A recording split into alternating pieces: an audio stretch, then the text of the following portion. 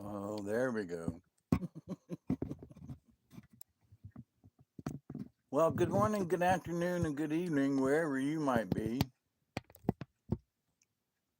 I am your humble host, Mr. David Knoll, trying to figure out how to use my cell phone. I greet you with love and the honor of the infinite creator. And I continue to pray that each and every day that each and every one of you will continue to learn how to accept and receive the knowledge, the healing, the wisdom, and the many blessings floating around out there in the universe. And I hope you all are doing well. Gosh, I'm awful gray and white in this light. I'm using my cell phone still. Um, I have done about everything I can think of. Well, greetings, everybody. Since I'm on the cell phone, the chat is very small. So I welcome you all this evening, this morning. And who's there? The dead end. We could argue all night about this, but all the awareness in the world would not make one blind bit difference as to how things play out. Hey, Alexander Ganja.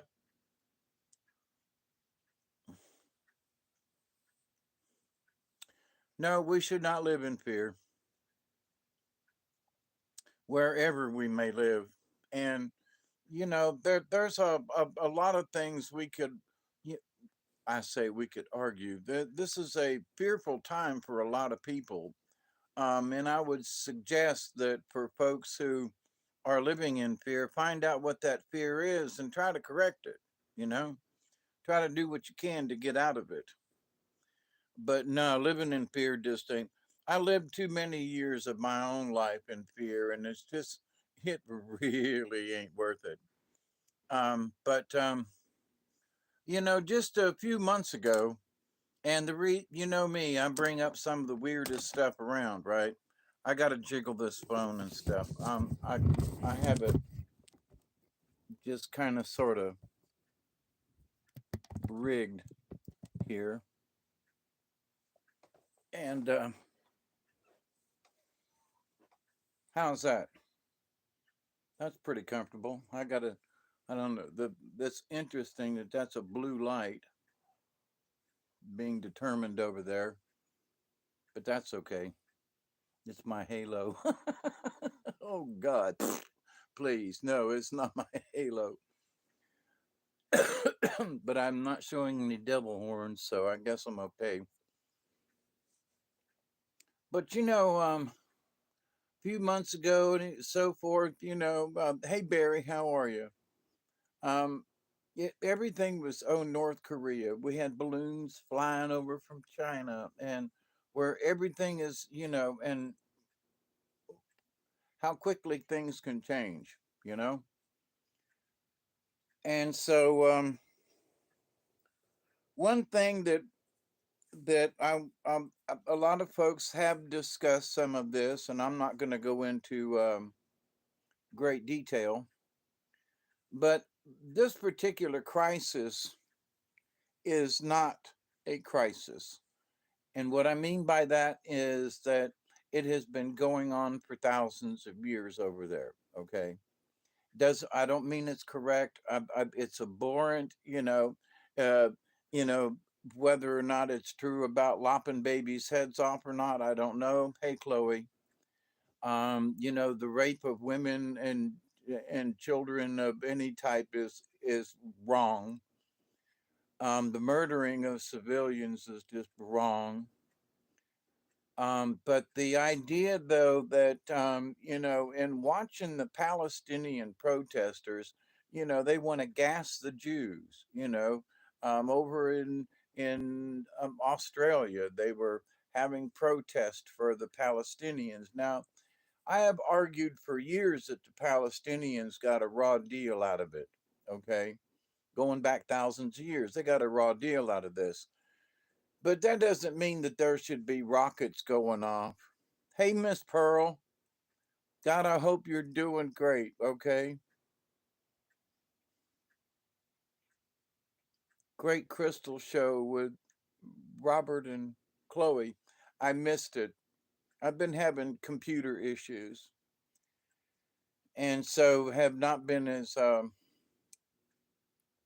diligent on certain things as I would like. But so, a few months ago, everything was about how North Korea was going to kill us all and how China was going to kill us all. And now it's the Hamas that's going to kill us all. And now there, there's always something that's going to kill us all. Okay. Um, and I do think that what's going on is horrendous. Okay. The bombing of anybody, and they're bombing in the Gaza Strip is not real big, you know. I think they were, equating it to the size of New Jersey or smaller or something. Anyway, so but the idea that that you would be throwing bombs in New Jersey, and some might argue that you should, in a couple of places. I'm kidding. But the fact that they want to make us all worry about something, and a few months ago, and it's always been about North Korea for so long, and and and and and now the terrorism goes someplace else. Now I do I think in general, I'm using air quotes here, in general we should be concerned about some of these crazy people. Okay. I mean, I got a couple of gallons of gas out here that I'm, waiting on as I ride my lawnmower around. I need petrol, right? So I can put petrol in my lawnmower, but those 2 gallons of gasoline can be a bomb, you know. And there's a lot of things you can make a bomb with these days. I mean, but the idea that if I was just to go on, batshit crazy and take 2 gallons of gasoline and go somewhere and do something with it, I could become a terrorist with 2 gallon with a gallon of gasoline, or with a quart jar of gas and make a Molotov cocktail. That could make you a terrorist. So, but what's so weird? No, I'm not going to do it, and I have no inclinations. But there are people out there who are just flipping nuts. They want the destruction of these people at all cost. And some of them on both sides. We want to get rid of anybody that has anything to do with Palestine, Palestinian, or whatever, and they got to go. And then there are the folks that want all the Jews gone for whatever reason. But it goes back for a long time. So, um, the fact that there have been so many things, so much unrest in the Middle East over the years. I mean, what we went to 2 wars over there. Um, in the last 20 some odd years, after 9/11 and so forth. So this idea, though, that this is a crisis, well, it currently is because some of these, severely radical people have decided to come out of the woodworks. But there are some of these folks who are radical, and they're here in the U.S. of A. All right, they're in Chicago, and they're in New York City, and they're in places where they want to, you know, um, I have supported the state of Palestine for a long time. I mean, when you look at the old, you know, it it the old maps of the from the Bible and so forth, that shows the area as Palestine. So this idea that Israel and them can't coexist, for me, has seemed stupid for a long time. Okay. And but any kind of war of of exchanging bombs or bullets or whatever, is, to me, is wars never really fixed anything. I mean, sure, Hitler started a war and we had to go to war to finish the war, but the fact that these folks want to bomb and tear shit up, I mean, it's just nonsense. It's just sheer nonsense. Now, from it, depending on who you might want to listen to, you would say, though, But this is the perfect opportunity for those folks who have been trying to promote Agenda 2030 to get rid of a few, extra people. Ooh, good. We can use this as a a way a motivation for killing and bombing, and that throw in the occasional rape or something. I, that is horrific of me to say that. But to the point of those people who say, yeah, but we gotta piss people off. We have to keep the chaos going. So therefore, you know, um, and then there's got to be the people who support the Hamas for what they're doing. Like, what? You support women being raped and you support baby killing? You support this stuff? Seriously? What the hell? But then again, there are the folks that say, but just means that we're trying to get out from underneath tyranny of years and years of tyranny from the Israeli government and so forth. And yeah, okay, all right. Now one could argue that point. And I think that Israel, with the Golan Heights and stuff in the West Bank, that things that happened over the years where they just kept munching away at some of the property and going, yeah, but we're Israel. We can take this. And no, what you should have done was put a line in the sand and said, this is Israel and this is Palestine. Now we can share the territories. There are folks that could come from either side. We can share this kind of thing. But this idea that it has to be bloody and raping and pillaging and this is just stupid. We all know it's stupid. And of course, any kind of quote unnecessary violence, any of this violence is unnecessary. Oh, but we have to pay them back for what they did. Okay, let's blow up some more of their city and let's do this. And let's shoot another rocket over there. And let's kill and rape and maim and kidnap some more people and create even more chaos. They're doing a really good job of it. They really are. Be careful that how you might get sucked into this vortex of evil because folks are going to want you to, yes, there are horrendous things happening. Yes, there are bombs going off. Yes, that's true. Okay. Yes, Netanyahu has stated we are at war. He's declared war. Okay, okay, okay. But how far do we allow our emotions to get caught up in it? When I started hearing and listening to some of this stuff yesterday and today, of course my prayers went out. I'm a prayer warrior. Of course my prayers went out for peace and so forth. I've been praying for peace for the since the 1960s. During Vietnam, I started prayer warrior, and we got to stop this nonsense. So, but now, wait, I want to just ask the question, what happened to Korea?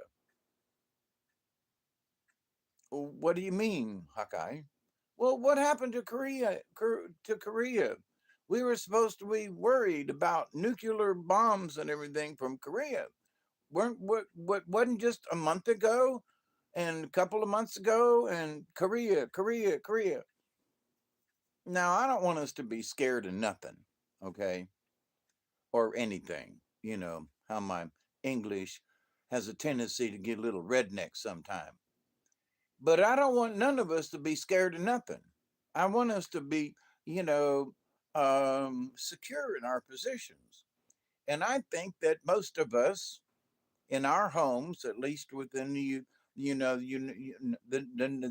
United States, that we should feel comfortable in our homes that we're not going to have a rocket land on our house tonight. Okay. Most of us. In other parts of the world, though, Not necessarily, you know. So we have to be careful that we don't get caught up in this mess, that we stay out of the chaos. We damn sure keep an eye on it. But for those of us here in the United States, there is nothing we can do about what's going on over there except send our prayers and be careful, that we don't get oh, everybody in the Gaza Strip should be nuked. No, that's not true either. Oh, and that everybody in the Gaza Strip is a saint. No, that's not true either. There's a lot, but there are a lot of innocent people on both sides, and we can agree on that. And it's the innocence. Y'all want to shoot rockets with each other? Then um, declare a ceasefire on both sides, and all uninterested parties get a free ticket out to go somewhere. Just get out, right? But then there's a lot of refugees. Where do they go? Well, we want to get out of this area. So, but where are they going to go? Well, they could go to, well, where are they going to go? Hmm, good question. Um, Good question. Where are they going to go? Well, get out. Well, okay, but where are they going to go? You're going to send ships and well, you all can get on this boat and we'll take you somewhere. you know, there might be some desolate spot in the middle of the Sahara Desert. We could, you know, boat lift y'all into the middle of the Sahara Desert or something, or I don't know. We'll we'll put you all people into somebody else. Maybe we'll just send all them, them folks that want to get out of Palestine or the Gaza, let's send them to New York City or to or to Chicago maybe. Um, sanctuary cities. So, but the idea though that they want all of us to be upset, and up to a point we should be. We should be appalled and horrified, but without sitting around with our heads on our hands and crying and moaning and weeping. The world does not need that. Okay. We need to be smart enough to stay out of that chaos. I'm praying, I'm sending prayers out to the victims and whoever, but I can't do anything about it. And my crying about these people who are being traumatized and who are having issues, my crying on their behalf is not doing any good. Now you say, well, Dave, you just don't have any compassion. That's not my point. I can't let their torment overwhelm my sensibility of how can I send them positive energy to overcome obviously what is a really scary, nasty situation.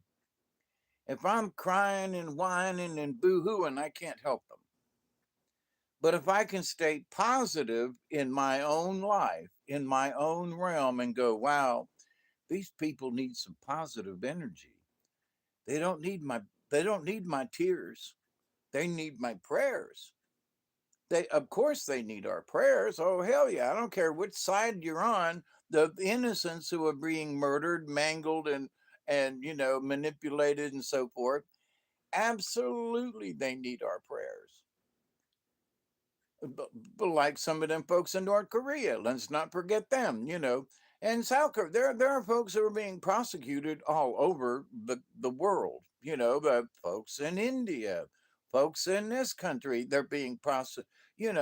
We're being prosecuted within our own boundaries within the United States. We're being prosecuted. Oh, don't mention MAGA to anybody because you might be a closet, Nazi. What? You know how them folks talk. So, but if when we stay clear within ourselves, when we stay, I want to say pure of heart, but in that we don't get caught up in their agony. We pray for their agony.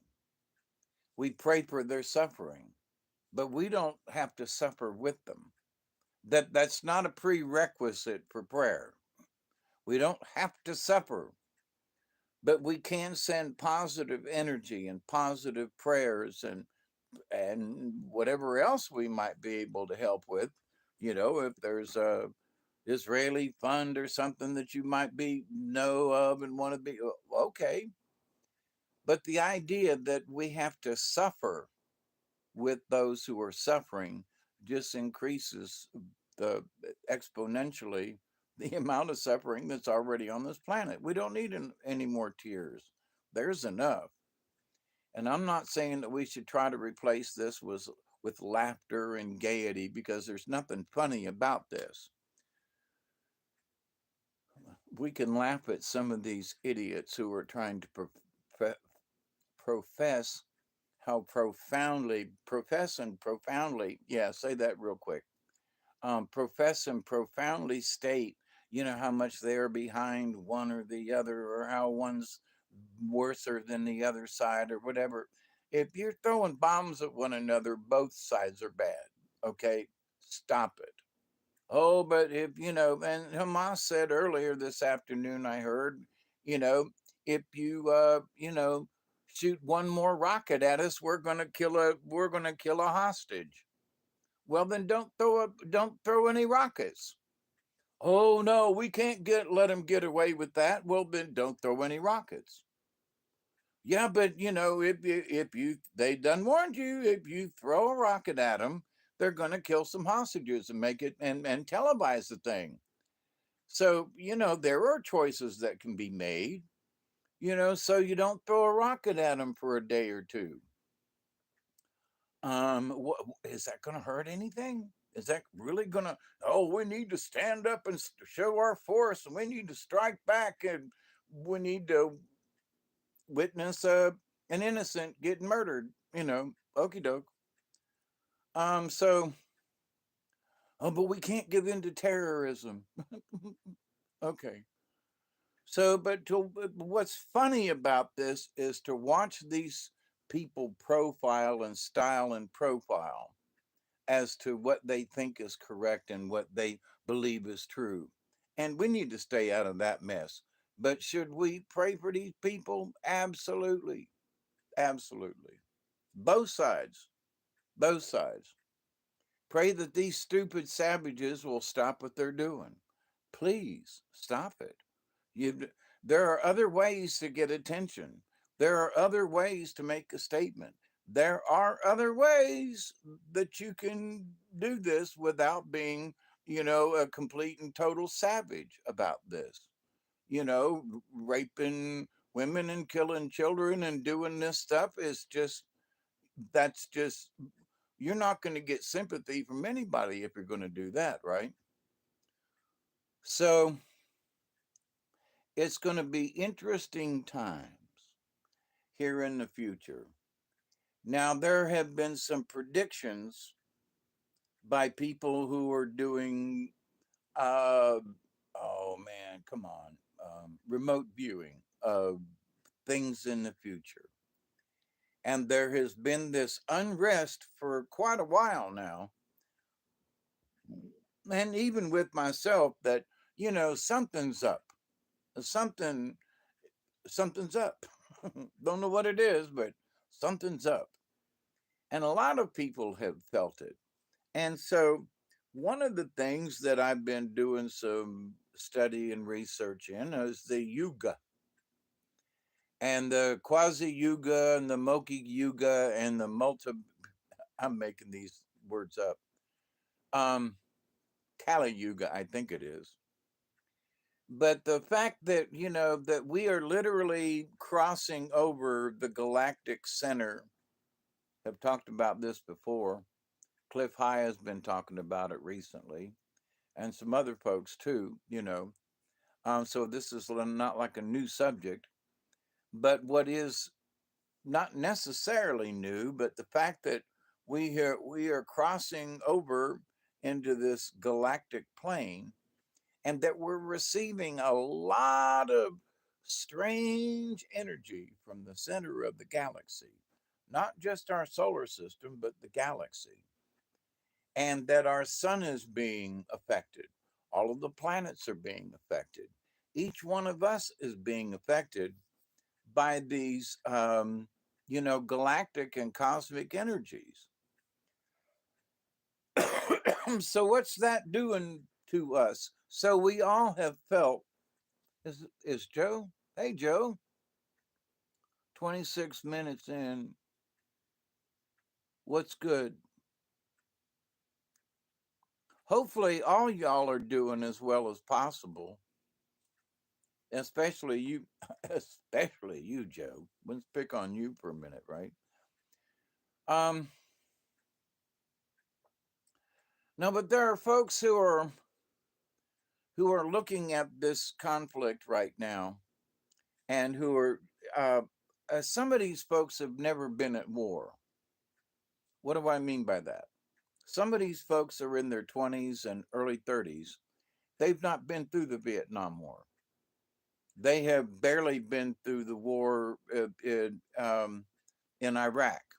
Okay, was not was it a war? Yeah, but not in some strictest terms. We went in and kicked ass, and um, but like Vietnam and the Korean War back in way back in the day, back in the 50s when I was born. But this idea, though, that is, oh, there are, it's horrendous, and towns and innocent people are getting killed. Well, that was World War II, and that happened in Thailand and um, Vietnam and North Vietnam when Hanoi was being bombed all the time, and these are days I remember. And how many people were killed, and how many bombs were being done, and blah blah blah blah blah blah blah, and how many U.S. servicemen, and that was the other side of the planet from the United States. Now, this is Israel and the Gaza, and they're side by side, but they're lobbing grenades and bombs and rockets at each other just the same as if it were someplace else. So, my point to this is that there are people who have not been subjected in their lifetimes to a real live war where people are getting killed and bombed and and atrocities are being done.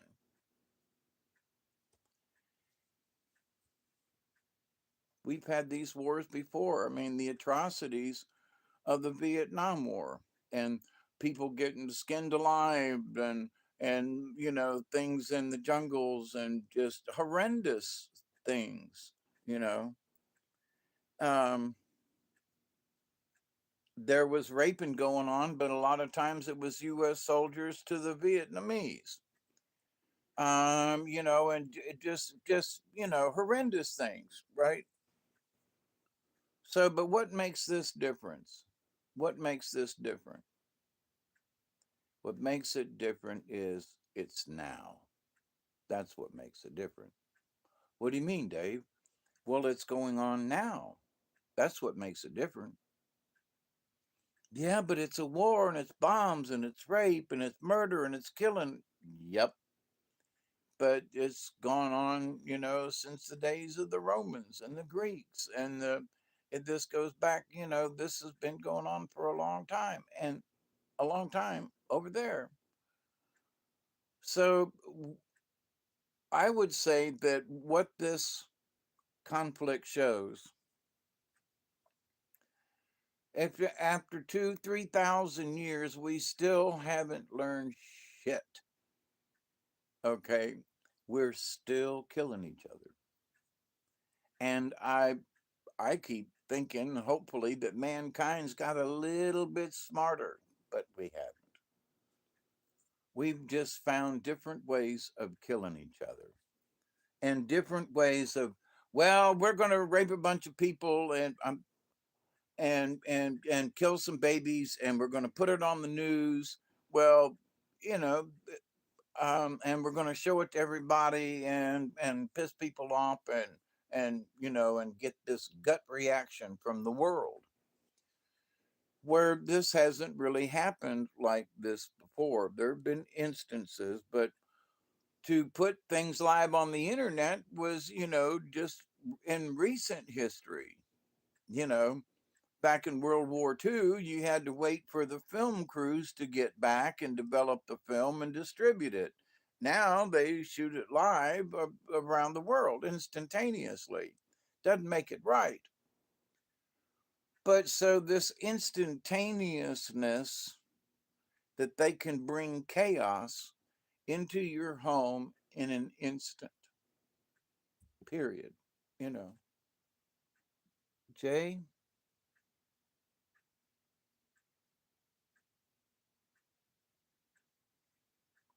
I continue to pray for peace. I've been doing it for the last 60 years, at least. you know, I'm 71. I've been praying for peace for a long time. And we have little respites along the way. And I hope this conflict doesn't last long. I really do. But we'll see. It seems inevitable that there are folks out there. Hey, Scotty boy, I don't think I said hi to you. And Michelle, Chloe, I uh, hi everybody. It's really hard to synchronicity on war films. Currently watching the man in the high tower.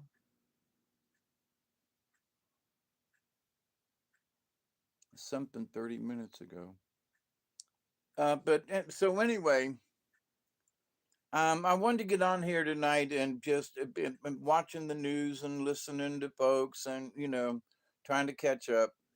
Um, my YouTube still will not allow me to use the computer and that camera right there, so I'm using my cell phone, and I had to wait for it to charge up.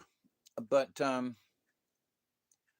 didn't really want to make this a long-winded discussion, but that from one day to the next, our chaos shifts from balloons crossing over the United States from China or Korea or something, and that we're all going to get blowed up by Kim Jong Un in illness. Anyway, um, and that now, Hamas is somehow going to do it to us, within the United States. I keep talking about we have no idea, and this is a true statement. With all the thousands of people being led across our borders every day, um, that how do we know who's been coming in to our United States? And that's a valid question, right? We've been arguing about this for a long time. Well, but have members of Hamas come into the United States, where these people want to rape and kill babies and blow shit up here? So, well, gee, I don't know. It seems that there are a lot of people from a lot of different countries, not just, you know, South America, Middle America, Mexico. It's not just them, it's folks from all around the world who are coming across. Um, Now, are they coming to America for a better tomorrow? Or are some of these people coming into our country as sleeper cells, okay, as agitators? Now, if you're coming from any of these countries, and I was really shocked at how, not that folks were protesting for Palestine, okay? I was not really shocked about seeing that. What I was shocked about was seeing how many there were, and I was shocked at what they were um, shouting and, kill all the Jews and fuck the Jews and gas the Jews and, and we need, whoa, whoa, whoa, whoa, whoa, whoa. What, hang on. Not just Israel, but all Jews. they want to do this to all the Jews. Whoa, whoa, whoa, hang on, back that bus up. If if that's how you feel about something, then go to another country, because we in America should not be thinking like that. Well, that'd be like, well, I'll kill all the black people. Well, let's kill all the Mexicans. Well, let's kill all the Cubans. Well, let's kill all of the the Chinks and the these and the Wops and the Irish and the holy crap.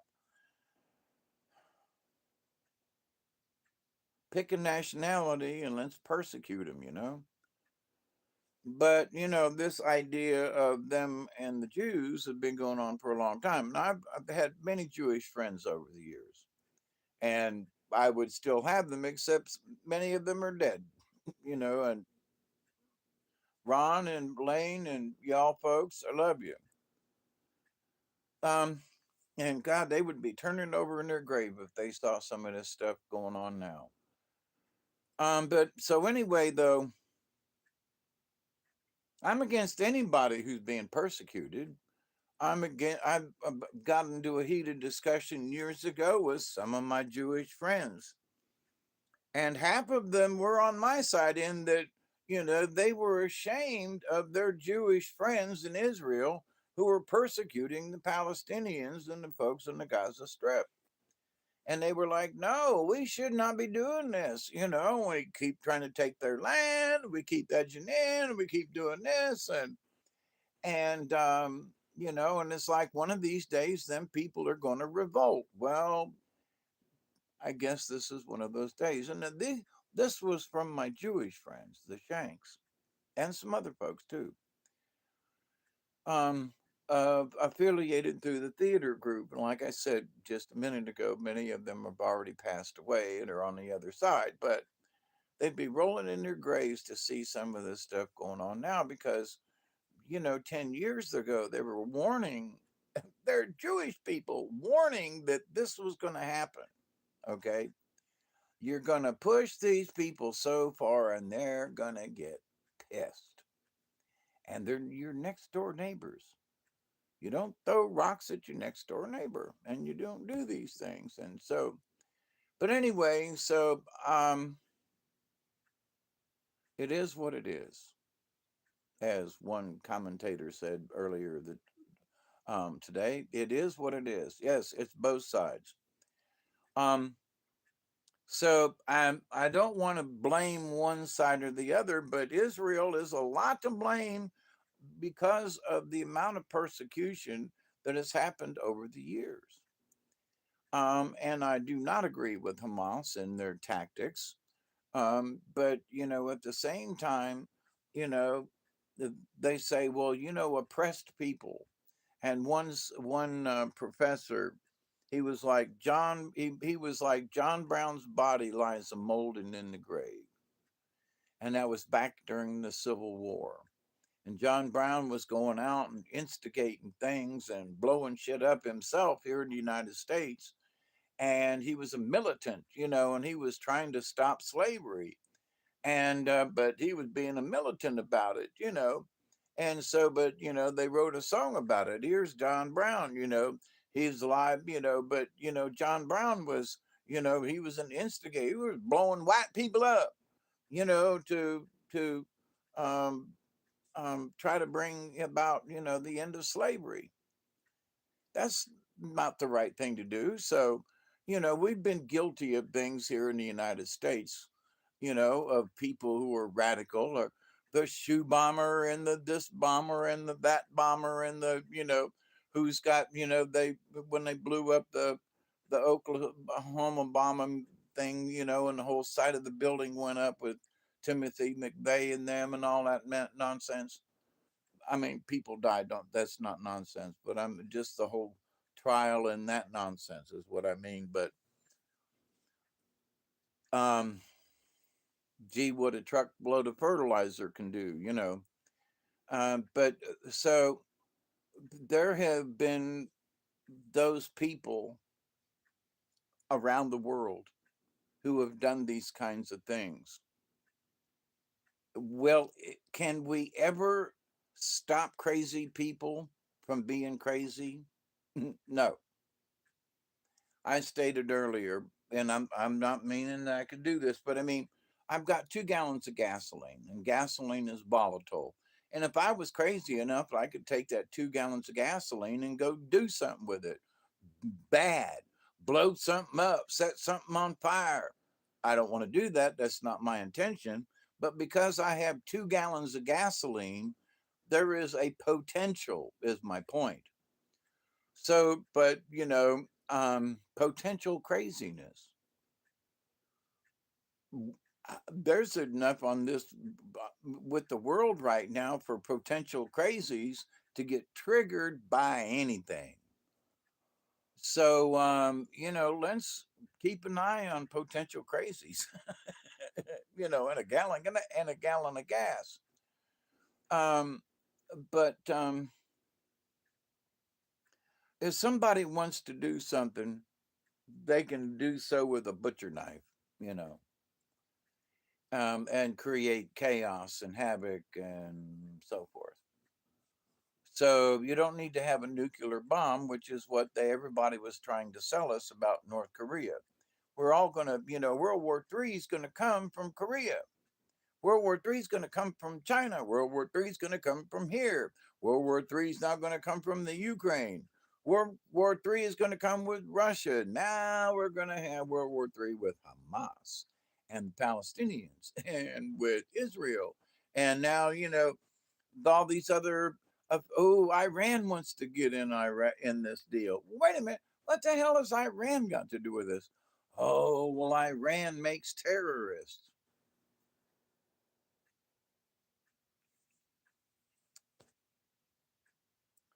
So the United States is going to start a war with Iran, who, as far as I know, been minding their own damn business, as far as really creating a big stink in the grand scheme of things. We already screwed up Iraq, right? Saudi Arabia and over there. So now they hearing the commentators bringing Iran into this equation, where Iran somehow has got something to do with Israel and Palestine. Palestine. What the f? Stop it! Stop trying to bring people into a war that's against right now 2 factions and an invisible fence line, and thousands of years of we want to kill you. You know, it's sort of like Ahmed, the terrorist. I kill you. Okay, I kill you. All right. So it's like Ahmed's on the, uh, woo, Ahmed.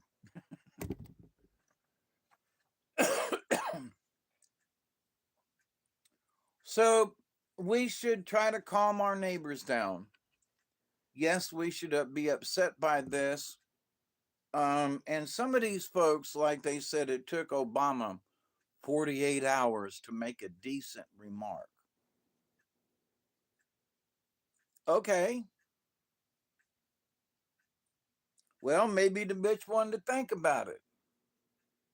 Okay, maybe he ain't got no real. Okay, you know. So there are people who've said too much. There are people who haven't said enough. you know. So watching the comedy of errors with these folks, ain't nobody said nothing about Korea. You know what I mean? Ain't nobody said nothing about Korea. Or, well, China, what does China think about this? Well, China's glad that somebody else, they're being taken off of the world stage now, like North Korea, and they get a break from the news, cycles. Wow, China's not in the news quite as much. No, because it's all about Israel and the Gaza, right? Everybody's focus has changed. Okay, don't let your focus go too far because North Korea is still going to blow us out of the water with nukes. I want to remind you, that we're all gonna. They prophesied we're all gonna die because of North Korea. So Can't forget that. I'm kidding, but I'm not. Okay. It's tongue in cheek. Well, is he being facetious or what? Um, I'm being sarcastic for sure. But, what does the world want us to do? They want us to stay confused. So if tomorrow they don't throw any more bombs back and forth and they release the hostages, and not that bygones are going to be bygones over the rape and killing of people, but um,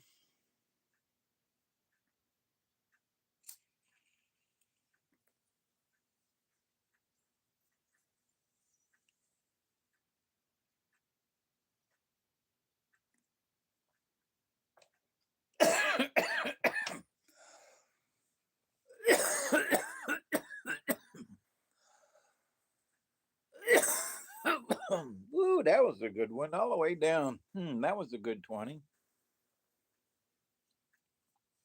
About 20 minutes too early.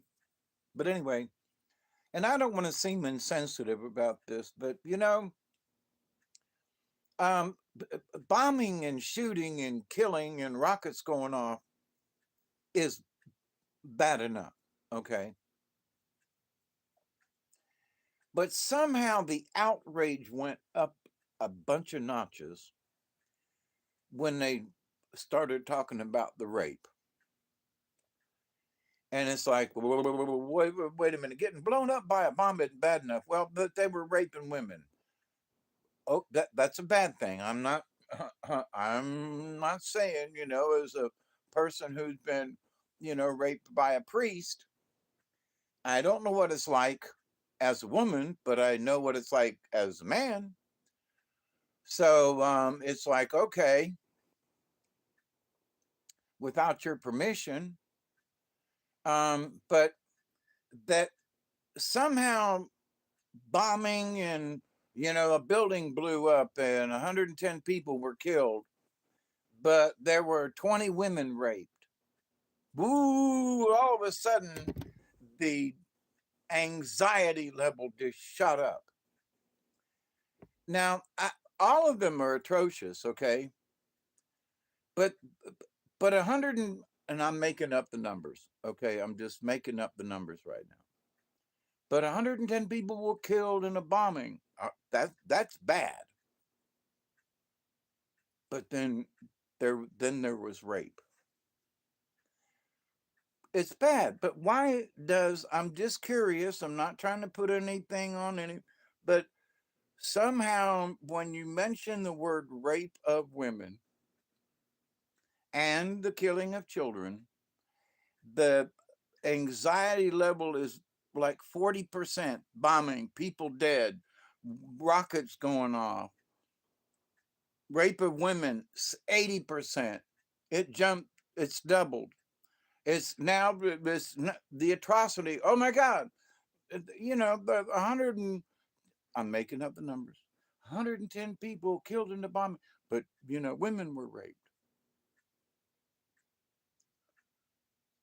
I'm just curious as to why that sends people's emotions even higher. Oh, I understand it's the rape of anyone, actually. Um it's that just that hey Scratch, is that you, Scratch? I'm used to what? And I understand that it's women, it's the desecration, it's the this and I really do get all that about women and rape and so forth.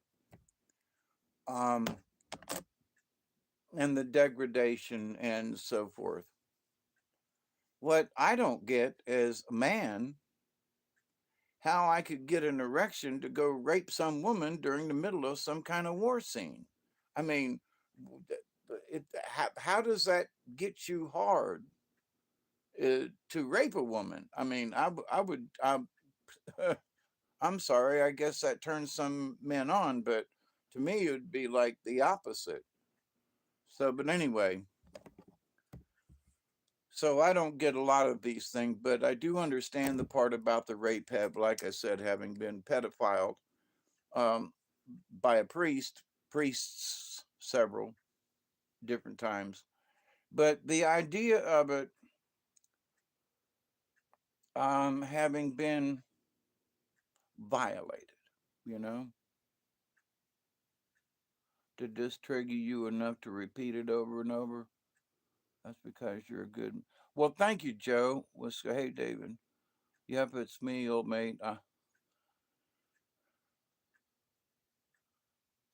course, she's still in our family. Who's been hiding out? I can't see it's very small print and a very small area of the screen, by the way, y'all. So, but anyway,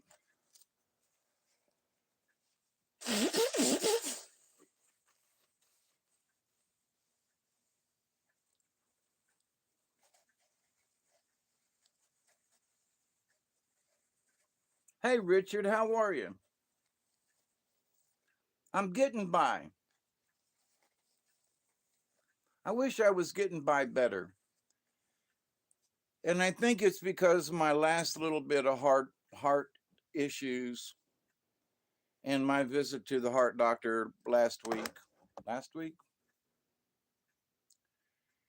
and the fact that I just don't seem to, I'm 60% blockage, right?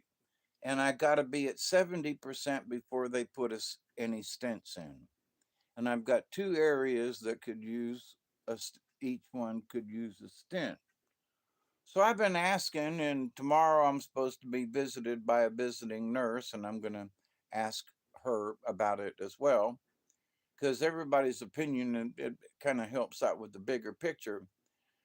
But the tiredness that I just am feeling all the time, I just, damn, I know I'm 71, but some bitch, I just, I feel light of heart in my head and I want to do things and my body's going, no, you ain't, no, you ain't. And I'm like, let me get up. No, you ain't. You're going back to sleep, as a matter of fact. Well, wait a minute now. That's not what I want to do. So, but I'm still here and I'm still breathing and I'm happy for all of that and all of the above. But personally, I was doing better a year ago. As far as being able to breathe and move around. And of course, y'all know I had, elective back surgery. And today wasn't too bad, but there have been some days like this last week. It was all I could do just to putz around the house. I can't stand up for very long. It hurts. It hurts a lot. And when I go back to the doctor on the 23rd of this month, I'm going to tell him, okay, I've come all these months and now I'm ready to go to pain management because able, I have not been able to lick this thing on my own. And it hurts way too much. If there's some kind of stimulus thing or electro something you could do, something, but I need something other than what I'm getting because and I'm trying. I mean, I got a heating pad right here. This white thing is a giant heating pad. And actually I should probably have it on. I'll go ahead and turn it on since I'm sitting here. But me and Duggar go for walks. And when I'm out walking around, I try to push it. We walked to the edge of the woods and down the fence line a little ways today. The other day we went all the way down in the back. I just wanted to see what it was like out a little ways and ended up all the way down to the property line and coming all the way back around. And so it's not like I haven't been walking or doing anything. And it's always it's a quarter mile to go up the driveway and back. So I'm getting exercise. And, I'm trying to do stuff here in the chair and around the house for my back, but it just it's not cooperating. So I wished I was doing better. But I refused to give up or give in. Was outside today playing with the boat and charging up the batteries with my my solar panel thingies. and which are working really good on these batteries I got. So, but I'm not giving up on my back. Um, but I do feel that besides my back, there is a tiredness that I'm just going through that it's hard. It's really tough. And my last little stint in the hospital, which stimulated a mild heart attack, um, has really hurt me. It's really thrown me back, and I'm trying to get over this one, but with more blockage and with less heart function. Um, I don't I don't know if that's part of the reason why I feel so sluggish. Um, they're going, well, if it gets any worse, let us know. Well, fuck, it's already 60%, and I gotta wait till it's 70.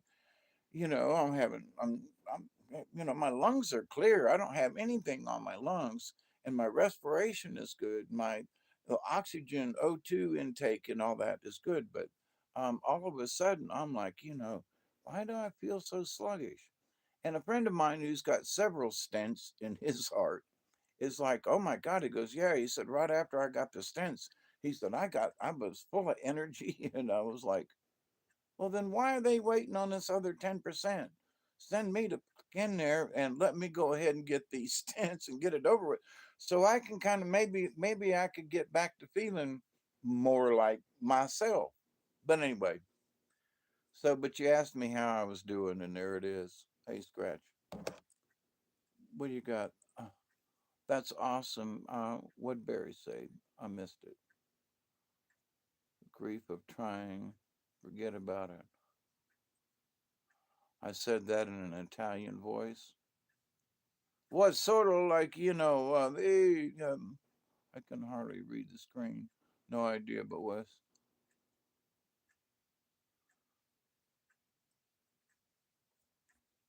If I can read, it's really tiny, but I can read it with my glasses from here. So, but anyway, so, but so what about Korea? You know, isn't it interesting how, you know, we have shifted gears from all that's going on over yonder to now we're in the Middle East, and now whoever it is, I can't believe they're talking about, starting a war with Iran. What? Oh, they're the hotbed for terrorism. What? you know, what? The world is a hotbed for terrorism. You know, there are so many things on the internet and on this that is, as we all know, um, it's immediate. It's immediate gratification one way or the other. Well, what do you mean it's immediate? Well, if they can chop somebody's head off on live internet TV, well, that's immediate. That's immediate gratification. Dave, what are you talking about? Well, by the folks who are trying to make the impression, the gratification is, see, we did it. And the rest of us, of course, our immediate reactions are shock and dismay and horror and, you know, but that's the immediate reaction, is my point. It's immediate. So we don't have to wait till tomorrow. We don't have to wait until, the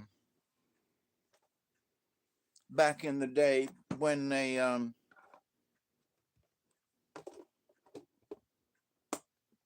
had to bring the film back and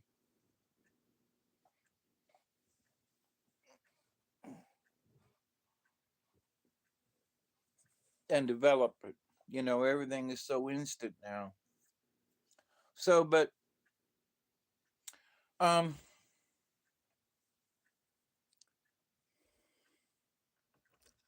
one of the things that I was interested in following this, we got a couple of minutes before 20.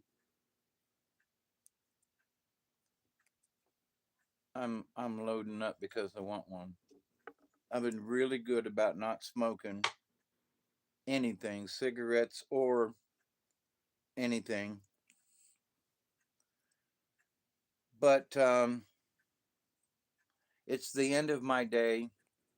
Robert and I were supposed to do video tonight, and he was very ill and canceled.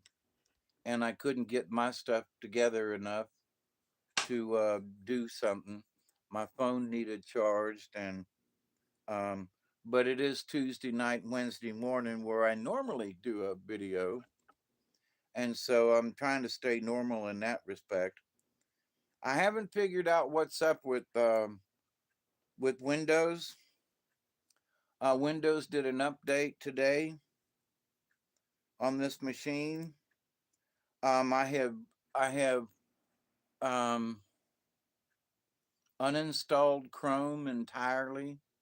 I have purged as much as I know how to purge.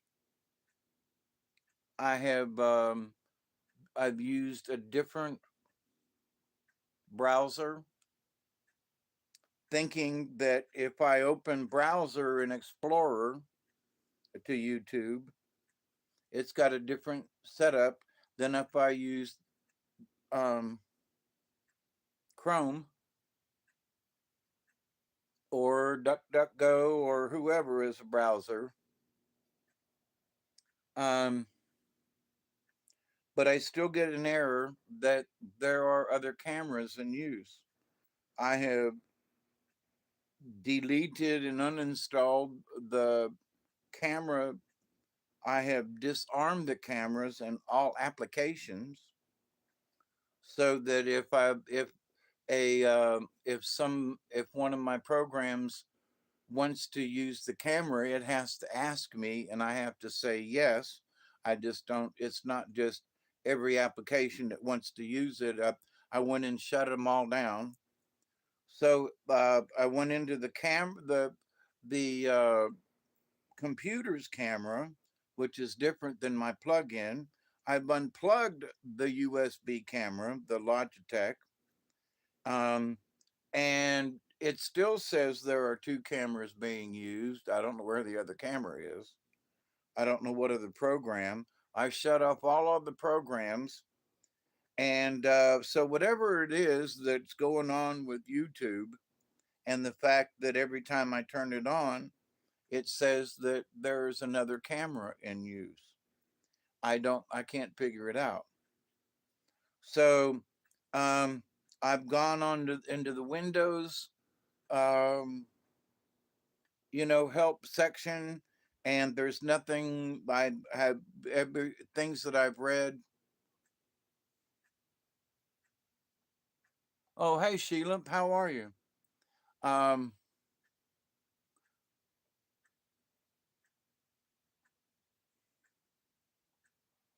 wait, what is it? What did you say, Joe? Must be a built-in camera somewhere.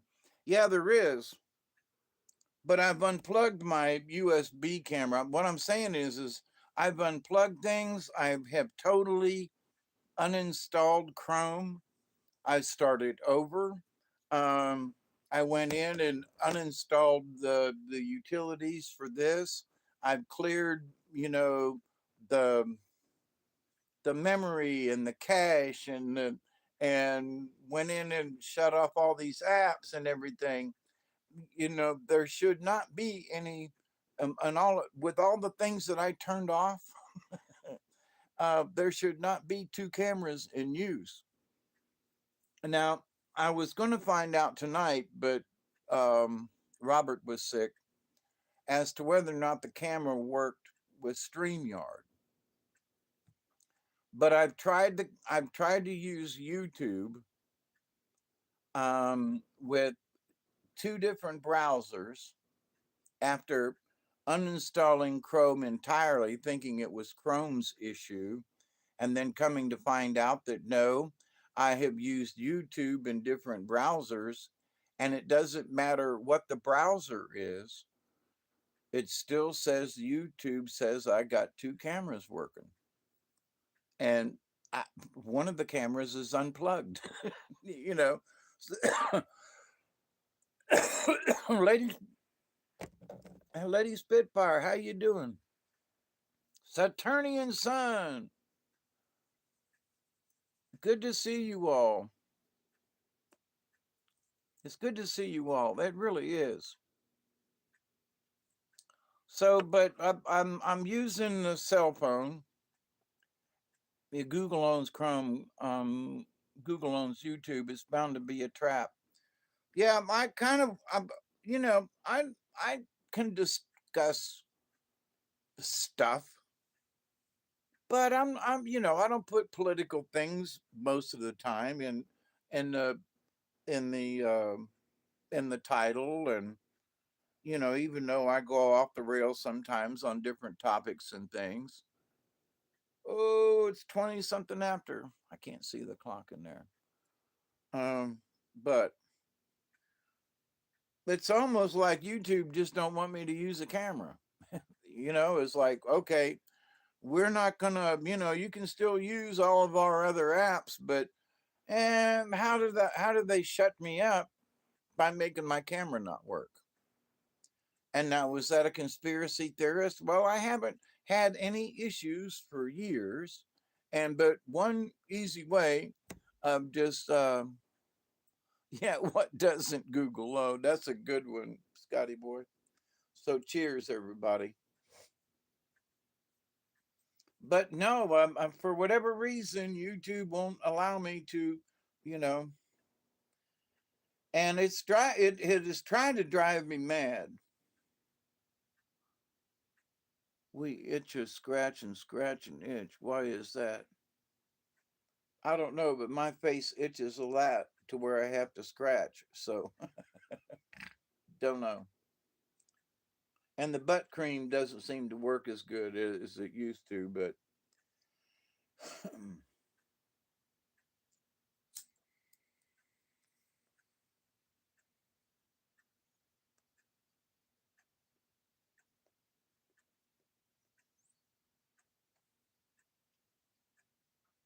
how you doing, Spitfire? Me too, Richard.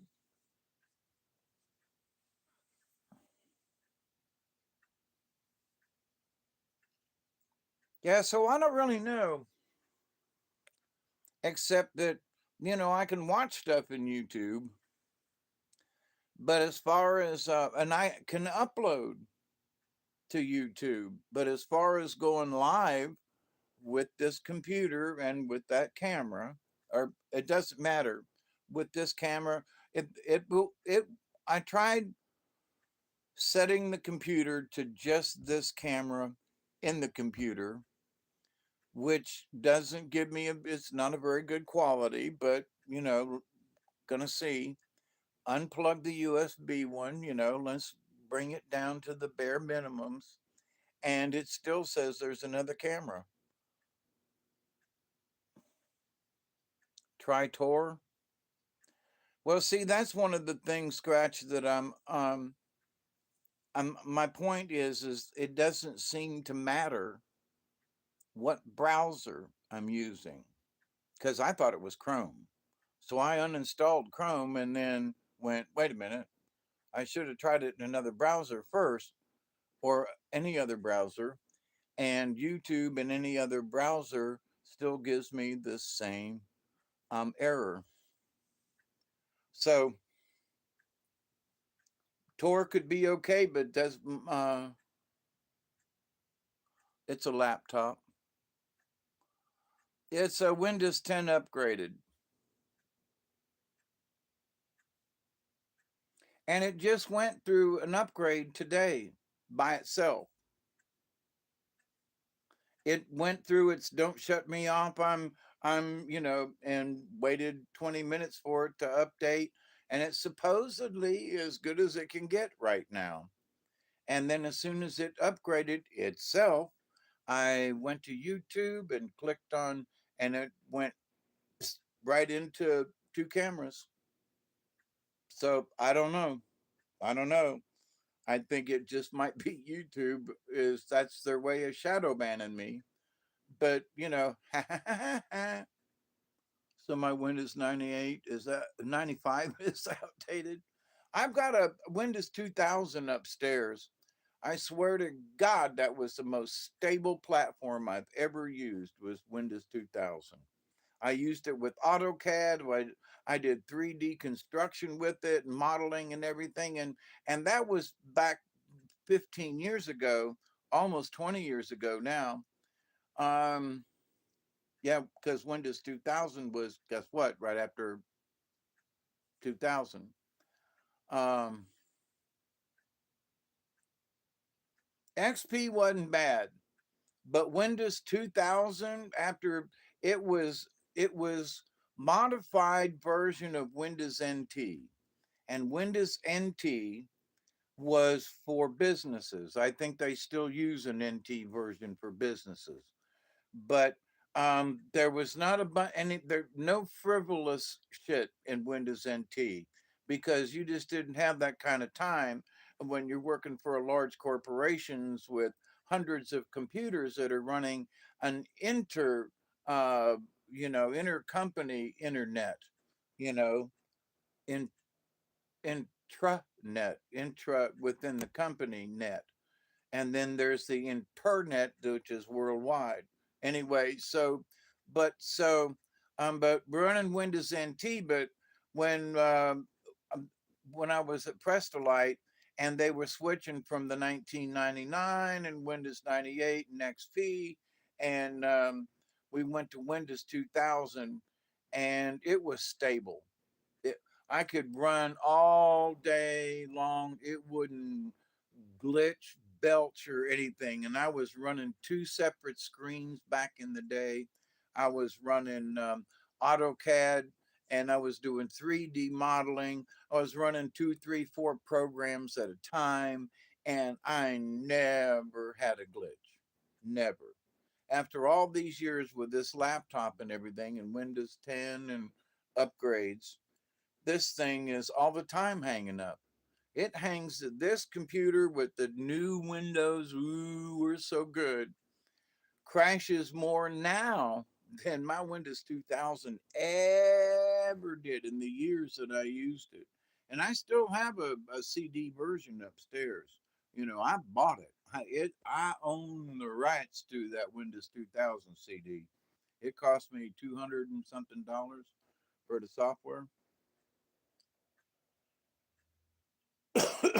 But anyway, but stable. Oh my God.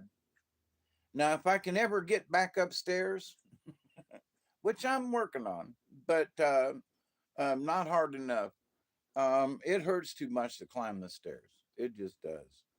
But wintertime is coming and it's going to be a lot warmer upstairs. So I would really, and my computer's up there. I've got more space. I'm living here in my downstairs, and I got enough room, but it's cramped. It needs to be my living room again instead of my bedroom and closet. I got all kinds of clothes stacked on top of this chair behind me because I don't have anywhere to put my clothes down here. And they're all clean clothes, but that's not the point. And I'm tired of living like a refugee down here. But after my back surgery and everything, it just kind of put me down here even harder. So, but anyway, that's my own internal problem. But I got another computer upstairs, is what I'm talking about, and it's different platforms, so forth. And I would like to get back to that. And who knows, maybe this Christmas. It depends on how my finances are. It might be after Christmas. It might be my late Christmas. It might be an after Christmas sale that gets me another computer because this one's getting old and clunky, and it was somebody else's given to me, and mine upstairs is an old Windows platform laptop. It was still running last time I was up there, but um, it was having issues. And so it's about time for me to just sure enough upgrade and move, and get a new laptop or get a new computer or some. I used to buy towers all the time.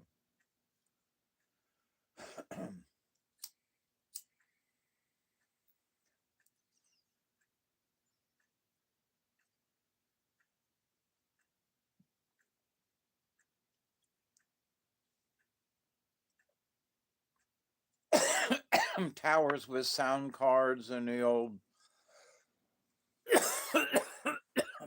man, I was really into, accelerated cards and all that kind of stuff. Built my own computers back in the day. And I still know a decent amount, but the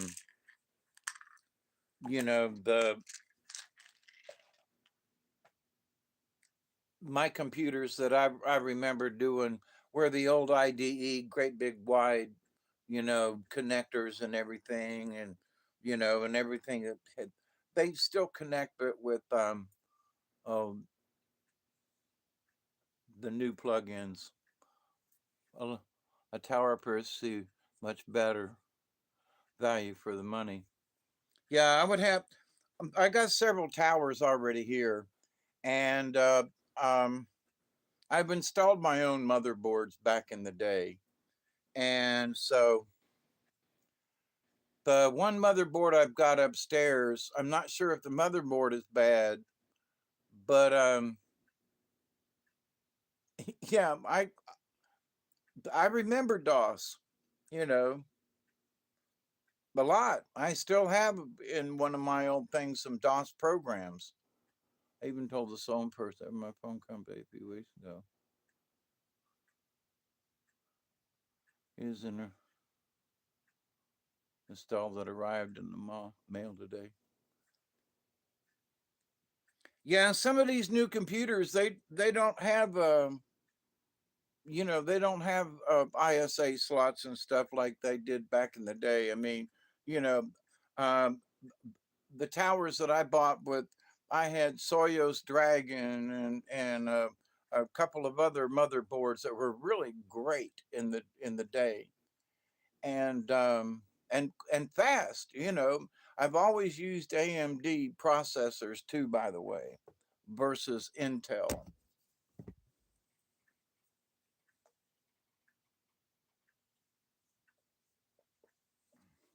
So I've been an AMD person also for a long time.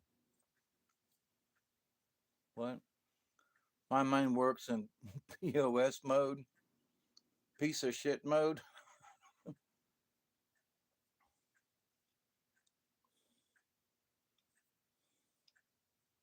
or positively out of sight. I'm kidding. I'm kidding. But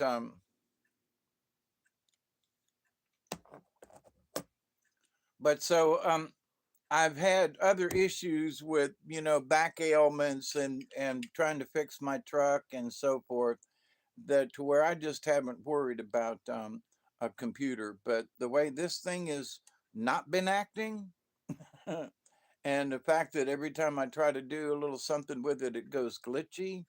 I'm like, okie doke, whatever it is. And so one of the things that I have to get my brain back into is that I really want to use a Linux. I want to have a dual platform, a double, what do you call it, boot sequence, so where I can go into Linux and instead of Windows. I haven't liked Windows for a long time. Well, Windows 2000, that was my last Windows program that I really liked. You know, that was the ultimate of um, basic software to run shit. It just worked great. Ran smooth, was, worked great. But anyway, then they had to mess with it, you know.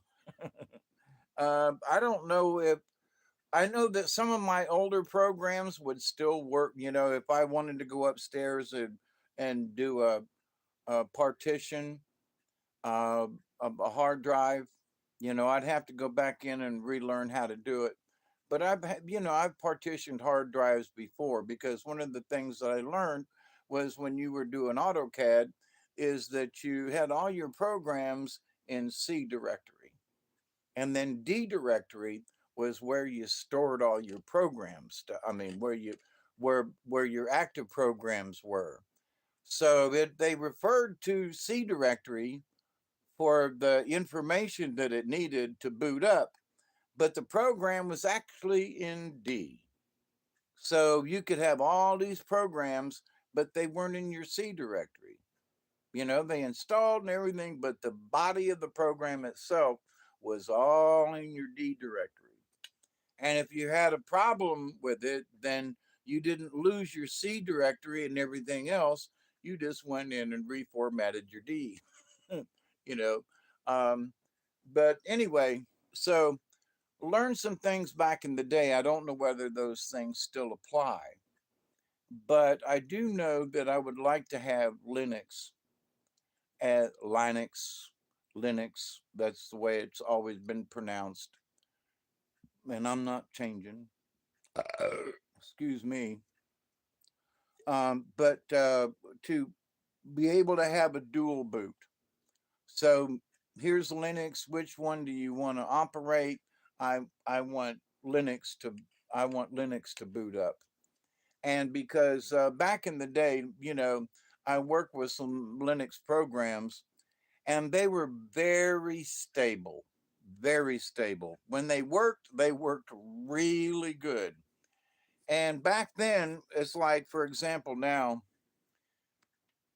there are so many open source softwares out there that are really, really good. There's OBC and this one and that one. There's the oh man, there's 3D software and stuff that GIMP, that works really well. A lot of software designers and so forth that work with the open software. People complained about it years ago, and it's like, hey, look, listen, oh well, I don't know, it's not really good, and blah blah blah. Listen, it would, if you learn how to use it, it works. It still works really well.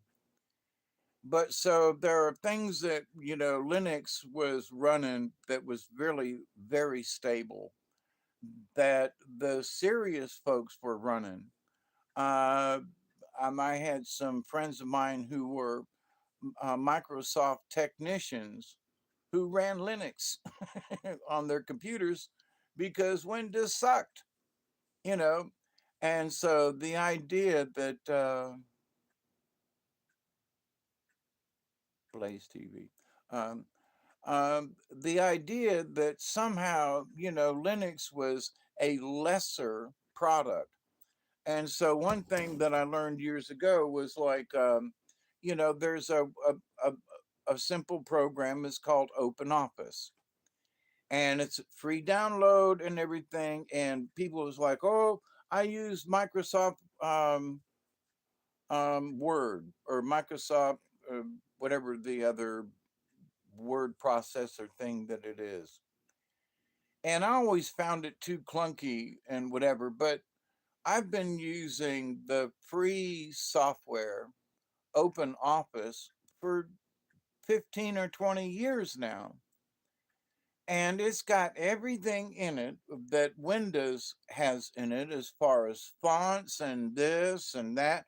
You can make macros and make minis and things and stuff. You can do all kinds of stuff with this. And it's a free download. And you can become part of the open office if you can program or whatever. Or maybe you just give input or comments, or you use the program and give, have you had any problems? Well, anyway, but to the point there, the people like, oh no, I couldn't use something like that. I have to have my Microsoft stuff. And I'm like, dude, listen, now you can import things, so you can do it in Open Office, but it emulates Windows. It emulates these other programs. and so you can it'll you can import it into your Windows program. But the thing is why do you have to have Windows when everything? Well, it relates to my thisy and thaty, and it's all goes in the mail and everything, and yeah, and that's where shit can get messed up. So, but everything likes to be synced these days. And so, but here's a program that's Open Office that gives you all the bells and whistles of what you need as a word processing um, program, and it's free. It's been free. It's open software. So, but anyway, so I want to do I want to be able to partition the drive, and I might be able to figure out how to do this and the keyboard even now. Just get it online. Yep. Good night, Joe. Yep. Good to see you again. But so anyway, yeah, I was sure enough a computer nerd back in the day. I mean, I had a computer. I had a, a 286. It had 30 megabytes MB of hard drive space. It was an Acer. It came with a big 14-inch monitor, big. I say big tower. It was actually it wasn't a tower. It was laying on its side, but and you put the but it had the great big floppies, and it had a 3 and a half inch, 5 and a quarter, the big really sure enough floppy disks that you could get 256 KB on one of those discs. I still got some upstairs somewhere. And all of those little smaller discs, I got a gazillion programs that are on those things before discs came out. And way back in the day, I said, because I went through several hard drives over the years for whatever reasons. And I said, one of these days they're going to make a hard drive with no moving parts. And I got one right underneath this thing down here on a shelf, and it has no moving parts. It's a Seagate, and it's a half a terabyte. you know, uh, but it just plugs into a USB port. So, um, gone are the days when things broke like they did. I mean, once a year I was having to buy a new hard drive. It seemed like because something would fail. Whether we, all the noise they used to make, and the fact that they worked at all, was actually pretty good. But computers and things today, I mean, here I am doing a session with this cell phone that it has 100 times more computing power. My first computer I couldn't do video because there wasn't enough computing power. And now here I am, um, using my cell phone with the Wi-Fi back here on the wall, and with no connecting parts, and I'm live streaming over the internet. So a long way we have come from the late '80s to now. Just not just in the last 20 years, but in the last 40 years.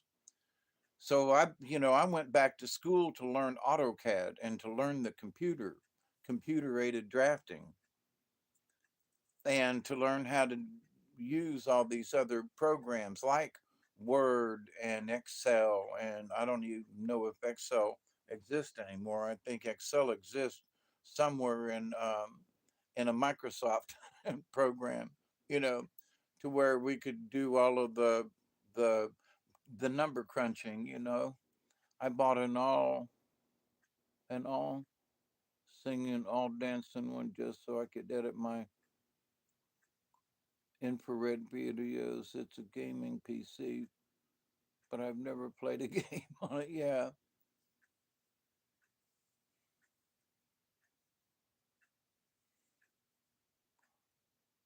the 20 HD. Hey, Katniss, how you doing?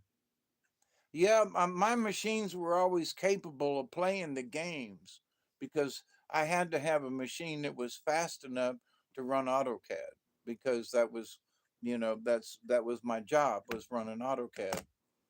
So I could, put stuff on a disk and bring it home, and before they had USB sticks, you know, and oh my God, when they first came out with the USB sticks, for me and those of us in engineering, we had to take files home with us, to be able to have certain, especially if I was working on a project, to be able to plug in a memory stick with a couple of drawings, and I could just bring that stick home and finish working on it and add, whatever, and because you know, I was putting together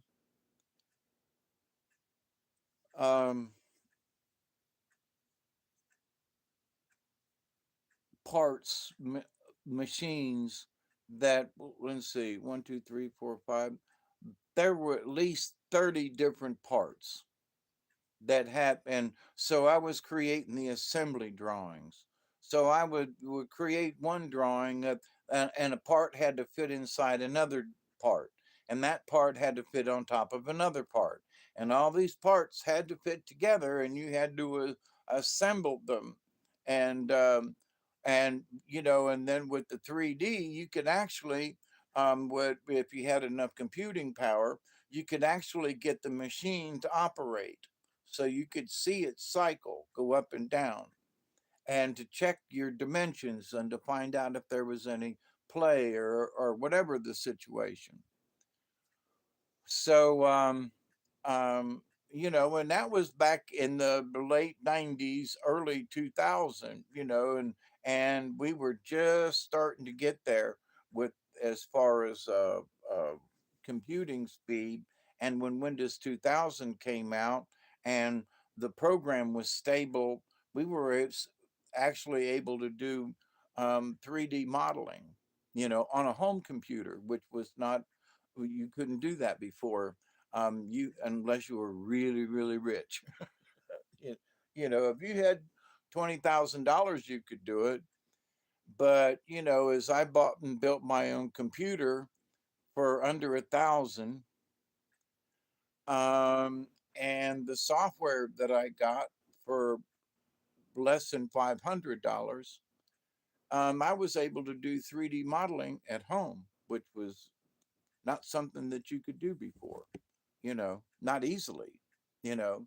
And now you can do just about do 3D modeling on a cell phone, with its computing power and how fast it is and everything. Oh my God. you know, how did I get on this subject, right? But anyway, I'm trying to fix my computer.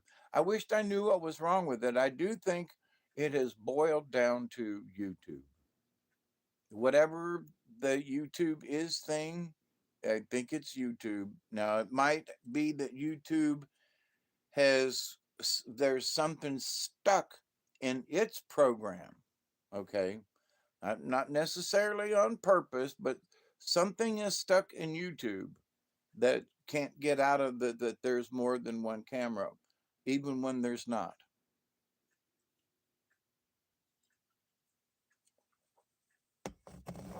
And I've uninstalled YouTube. I've used an app, but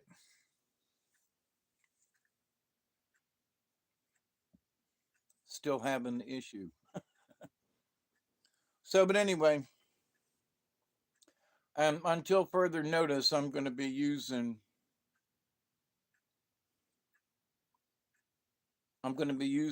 the cell phone here, and maybe like I don't know if I can. I got to pay. Um, this is October. I've got medical bills I'm trying to catch up on, It cost me 58,000, almost $60,000 for my stay in the hospital for my back surgery and everything. 58 grand, $59,000 plus tax and dealer prep. The hospital stays for my heart. That's a whole nother different ball of wax. It's not a lot of money, fortunately, but I do got money I got to pay back. And they just going to have to wait. They got most of their money, and if I owe them $300 instead of 60,000, they just going to have to wait on that $300. I'll make payments. I'll pay it off. I've always paid. I Most of the time I've always paid my bills. There's been a few times where I told somebody to stuff it.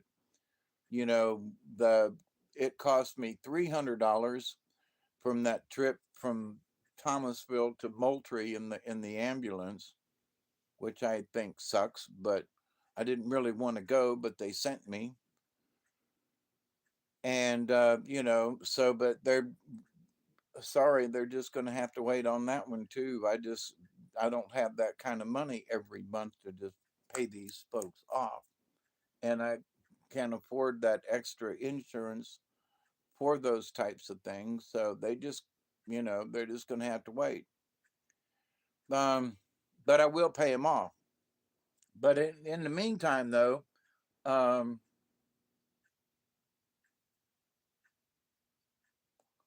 I'll have to work that in with whether or not I get a computer in December or after the first of the year. So there might be some deals at the end of December, and I can get some kind of newer computer or something, and or maybe start buying parts. If I can get back upstairs and get to working on um, my towers again, I can go ahead and buy a power supply. I can go ahead and buy a motherboard. I can go ahead and buy, I can get these things because I've already got a couple of keyboards upstairs and things like that. I might actually have a power supply that works, so where all I would need is basically a hard drive and a motherboard, and whatever uh, um, depending on the motherboard, whether or not it's got any kind of um,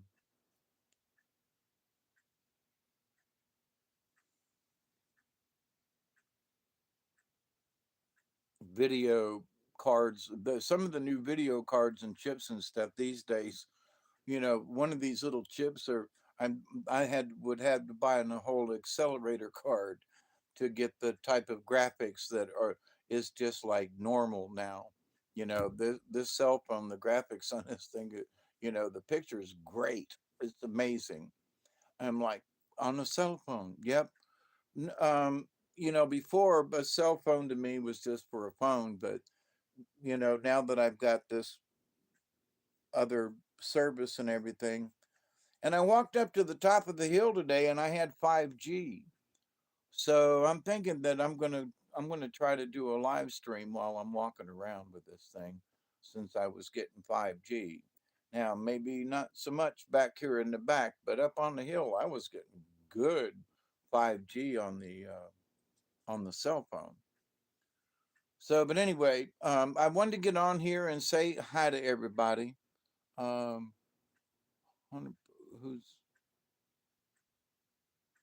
I wanted to say hi to everybody and let you know that I'm still breathing. This being Tuesday night, and the fact that we didn't do, our 98th show, or is it 99? That Robert was ill. But boy, do I understand. But I wanted to get on here and shake my booty with y'all, and not that I really got to go anywhere. I just, what, you know, my biggest thing was to, with the subject matter of me, I'm always going off topic anyway. How you been doing, Katniss? You all right? Sorry if I Missed anyone?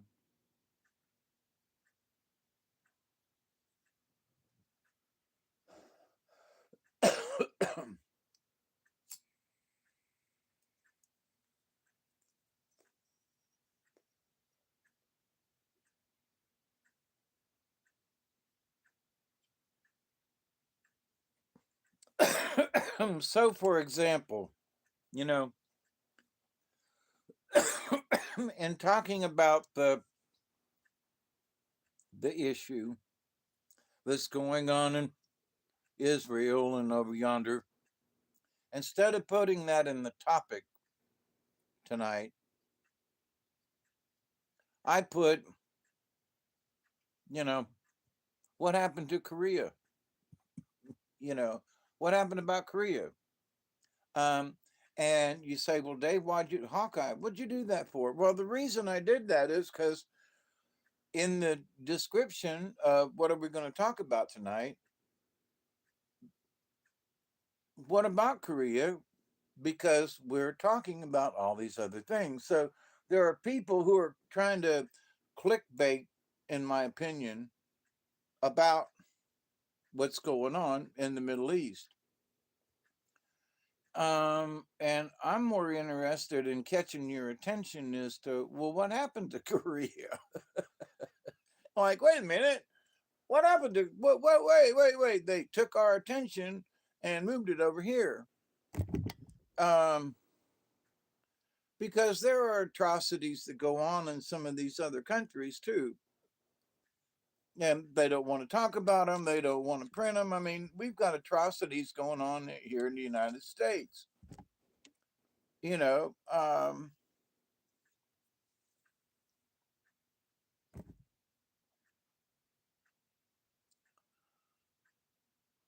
things coming across our southern border, and the rape trees and the this and the that, and and you say, whoa, them folks over there, it's bad.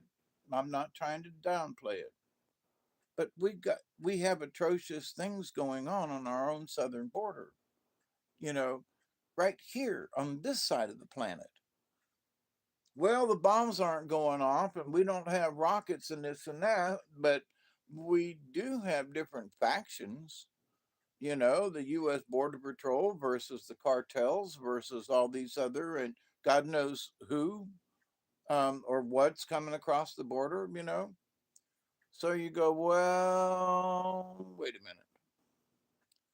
So if I was going to be concerned, I would be concerned about, hey, talk to our, let's support our southern governors. And any state that borders Mexico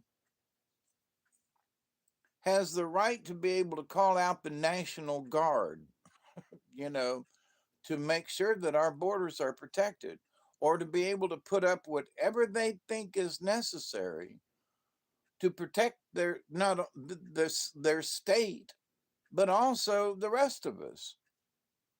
So regardless of what Washington says, forget about North Korea,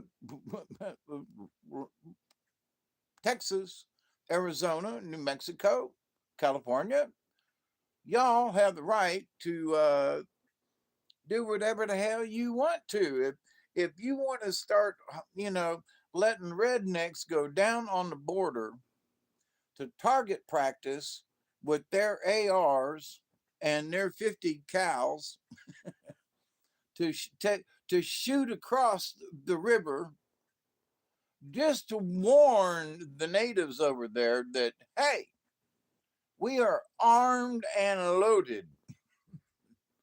Come at your own risk, you know.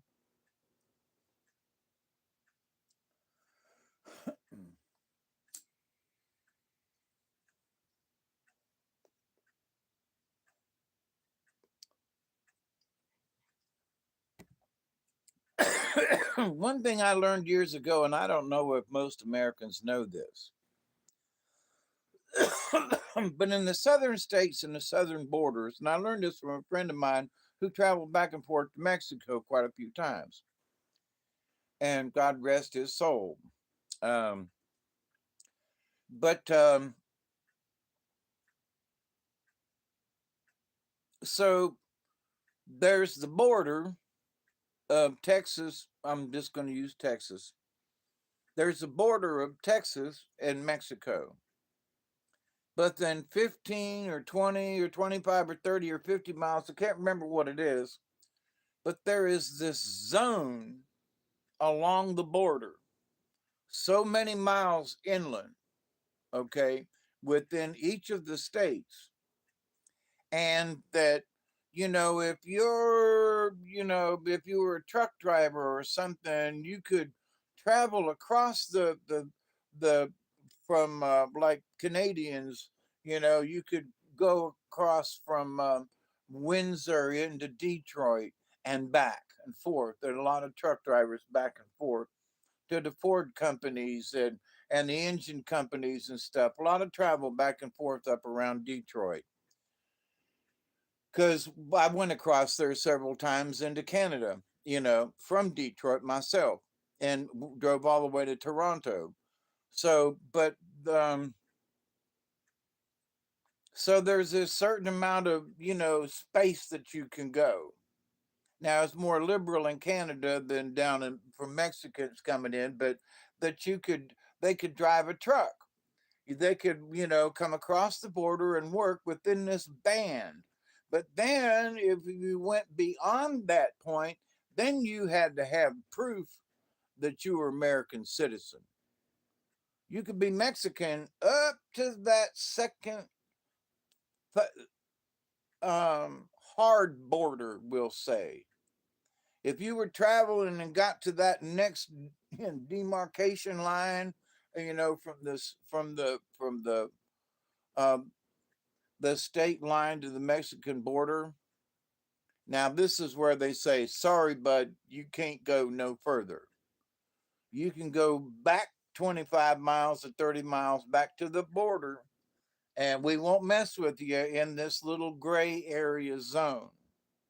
And I was like, you got to be kidding. And it was like, no, you know, people act and react in this zone because they're across the border, but they're within 30 miles of the border, we'll say, and but that's why a lot of those border towns are getting hammered. It's because they're within this gray area zone that is like, well, you're okay if you stay in this area, like Americans crossing the line in Mexico, like with when they moved our plants down to Nogales. You could walk across the border and work during the day and whatever. The engineers went over there, and there were the Mexicans across the border who come into the United States from Nogales, Mexico, and that they did. So there's a trade back and forth of Americans going over there and the Mexicans coming over here and coming back and forth day and night, right?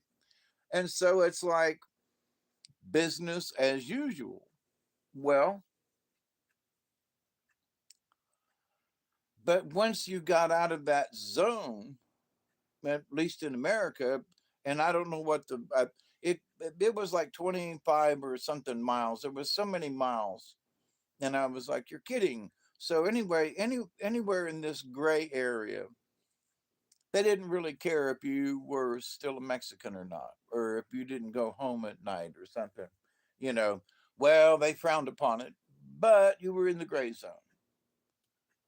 But I came over and worked, and so you're not really a migrant. You're sort of a migrant, and but here's my driver's license. And there was a big thing about driver's licenses. If they were had a commercial license in Mexico, they could drive across into America and drive around and everything and be okay. But what if they had an accident in America? Would their insurance? So there was a big thing years ago about you know Mexican drivers and having whether they needed to have whether they should stop at the border, and then if somebody a product from Mexico was being delivered into Texas, or whatever, that the Mexican American drivers could bring it on in and drop it off and then drive back across the border. So, but what about insurance and this? So there was a big thing back in the day about, Mexican drivers. That it was okay if Americans drove across the border because they were like, "Ooh, he's got money. If he has an act, we'll run into his truck, so he'll have to pay us, in dollar bills instead of pesos." So, but as far as who's liable for what might happen, so um, deliveries being made back and forth across the border for whatever the reason, and there's a lot of traffic. So, and having nothing to do with trafficking people, but in that they do traffic people. But anyway, so but this is going on all the time down there along the border.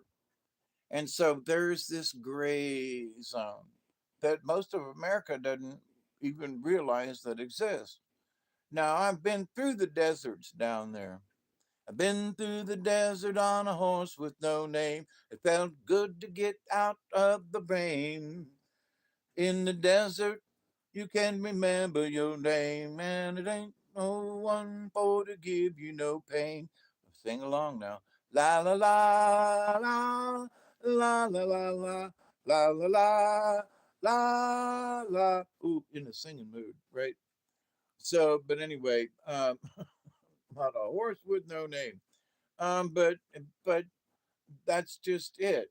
There are long stretches of desert, and that's where a lot of this weirdness and trafficking of people and things and the rape tree and all that weirdness that goes on down there in the desert because there's so much territory um that you would have to patrol.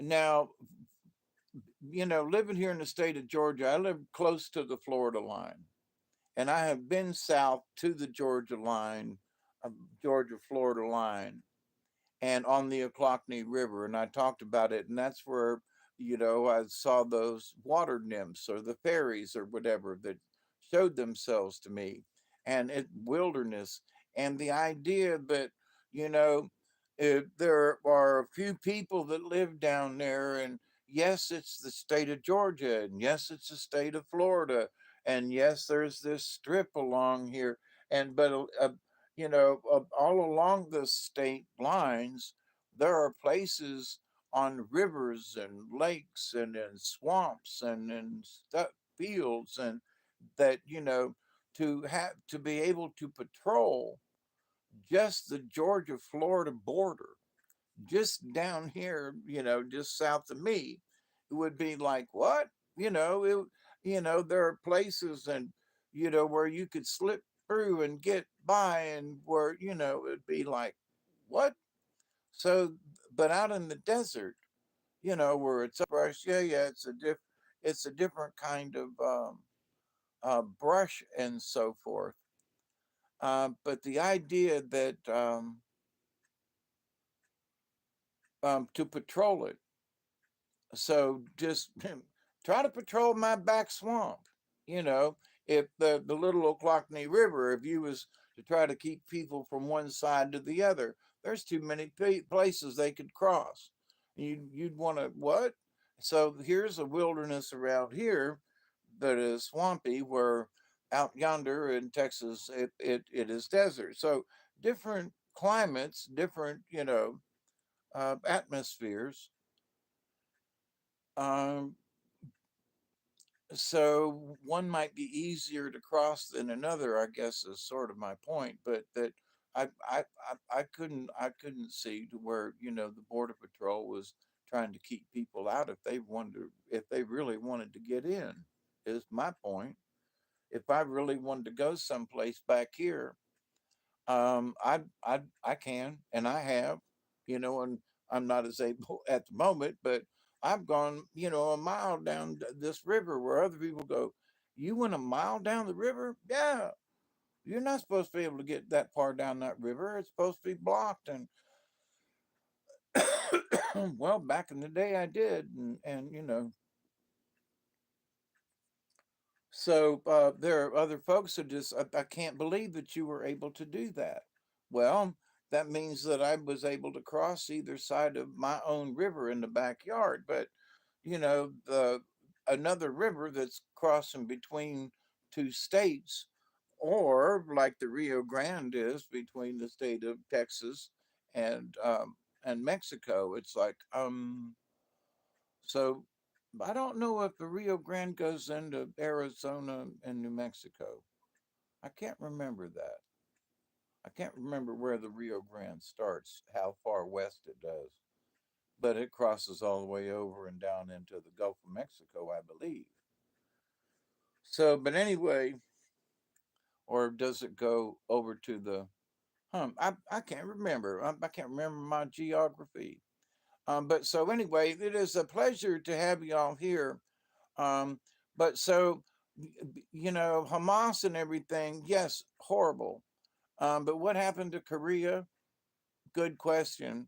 But one thing that is absolutely sure is that we need to don't be freaked out, but we need to remember that 200 some odd thousand people crossed the border last month in September. 200 some odd thousand people crossed that they know of from our southern border. 200,000? What? I'm sorry. That's you know, um, that's the entire area of South Georgia, because there's like 35,000 folks in Colquitt County, 30 some odd thousand in Thomas County, 30 odd thousand over in this county. So there's 30, 60, there's 90,000 people in three counties, okay, population wise. And so in 1 month's time, 200,000, that's twice as many as three. So that's six counties of South Georgia population that moved into the United States somewhere. Just saying. So if these folks wanted to, they could double the population in these southern towns. Of course, there's no place for them to live, there are no jobs or whatever, and we wouldn't put up with that shit, no way. But they're moving in somewhere. And if overpopulation is going to bloom, then blossom and be a projectile vomit on society, them folks are going to need to go someplace else. So populations of small towns could literally double overnight because there's too much population someplace else. Hmm. Could that be an issue if they continue with our southern border? So we need to stay on our politicians. Brandy, how are you? These phones and you not eating healthy. Oh, you talking to Scratch? Sicking girl.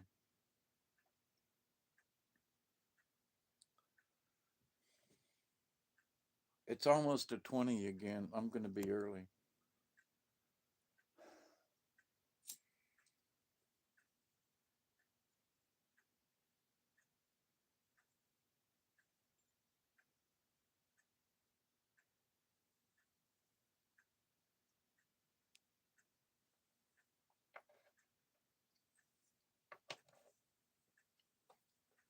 So I don't want to panic anybody, but in all of my lifetime of hanging around on this planet and being here in the United States and the last 50 years ish down here, well, I grew up in Tampa, so, a good 60 years, 65 years living here in the South and 50 years here in South Georgia. Um, to watch to see what's going on worldwide, and then just the amount of Mexicans and Mexican community that's here in South Georgia. And I've talked about it before. And these aren't bad folk, but they are absolutely here, and they weren't born here. Okay, they're obvious from out of town. Okay, they have obviously not been here long enough to really make this feel like home. Okay, where I've been, most folks around here grew up here. Uh, we were at least Americans, not from another country. Speaking about the Mexican population here in the South, there are a lot of farms. There are a lot of people that, the Mexicans are great about working on the farms and doing certain. They're a hard working people. Um, and what used to be jobs for the black community and low class whites, okay, like me, where you worked on farms and things and stuff, the black community years ago, there are still some black farmers, but because I used to work part-time jobs on farms too, and it was poor whites and a lot of the black community that worked on farms and did worked in warehouses like tobacco warehouses.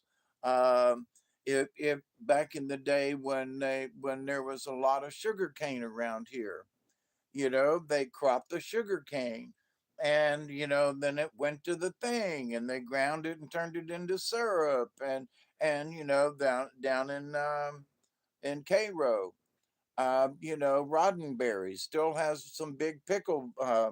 They still do Roddenberry's pickles down there, and they have these huge vats where they cook these pickles in the brine. And there was Cairo syrup makers where they literally grew a crap load of sugar cane here back in the day, and they had big furnaces and chimneys, and there's none of it here now. But it was really big business back in the day. Well, there were poor whites, I'd say, lower middle class that had they or middle class at the time, where they were the managers, and they were the foremen, and then there were folks like me that and black folk that ran the tractors, that worked at the cotton gin during the seasons, which is like right now down here is cotton season. So, but now, the mixed races, as it were, both poor whites and blacks, neither one of them are working those jobs now. They're all Mexicans that are working the jobs that I used to work, and other black folks that I grew up with here in the South. Every time it's like Lewis Gin time in end of September. You'd go over and, hey, Mr. Lewis, yeah, I'm here to, okay, and this is how much I'm going to pay you, and blah blah blah, and okie doke, and we're going to start ginning at the end of September, okay, and and then you showed up for work, and since they ginned all night long, it didn't matter. They needed workers at 3 in the morning as well as 3 in the afternoon. So you didn't get overtime, but you got straight time, as much time as you wanted. And it's $7 an hour back in the day. It was like, ooh, Um, but it was only part time, and it was from September to December, you know. And but it was white people and black people. We all worked together, and we all got together during these times. And so, but now the gens are very few of either white or black. They're Mexicans, you know, because the Mexicans are helping to run the combines now. they're driving the trucks where it used to be me or some other guys that worked part time, or sometimes full time during the seasons. You never got paid a lot, but you know, you did get paid, and most of the time it was in cash. So the as a farm hand, you didn't have to report any of your income. So, and as a as a farmer, they didn't have to keep up with some kind of thing, because back then you just there's so much for farm labor. I paid out this during cotton season. Okay, right now the peanuts are being harvested. you know but when I went to town the other day, bunch of fields had done flipped their peanuts over, and it's been dry. Lord have mercy. So the peanuts are drying just right, and they've been there's a cloud of dust all over the county where they've been harvesting the peanuts. But like right now this time of year. So, but back in the day when there was tobacco, there were millions of dollars that went through the tobacco warehouses down here. Well, there's none of that business now. But the black and white communities, there were a lot of jobs like running in the tobacco warehouses, um, running forklifts and moving the tobacco and loading it and doing this and unloading it. There was a lot of warehouse work, a lot of tagging and bagging, and in some of the during some of the seasons, there was decent money. All of that's gone now.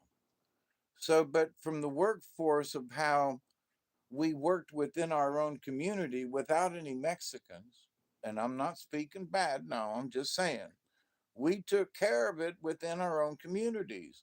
We worked overtimes, we worked on Saturdays during the seasons. If it was tobacco season, you knew somebody and everybody got together and they cropped tobacco and loaded it and whatever. And then, or if it was, like it's cotton season now, then there folks was out, with the combines and doing. And if it was, peanut season, same thing. You're digging peanuts, you're combining it, you're delivering it and drying it and whatever you're doing. So, this time of year is harvest time. And so people got together and helped. I mean, I got together, but they hired me as a driver, when I worked on the one farm. It wasn't full time, but when they needed somebody, when they were harvesting corn or whatever, I drove the truck while the combine rode alongside and filled up the truck, right? And then I would go deliver it and offload it somewhere and come back and get another load while they were still combining. And so they could stay in the field. So the same thing with peanuts. Cotton, you just had to got baled and dumped it, but anyway, but still to the point there had to be other drivers and people, during the combining season. So it's not a full time job, but it was always regular and it was always every season. You know what I mean? So, but anyway, so but all of that is pretty much doesn't exist anymore on the scale that it used to. And no matter how many people are coming in, there's only so much property that these folks around here are going to give up. I'm on 18 and a half acres. My neighbor's on 20. My neighbor over here is on 30. Then people across the road, they're not giving up their property. Of course, you couldn't live back there in the swamp much if you wanted to.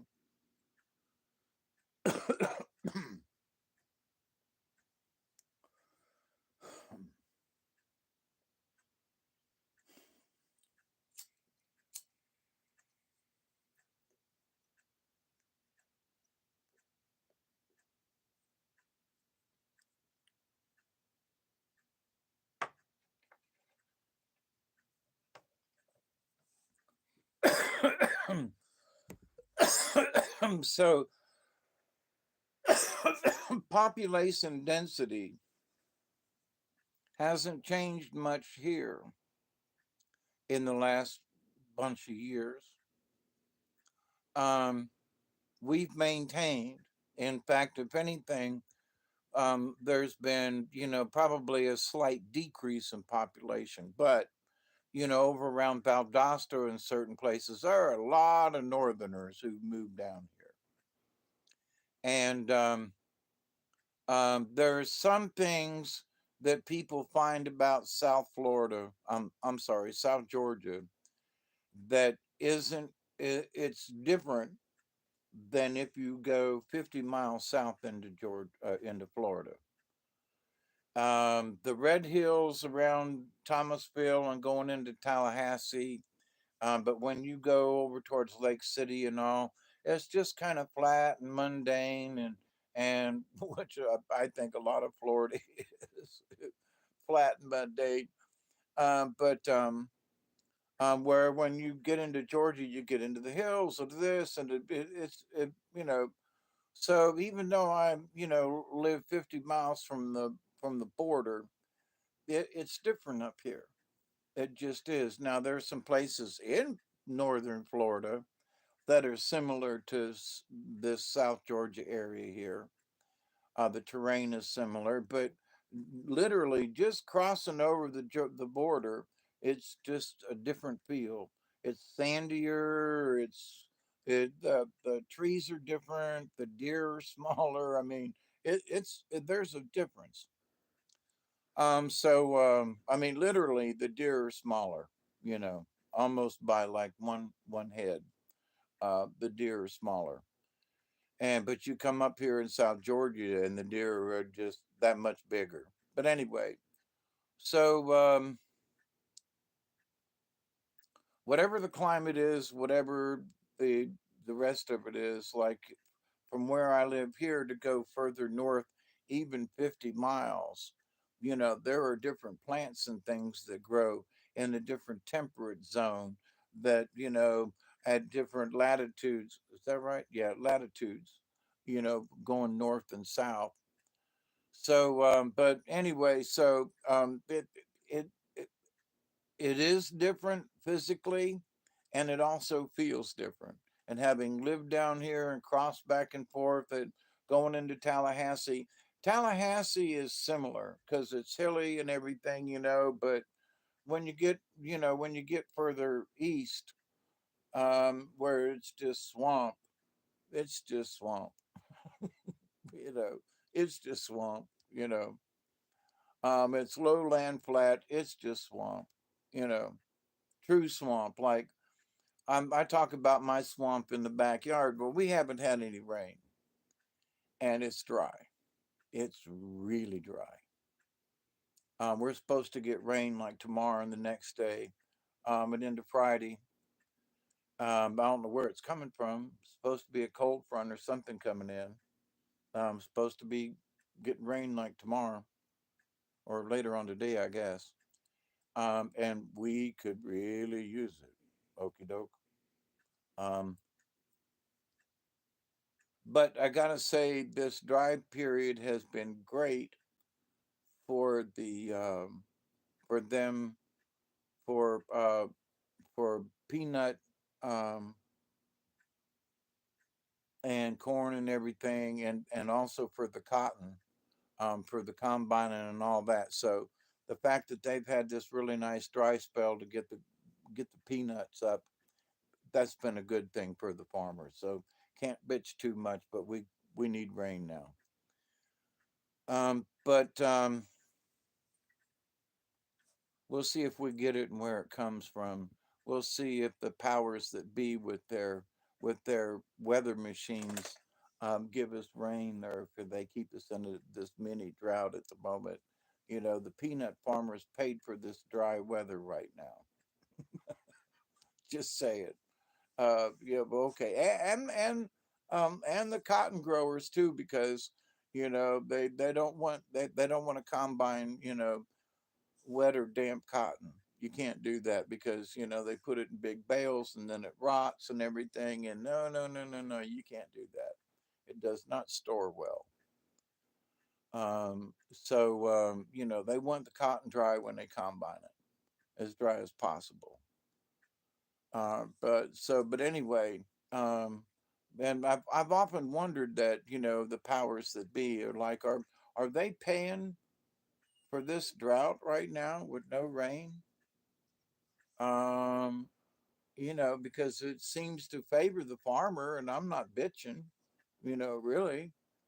We could use some rain, and the rivers are lowest I've seen in forever. Um, but if it means a good peanut crop and a good cotton crop, well then, okay, I'll go along with this if it's temporary.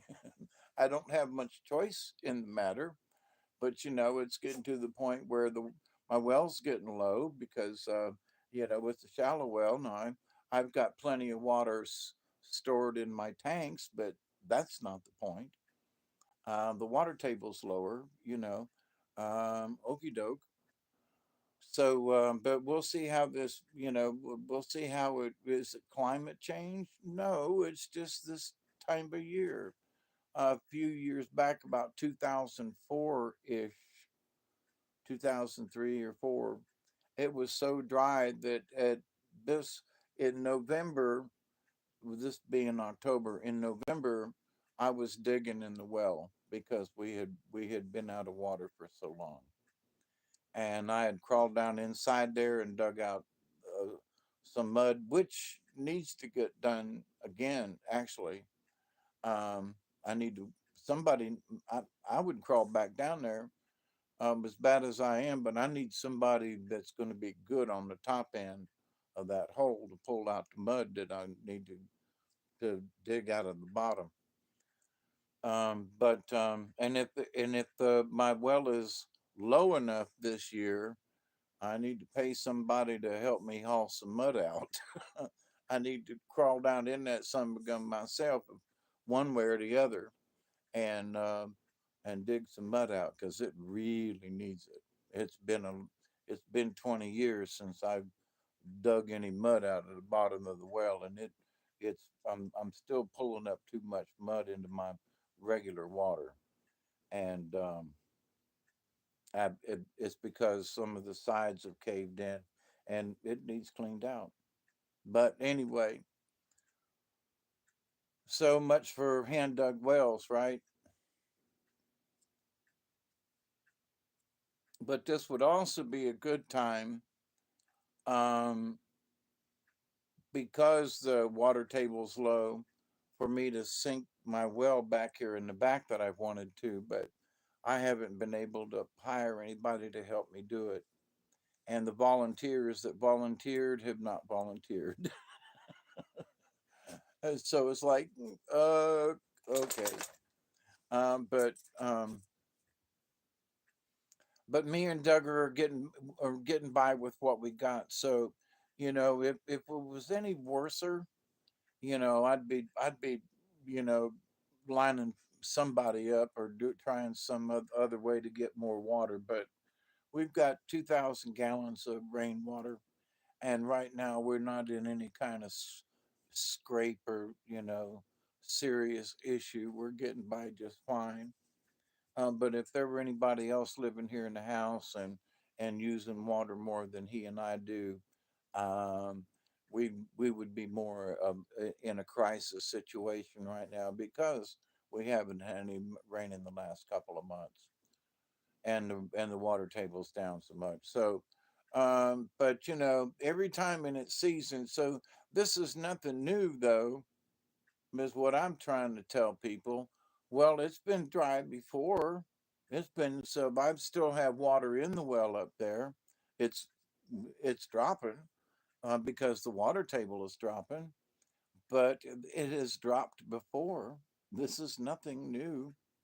It's an inconvenience. Last year we had plenty of water this time of year, and we're kind of like, okay, quit raining, and okay, quit raining. This year it's like, well, we could use a shower or two. Um, but this is nothing new, you know. In my 40 years of living here, this ain't nothing new. you know, that's why I have 2,000 gallon tanks with rainwater in them is because the other well has run out before. This ain't nothing new, you know. Is it an inconvenience? Yeah. But is it anything new? No. You know, no.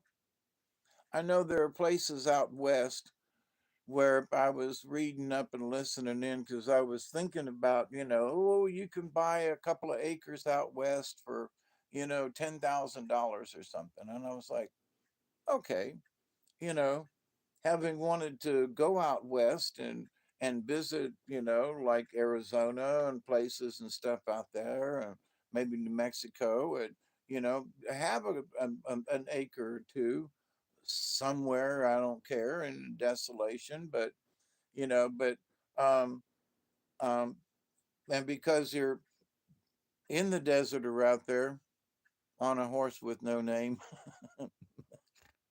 felt good to be out of the rain in the desert. You can remember. Yeah, I'm sorry, got it on my brain. But so, but I was reading and looking and watching YouTube videos and so forth about how people are, they buy septic tanks basically and use them for water storage. So put a septic tank, tank, or one of those circular round, and and that they would go or have people come in with a truck and pump water into their tanks once a month. And so I was like, no shit. So, how do you have water in the desert? You pay for it.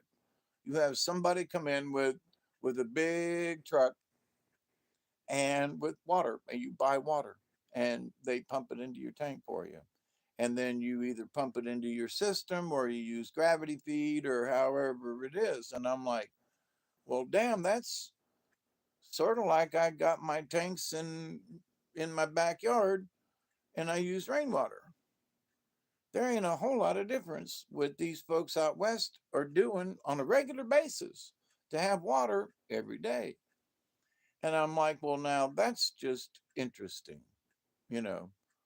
So what I have is a backup system with my 1,000-gallon tanks of water, rainwater, and I use it for my coffee. It's got a little bit of a green tint to it, a little bit of a tint to it, but it tastes fine. So, and it would probably wouldn't hurt to open up the valve and just whatever has settled in this 1,000 gallons, whatever is precipitated down, um, um, to give it this little bit of a color to it. Um, just need to run it and drain like 50 gallons out. Just let it go and see if it clears up. But which I haven't done. I haven't done this year because of my back and not being able to get around as much. But anyway, so people out west are dealing with having to buy water from folks with tanks, and who knows where they're getting their water. They got to buy it from some municipality or whatever, and they so much a gallon, blah blah blah, and they delivery fee and so forth. And it's like to have to depend on having somebody to deliver water to me. I'm like, hmm. So my thought about buying property out west, I was like, I don't know. I could do it, as far as, living with water the way I do and understanding the conservation and utilization and having gray water for, you for flushing toilets or whatever, double use of water and okay, but people do this, they have compost toilets out there and stuff because they don't have enough drain and it's different. So I was like, well, I think I could adjust to that. you know. But then my health got different, and I would still love to go out west and spend some time. And if it was just to, you know, uh,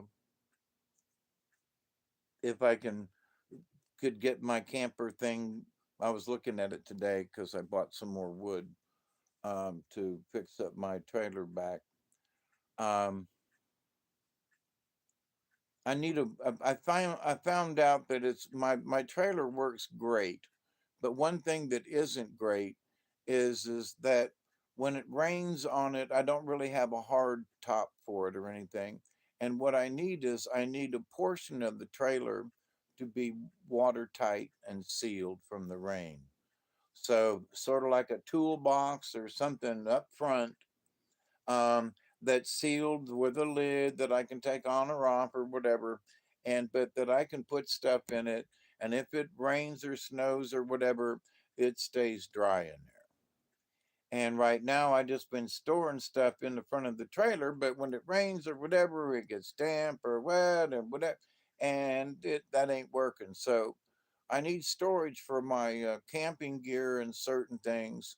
Um, but so I'm going to build a box on the inside of the trailer, at the front, that's dry, a show enough dry box, and that I can put stuff in there and it'll stay dry.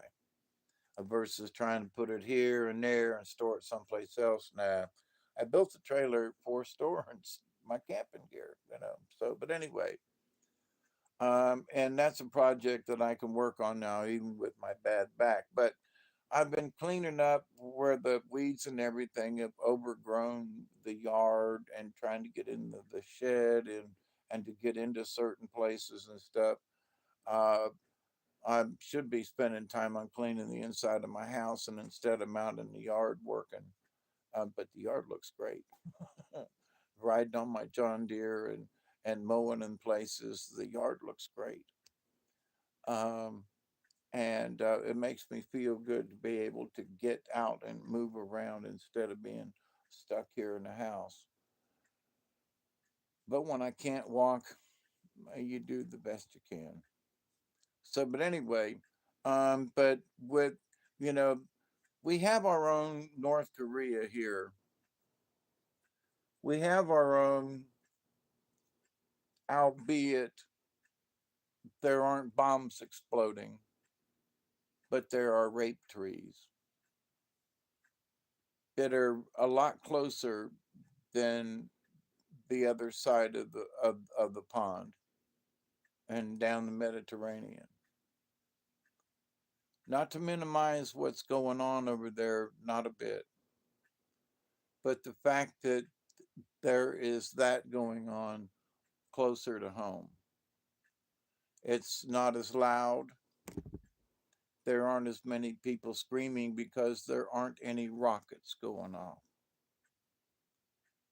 But there are still the screams of the innocent that are being victimized. And so I will continue to pray that each and every day, that each and every one of you and your friends and your family will continue to learn how to accept and receive the knowledge, the healing, the wisdom, and the many blessings in the universe. And we need to keep sharing the best way we can. We need to give encouragement to people in their times of whatever strife they're going through. And I don't mean in any way to minimize what's going on over there. I don't. But I want to just kind of point out that we've got our own North Korea south of us, you know, and we have a large influx of people. 200,000 in a month? What? 200,000?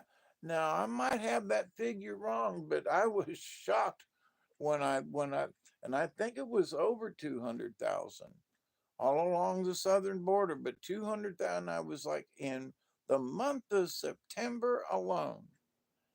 And I was like, what, where are all those people going? Seriously.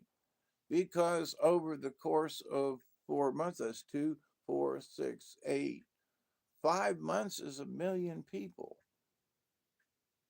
If that's if it's 100,000 only, which is still a bunch, it would take a year, so that's 1 million people per year extra of whatever nationality they are. It used to just be Mexican.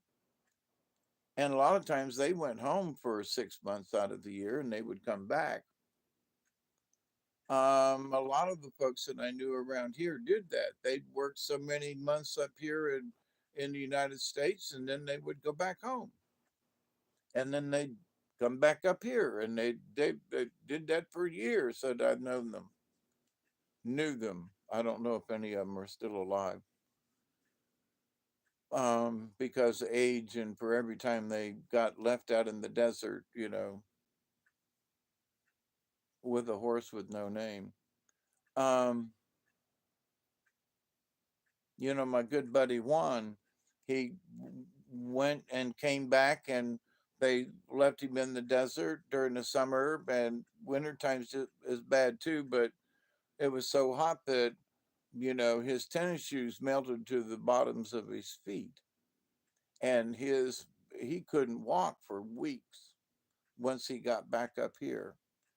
And it was like, yeah, and then grandma almost died and all this other kind of shit. And I was like, no way.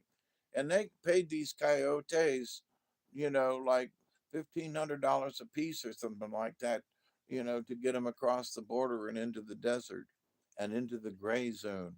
Because it was after the gray zone, you had to get out of the gray zone. That's when I found out about the gray zone. You had to get out of the gray zone, and because they wanted to hire me to go to Texas and pick them up at a designated place that was right on the edge of the gray zone. And so they was going to give me a van to drive and money to get there and back and so much per hour. And if I made it there and back without any trouble, then I got a bonus. And I was like, wait a minute, you want me to go pick up illegals and bring them across the border? No shit. Wait a minute. But they always had somebody that was making the run.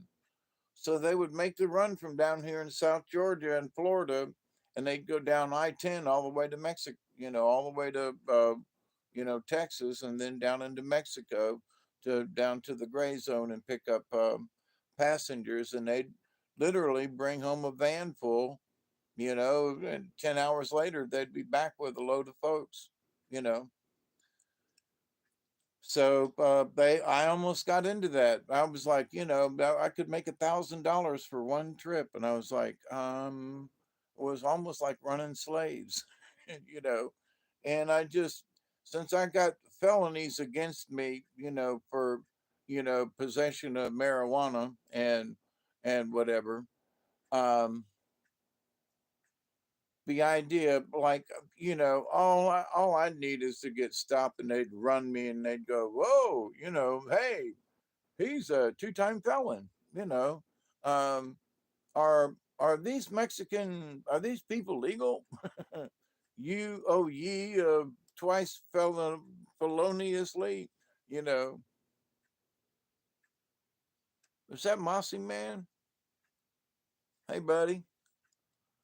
But anyway, so I never transported anybody that I'm aware of that was illegal or otherwise.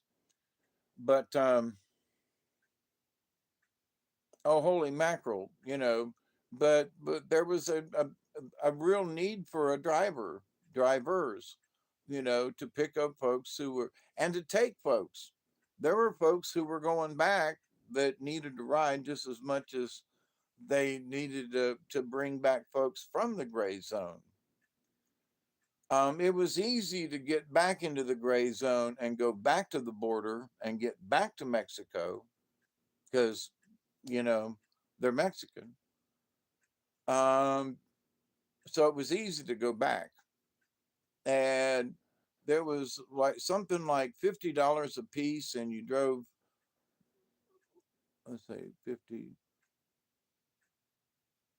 1, 2, 3, You drove six people, $50 a piece. It was $300, and they paid you.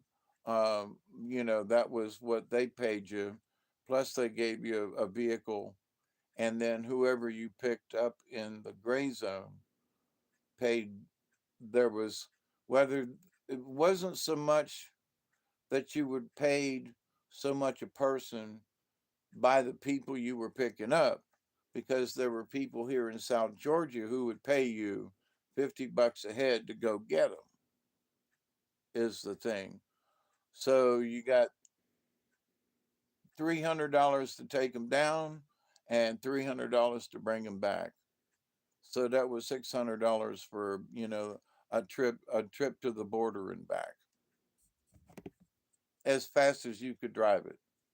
You know, drive if you drove straight through, you know,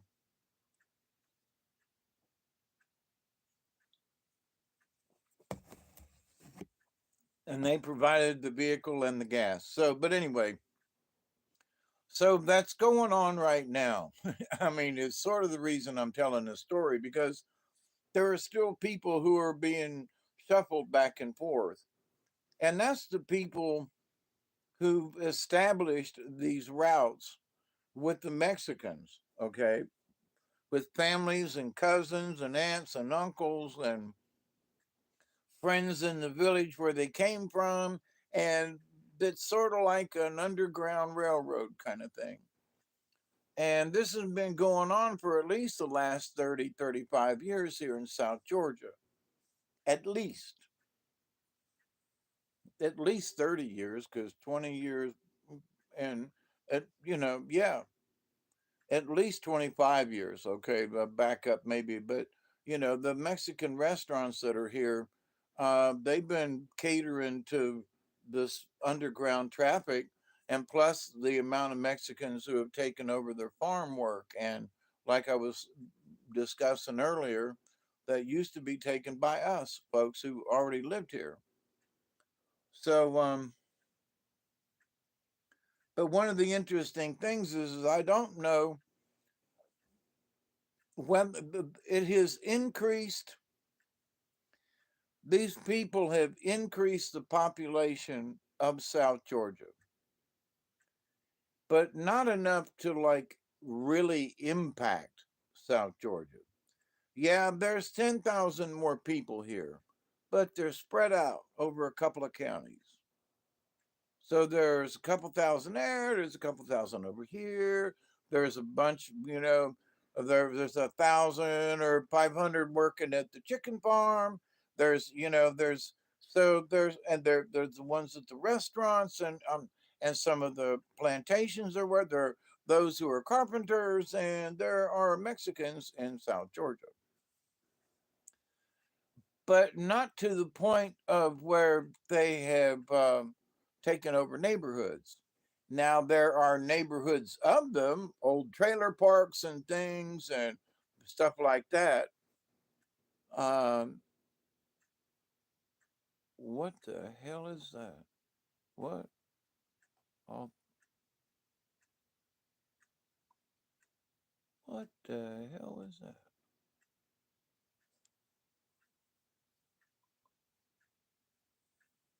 Hmm. There's some kind of ad or something just flashed up on the screen or something. That was weird. But anyway, I don't know how much more time I got on this battery. What time is it? 12, 2. I've been at this 2 hours. I didn't know during the show.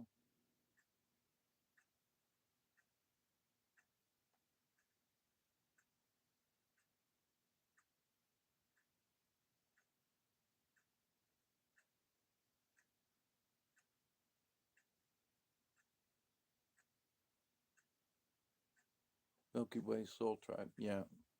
Yeah, he was sick tonight. We didn't do a show. First one I've missed in a long time. I missed because I was in the hospital or whatever, but yeah. Anyway, and I tried to do this earlier. I really, um, flabbergasted as to. I need to go upstairs and try that other computer and the camera and everything that's up there. I really need to see what's up with it, um, and find out whether or not it's like a YouTube thing, YouTube, or whether it's YouTube on this computer, and this computer needs complete. I might need to just completely wipe this computer all from the start. Just do a complete factory reboot and delete everything that's on here and start over again. That would work because this was somebody else's computer, and there's passwords and things that, but this ain't my computer. I inherited it. So it might be that it needs a complete reboot from scratch, undo, delete everything, and start over. You know, I would lose a lot of course, now you can sync um, a lot of bookmarks and stuff like that. So I'd like to keep some of the bookmarks I got, but that I could still find them if I needed to. Google is Google, you can still find stuff. So, but if I continue to use this computer, I think I'm going to have to start from scratch, just all over again. And in that way, I could also load Ubuntu onto it, or another bistro. That I know they've got several Linux bistros out there, and I do a little bit of research to find out which one's the best, and see about doing a dual boot, so that maybe this issue won't happen again. And if it's a YouTube thingy against me and my Gmail address, well, then I will have to address that. You know what I mean? So, which would be interesting if that's really what it is. But, a lot of folks are moving over to Rumble. So if something happened, um, I would, and I've been thinking about it anyway, just trying another platform. But with the heart attack and everything and having the lower energy level, my brain hasn't quite been clicking together like it used to. Because, I used to do 3D modeling with AutoCAD. I'm not a dummy, but it's hard for me to think in them realms like I used to could. It used to just be really easy for me to just be right there with this stuff. But that's been 10 years ago, you know, at least 15 years ago. Um, and I've had two heart issues, and I'm older, and, you know, but I can see it also as, because I haven't used it, I've lost it. So, the fact that this computer is acting up and YouTube doesn't want to work, and I want it to work, and I want to be able to do other things, and blah, blah, blah, blah, blah. I used to be able to do um, audio editing, and I've got all kinds of stuff upstairs with microphones and all kinds of analog equipment that I used with all the recordings and things I did back in the day. I've got thousands of dollars worth of stuff upstairs, and microphones and stands, and I got thousands of dollars upstairs, you know, just in that. Um, and here I am with the, using a cell phone, which I'm not arguing about, but and one tiny little uh, camera and microphone.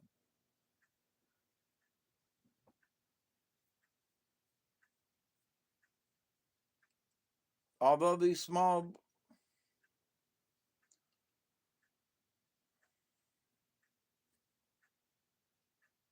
cameras work really well, even with the microphones.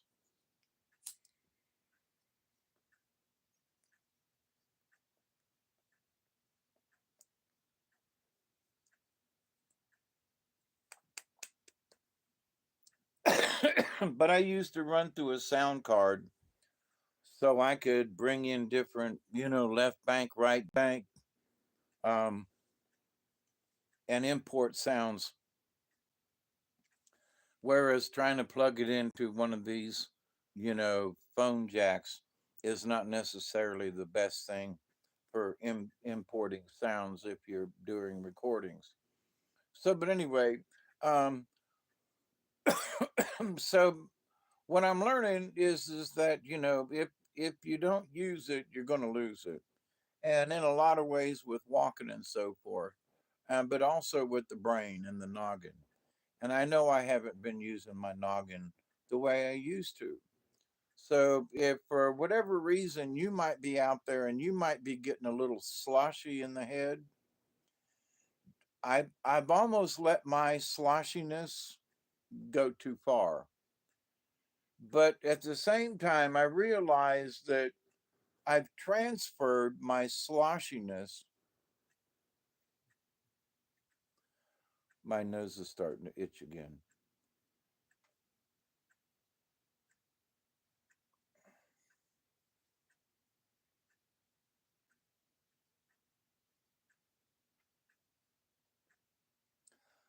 My brain has traded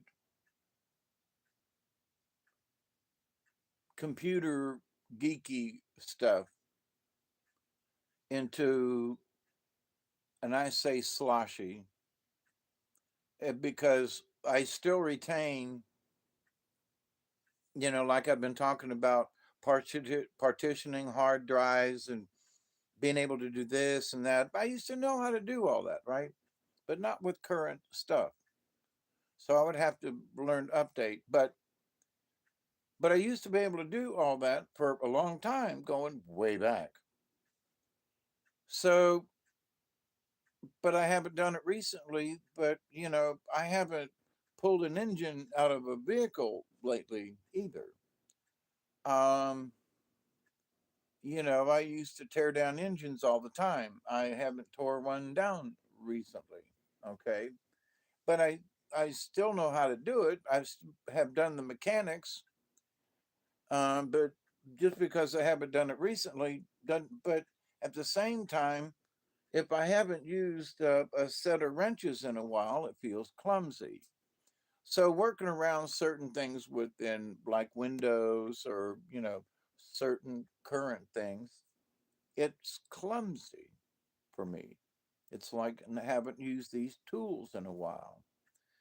But I realize though that I can't lose what I had.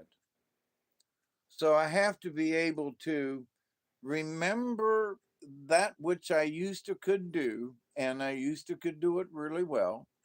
And I need to update myself instead of going, oh man, I don't know. It's all new to me. I used to know how to do this. So I'm making up excuses. I used to know how to do this.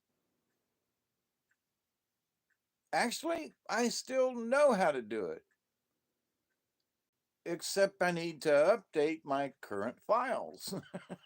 you know, I need to update my current files and go, oh, so that's where you go to partition a drive off. Oh, so that's the tool you use to do that. Oh, you can still do it, but now instead of it being called this or that or whatever, it's called this. And this is how you do it now. Oh, but you can still do it. I see. Okay. So, uh,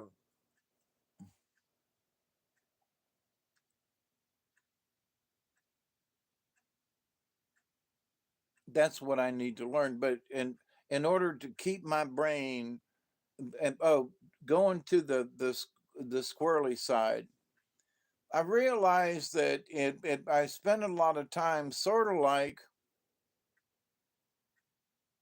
Einstein, and sort of like Tesla and some of these other guys. And what do I mean by that? I mean it because I spend time pondering things, weird shit, like why is there air? Uh, and the when I what the video I did recently about um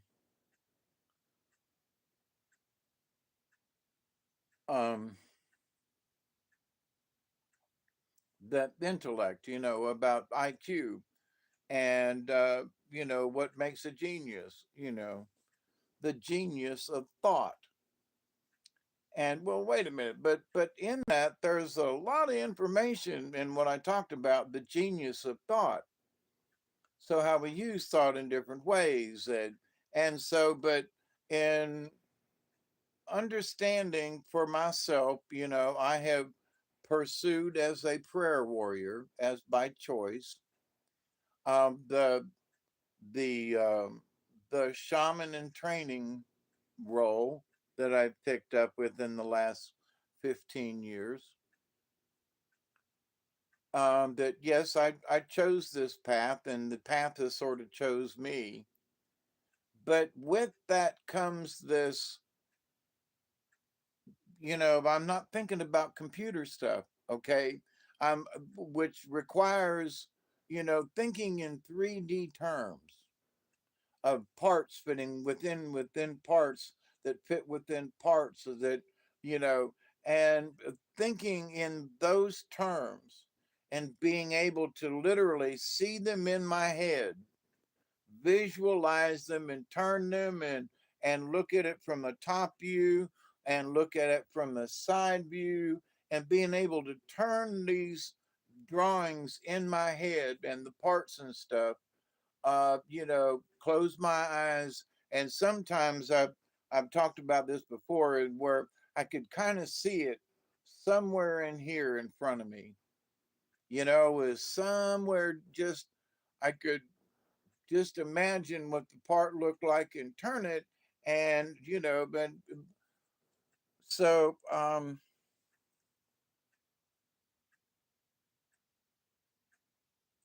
but so where I used to do that and see these objects.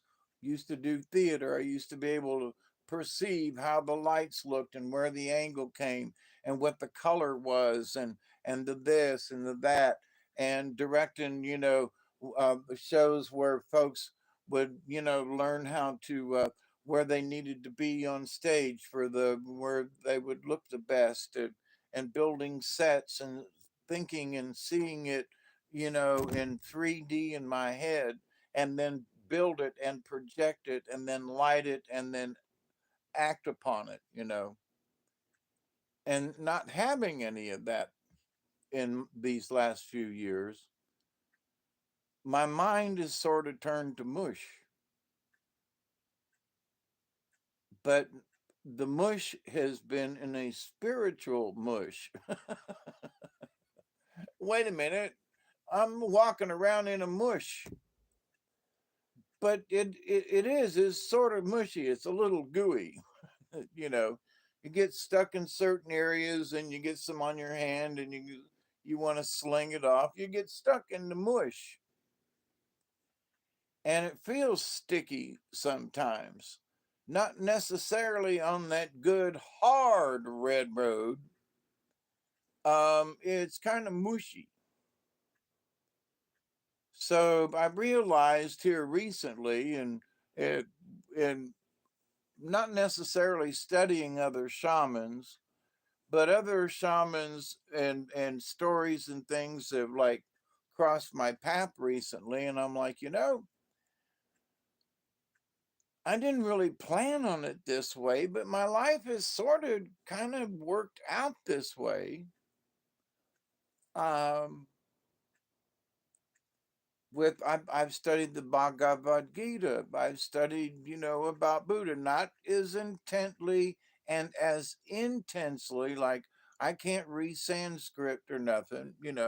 I can't remember all the gods, but I remember some of this stuff in the very basics, at least all the time, along with some other things. And I realized that having not read really about the Zoroastrians, that some of the things that I have learned by my meditations and by my observing of nature, that I am very much like I was almost like I had um, and I do have a book that's called "Thus Spoke Zarathustra," and I was like, what?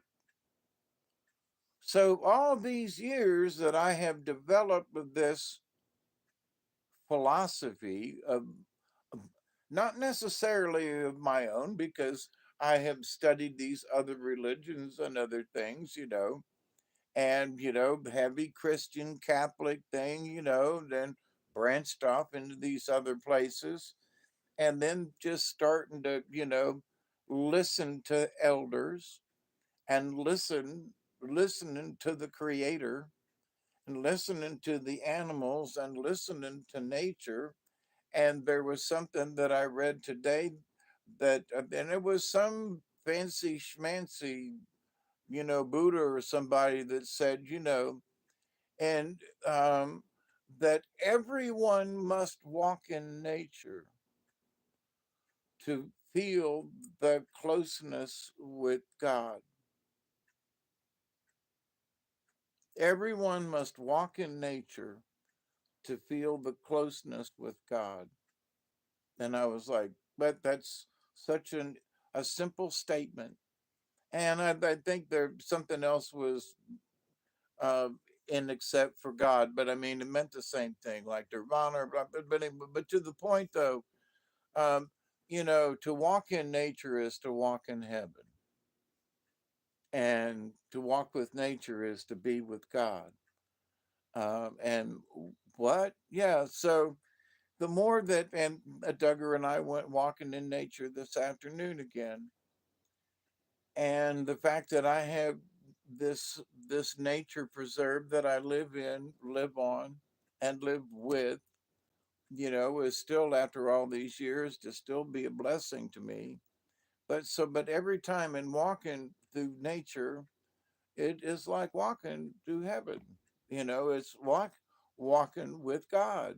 It's because there are birds and squirrels and this and that, and there's different plants that are blooming right now. And I need to get my camera and take some pictures of some of these flowers, because you know the fall is when weeds bloom, and many weeds, especially medicinal, well, all kinds of weeds, but if you want to find medicinal weeds, now is the time of the year to take pictures of some of the weeds that are blooming, because they may be good for you at some point.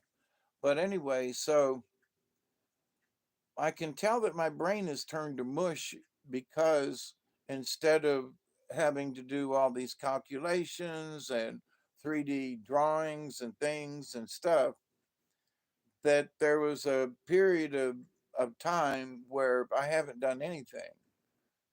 And then as my brain turned into and decided to accept being a shaman in training, then my brain, instead of thinking in 3D terms, making stuff, it has been thinking in 3D terms from the universe. Like, oh, let me look at this thing out here in the universe from under here, you know? What about quantum physics? What about quantum entanglement? And I think that you and I and our friends here in the chat room, and the many subscribers that I have now, um, and thank you all, but I love you all, but that we are quantum entangled, because there are times when if the quantum entanglement pretty much, and there was something that today that I heard that They supposedly, NASA, military, or whoever, that they have these, and it sort of makes sense. They have these, um, I'll just say a gizmo, okay? They have these gizmos that they can, like a laser, that they could point at a certain spot in space, and you can talk like a wireless radio in real time. So you don't have to wait for the conversation to get there. You point this thing and it gets there right now. And I would liken it to, you know,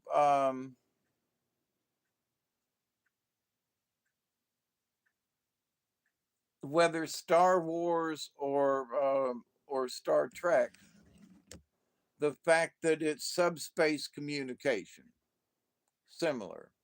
You can get a channel, let me catch a channel subspace, and then you can talk in real time back and forth. There might be a few milliseconds of, but subspace so that basically that's what quantum entanglement sort of means, that you can talk to someone or interact with someone a gazillion miles away instantaneously, like in real time. Like there's a little lag with me chatting with y'all, but it's pretty much in real time. So, but to be able to do this, even though, yeah, this is, um,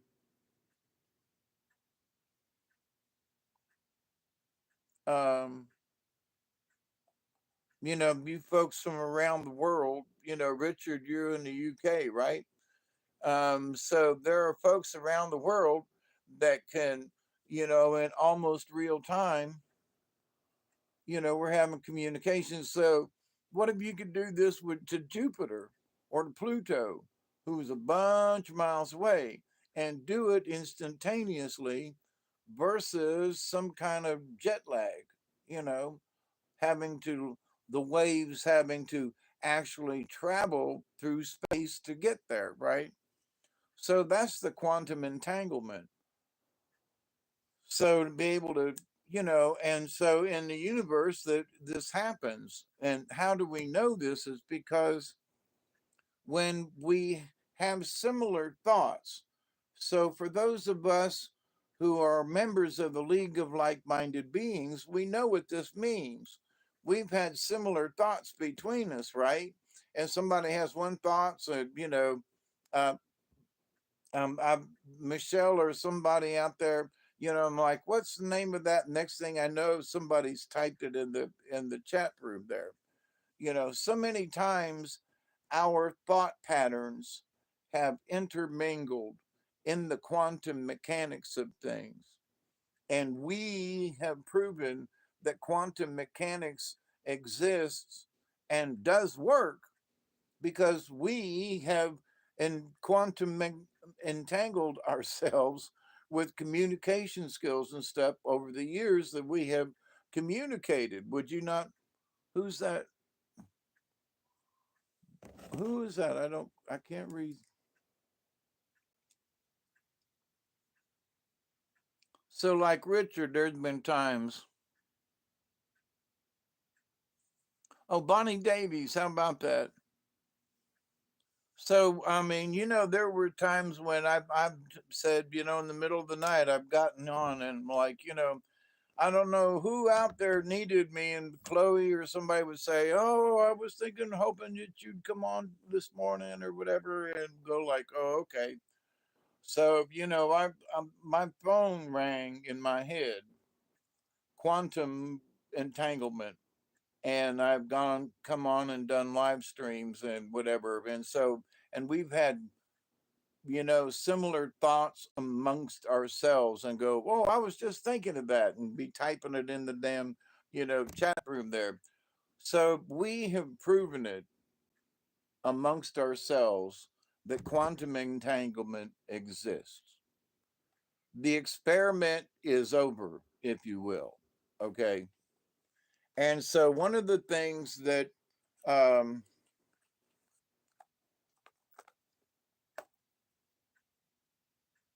Cliff High, I've been listening to him recently again. For some reason, I missed him. And so some of his web bots have come back and have brought back some interesting information.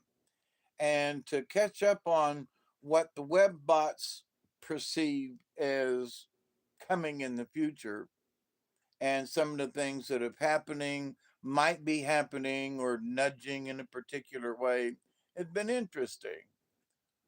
So one of the things is the spiritualism of things, and one of the things that I believe that um, and some of his theories and observations about the yuga, and that being, and I mentioned this I think at the beginning about that our solar system is crossing over the midline of the galaxy, and we go up this one side for 1,200 years or 12,000 years or something. Then we go down, and we have been on the below side of the median, the mid, and we're now coming up into the more positive, which is the age of Aquarius, which is all these things.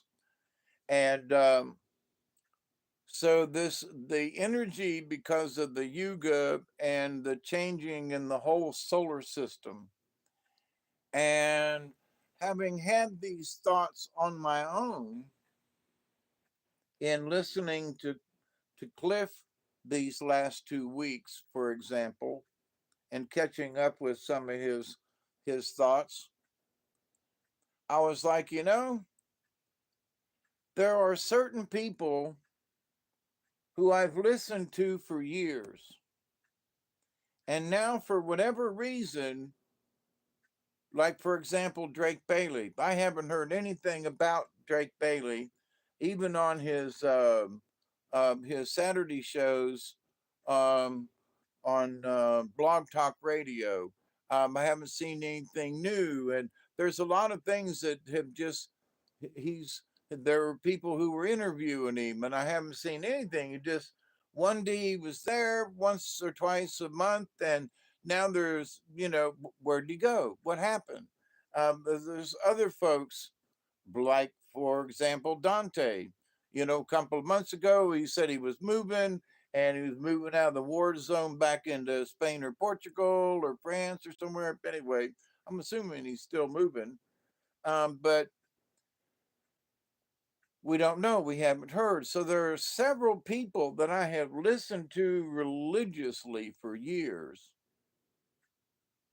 have suddenly disappeared. I mean, they're just not there. And Cliff High, for whatever reason, was one of them folks that, for some reason, had gone off my radar, even though I have, you know, I've been a subscriber to his channel for years. So, but anyway, so there have been changes in the atmosphere of things. There were those folks who were talking about, the aliens are coming to land any minute now. They're going to be giving us all these things. We're going to have 0 point energy. We're going to have, you know, uh, the fix it machines, and we're going to have all this stuff. Ain't none of that shit happened. None of it. Oh, they're going to do this, or these folks are going to do that. None of it has happened. And so, in listening to Drake for years, oh, but this is going to happen. And he was like, they told me this is going to happen. And if it don't happen, I don't know what do I do? You promised that this was going to happen. Now, this is 3, 4 times, and it ain't happened yet. So you want to tell me it's going to happen again and I should listen to you again? Should I pay attention to you and believe you in any way, shape, or form? And the answer is probably not. I might listen and go, well, that's interesting. You know, oh well, we're getting all this stuff and it's blah blah blah. And my Aunt Fanny and Uncle Bob's blah, and ain't none of it come true. Not a bit of it. None of it. Now what? Like I used to listen to Sam Muggsy all the time. And I used to listen to this person all the time. And I used to listen to that person all the time. And these predictions, because it was shown by the great Gazumba, ain't happened. Oh, and blah blah blah, and the Pleiadian and guy, and that none of that's happened yet. And and their work now. Do I believe that aliens are working on our behalf? And that they're warring up there and all around? Absolutely. But to these folks who used to be channeling this stuff, and ain't none of it there. So what about North Korea? you know, because in my book of things, what I was have been watching for years, the underground news, if you will, um, with now there are a lot of things that I learned on my own that I would listen to Drake, for example, and I would get confirmation. He was one of my points of confirmation. So if my guys were talking to me about stuff, I'd go, well, that's damned interesting, blah blah blah. And then you know, on Saturday's show on Blog Talk, uh, Drake would mention something about the same thing that I had envisioned, seen, heard, participate, something. And he'd go, oh, and by the way, blah, blah, blah. And I go, well, there's one. Simon Parks. I don't know where he went to. He's not on YouTube. I don't know where he went. I've tried a couple of, there's a couple of other people, um, um, oh God, Wolf Spirit Radio.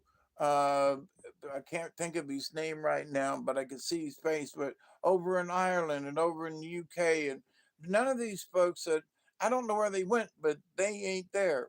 Um, um, Several folks in the UK. Um, oh, I can't remember his name, that used to do a lot of videos along with Carrie Cassidy, and she's not on like she used to be, and just um, um, oh,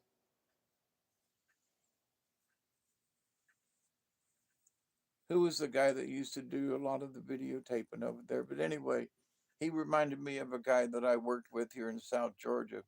So, similar builds and similar personalities, and they did similar things with videotaping and stuff. But anyway, what was his name?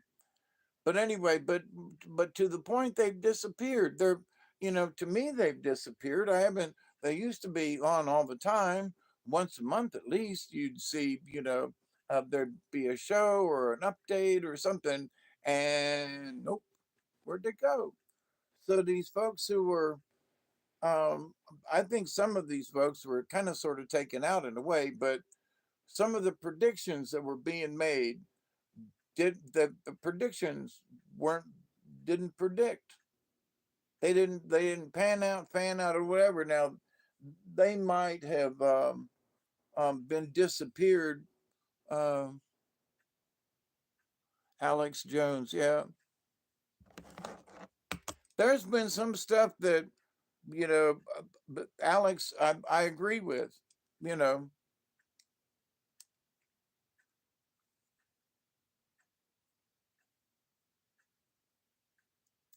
funny how the war between Israel and Palestine started a Draco meteor shower. Yes, was that forecast and foretold? Richard, right? Yeah.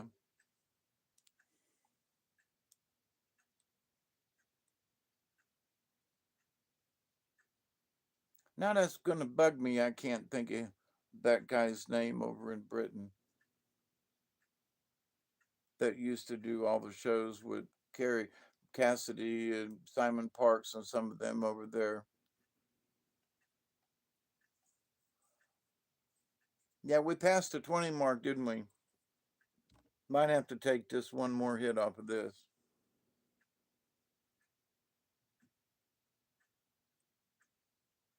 I got a visiting nurse supposed to come over tomorrow and dismiss me, whatever that means.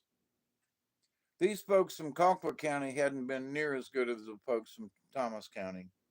That's a different care center, bunch of folks. They've only come to see me twice, and it was polite. The last lady was in here, said, "Let me do your blood pressure, your this, that. Here, sign this," and walked out. Where the other nurses sat down for at least 5 minutes. This lady wasn't even here for 5 minutes. I was like, whoop, whoop, boom, she was gone. Now I don't know if I displeased her in some way or whatever, but she was gone out of here. So, but everybody else has been nice and polite and at least spent 5 minutes.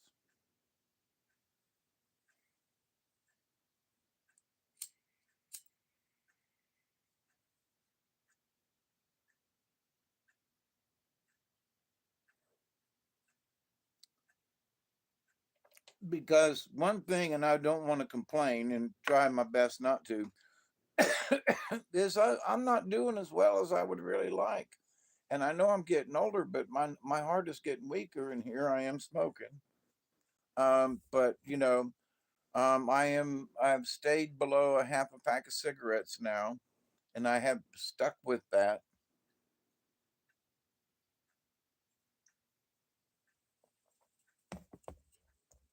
I loaded this one bowl, and I've smoked a couple of times over the last out of this one bowl, not a couple of bowls.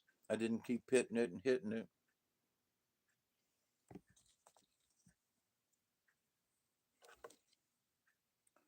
Yeah, I know I need to, to quit, and it's tough.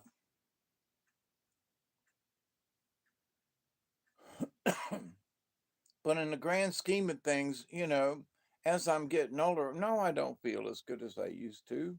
As much and as hard as I try to feel good, I, no, you know, and I got to be honest.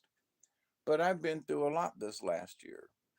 And so, not to criticize or to put blame or blah, blah, blah, but it's just been tough. That's all.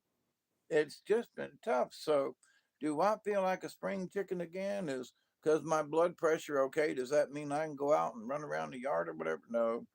Um, and so some of these feelings and things that I'm having with my chest pains and my catching my breath and so forth, um, that is hindering my overall quality of life. And I've tried to ignore it, but it's actually hindering my quality of life. So, which means that this cigarette's been sitting over here for the last hour and a half, but I'm going to light it because I can, and I really want some. But see, I've so many cigarettes. I had 8 cigarettes left here in my pack, and it's you know 2:30 in the morning my time. Um, and I would have smoked. There's one cigarette left in the box besides this one. So, um, and the fact that I've had it out and put it back and so forth in the last 2 hours, um, is a testament that I can say no to the cigarette. But I really want it now. I really want it now. And as much as I'm sitting here going, God damn, but they're killing you, bub. I really want it now. And see, that's my problem with giving them up. I really want this right now. Oh, please, I really want this cigarette right. I know it's killing you, damn it. You goddamn cigarette. No, but I really want it right now. So, such is life. I've bitched at folks over the years like, you got a heart problem and you can't give up smoking? You're having trouble breathing and you won't give up smoking? Well, here I am with heart problems and having sometimes, not always, I don't have any, my chest is clear, every time they listen and whatever, my chest is clear. So I can inhale a lot, but my heart can't take it. So, but, oh, here I am at 71, and oh my God, I can't lay them down. You know, I have slowed way down, and I'm trying to slow down even more, but I haven't quit yet. I haven't quit yet. And I got three more packs sitting up there. Well, I buy them when I can, and I store them up there. But the fact that I can smoke, I've been able to smoke 7 to 10 cigarettes. So there's 20 in a pack. So it takes me 2 days, 2.5 days to smoke a pack of cigarettes. Great. So with any luck, I might not smoke that last one in the pack and it'll be my tomorrow's cigarette. So it would have taken me at least 3 days to smoke this last pack of cigarette. That's good in the overall terms. I used to smoke a pack a day and then a pack, not 2/3 of a pack, then almost a half, and then now I'm slacking off even more. So I'm still working on it.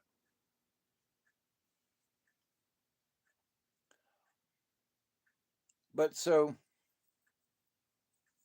in this understanding of the chaos of the universe, you know, there are ETs who are involved in this as well.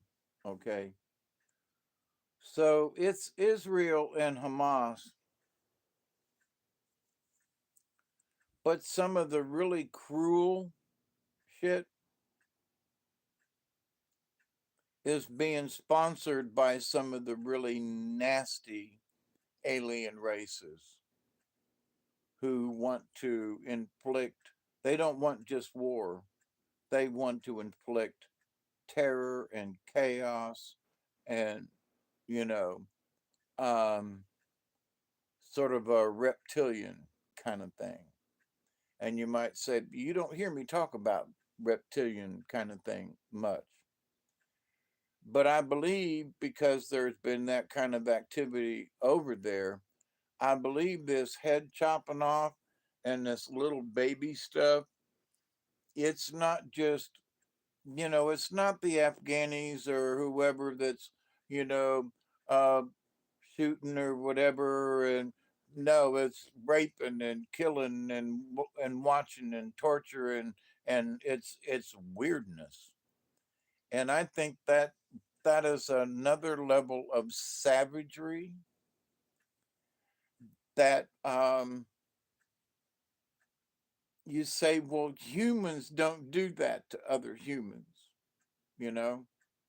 And that's where, in looking at this, I go, man, that's, they ain't just killing one another, they're doing some nasty shit. Where does that nasty shit come from? Where does that savagery come from? It's inhumane. It's unhumane. It's unhuman. Whoa, wait a minute. Ooh. Whoa, so that would make sense. We've got a space race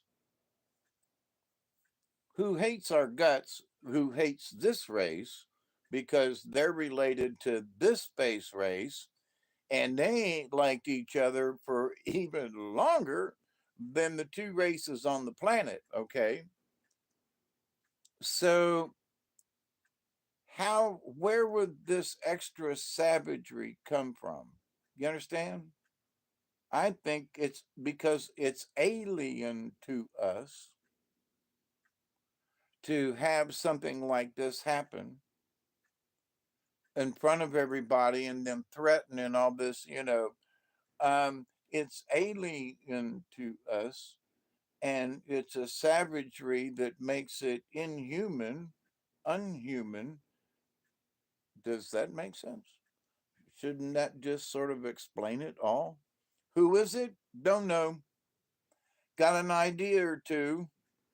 Between the Vlash and the Mater, they're two with that have um, those we can camouflage their themselves and would do nasty shit like that because uh, you know um, Dante showed some things years ago about him and Yupe down on the beach in early morning, and they had found some things that digging in the sand, and there was a young girl that went missing. Then her body was found or something, and so these folks are capable of doing some really raunchous stuff, raucous, nasty, and for whatever they would do. So, and to kill and rape and do what they do in order to achieve the chaos that they do, it's a bloodlust of sorts. And to me, it's inhuman. But it would be right up their alley of some of these hybrid nasties who are doing this to create this other bit of uh, chaos. Because, in the Bible and stuff, the war is going to break out in the Middle East. It's all going to come from there. Well, it's self fulfilling prophecy where they're going to be raping the women and killing the people and the other. So they have to have their prophecies fulfilled. And what better way to do it than, like right now, Agenda 2030 hadn't worked. Um, and they need to get rid of some people. Bottom line, you know, I think we all have a bit of it, our DNA essence. I think sometimes it can be triggered via stresses or mind control. Yes. Was thinking about the mind control thing earlier today, Richard, because a lot of people are talking about it, the mind control this and mind control that, and blah, blah, blah, blah. But I think, you know, watching the rallies, the Palestinian rallies the last couple of days, the one in Chicago and New York City are the two that were mostly shown, right? But I couldn't believe it how many people, and I couldn't believe it how pissed off they were.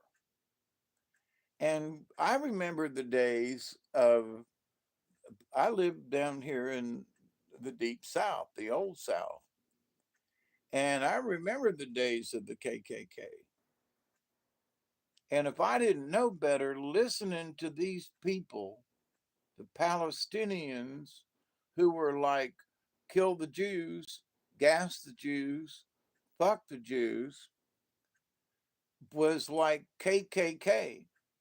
They should have all been wearing hoods and cones on their head because what they were chanting against the Jews were like the whites back in the day against the blacks. We got to kill these niggas. You know, and then wait a minute now now these people want to kill the Jews. Gas them, fuck them, kill them.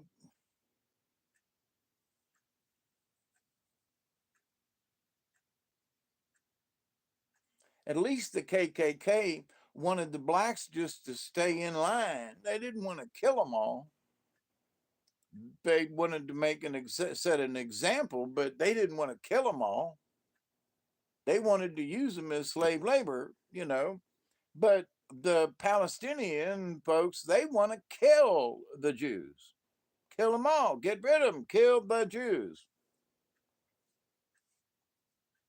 So even the KKK, these folks are worse than the KKK. How about that one? I mean, how about that one?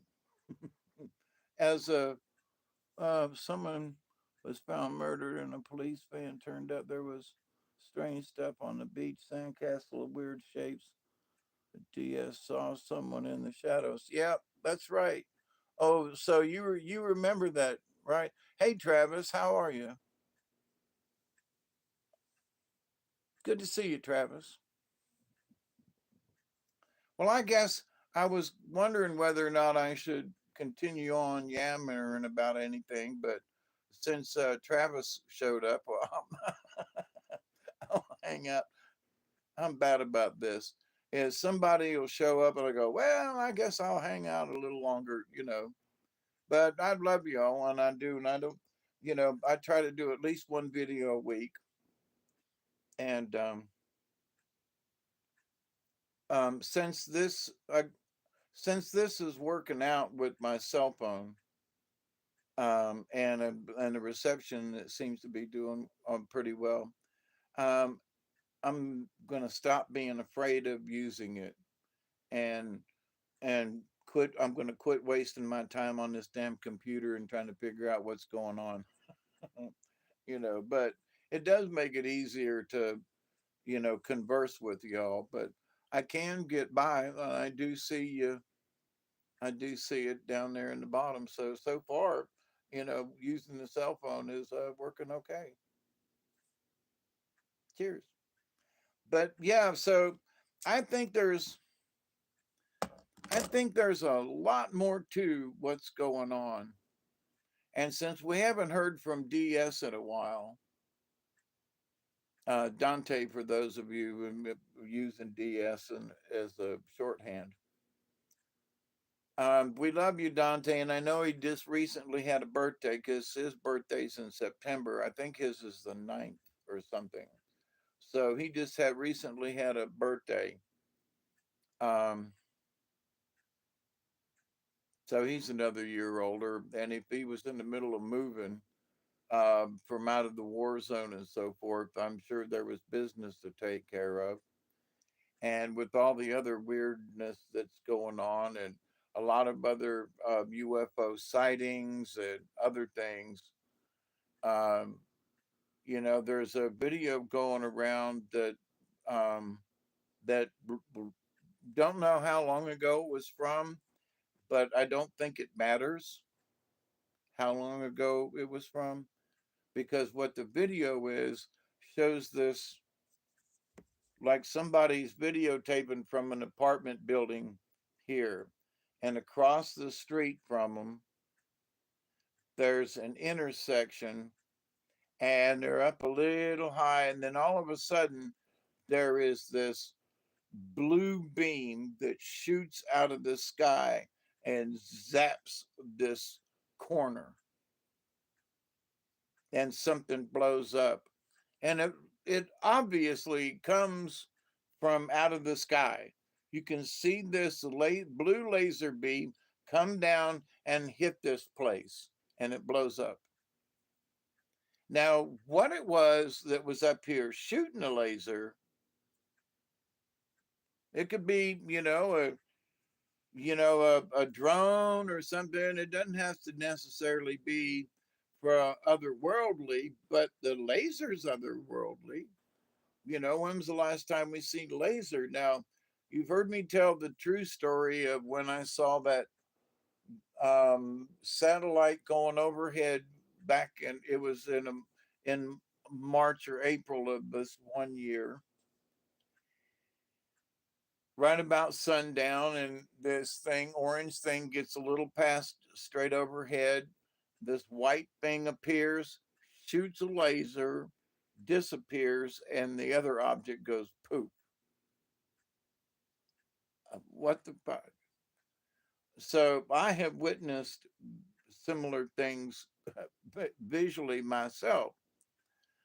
My brothers and sisters have said, "Hey, go outside and look up here and watch this," and then poof, you see something like that.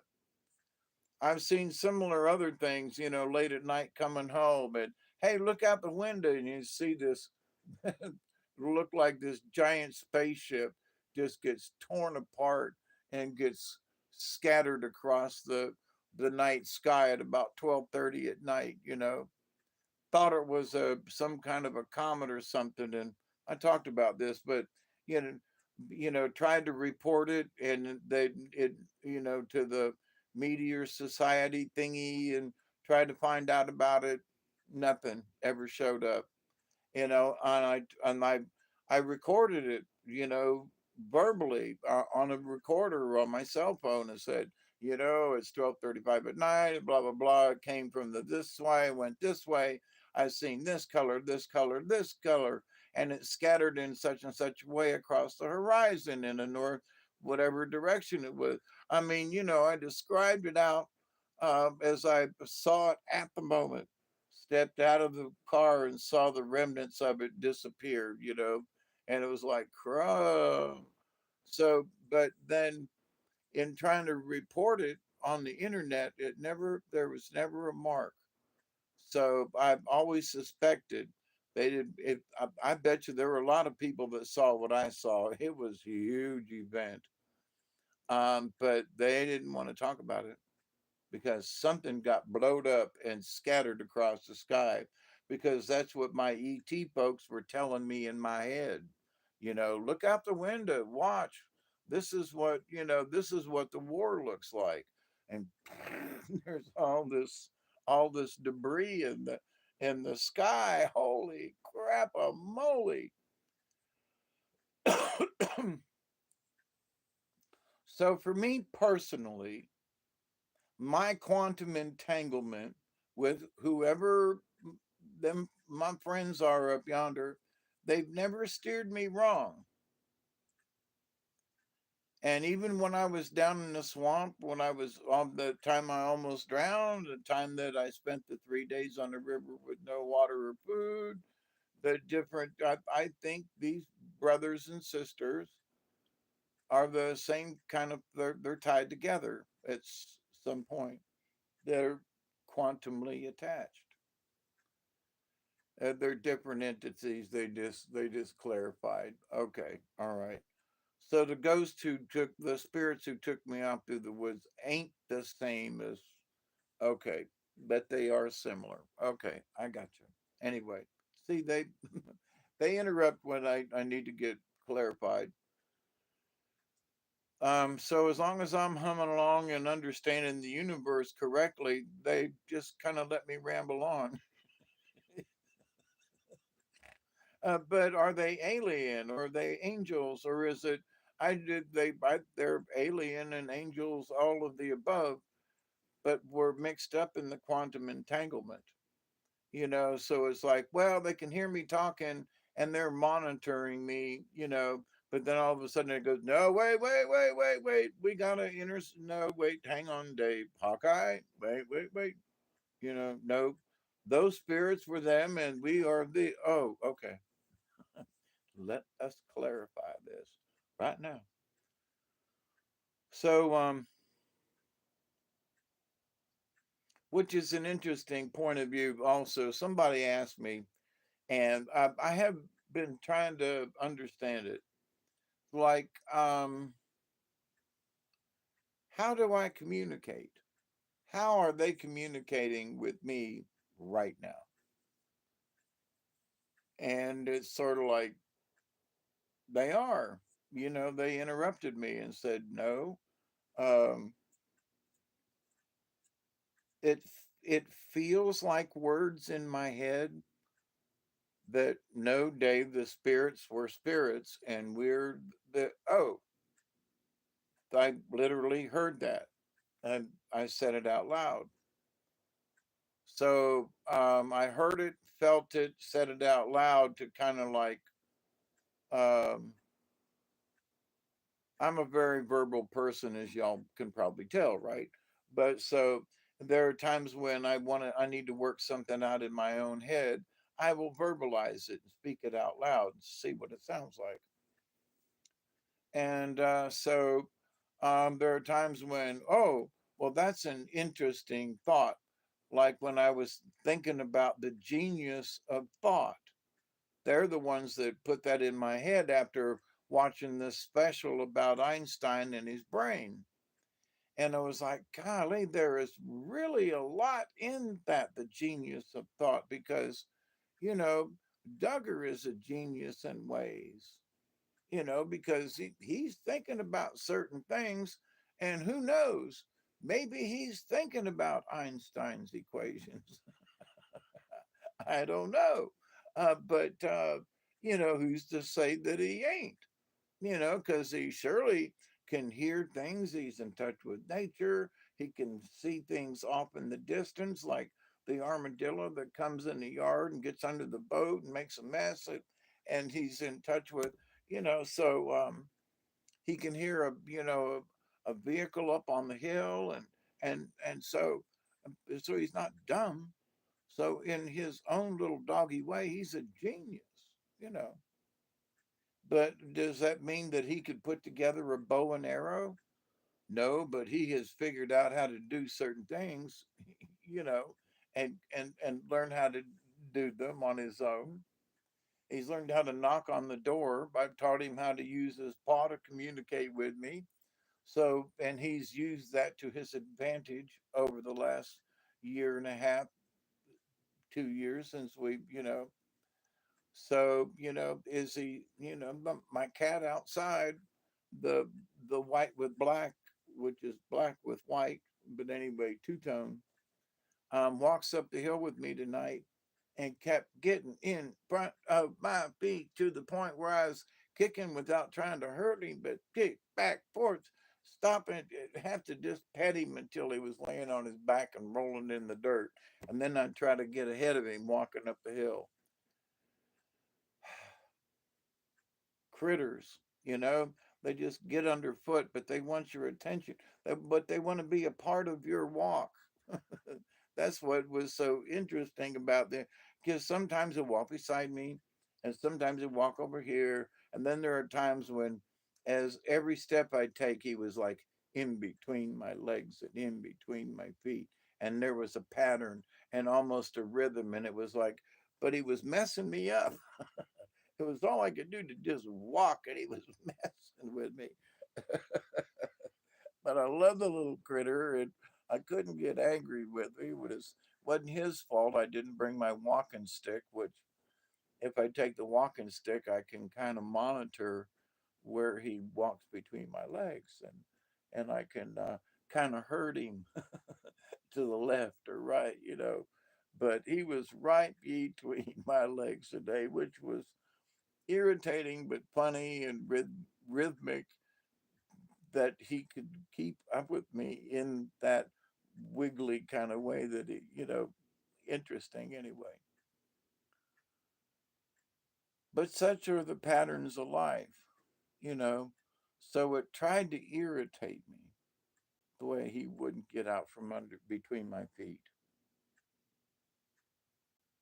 And then I was just like, you know, we haven't had a walk. He hasn't walked with me in a couple of days. And so he wants to walk with me. So I stopped and I took a deep breath and I reached down and I scratched him behind his ears, because he's one of the only cats that really likes for me to scratch him behind his ears. And so he's like, "Oh, yeah, do it to me, Dave. Oh, yeah. Okay, let's walk some more, wiggle, wiggle." Now, what's this got to do with the tea in China or with the Korean War? It's the quantum entanglement of things. It's the fact that the cat can quantum entangle his walk with me.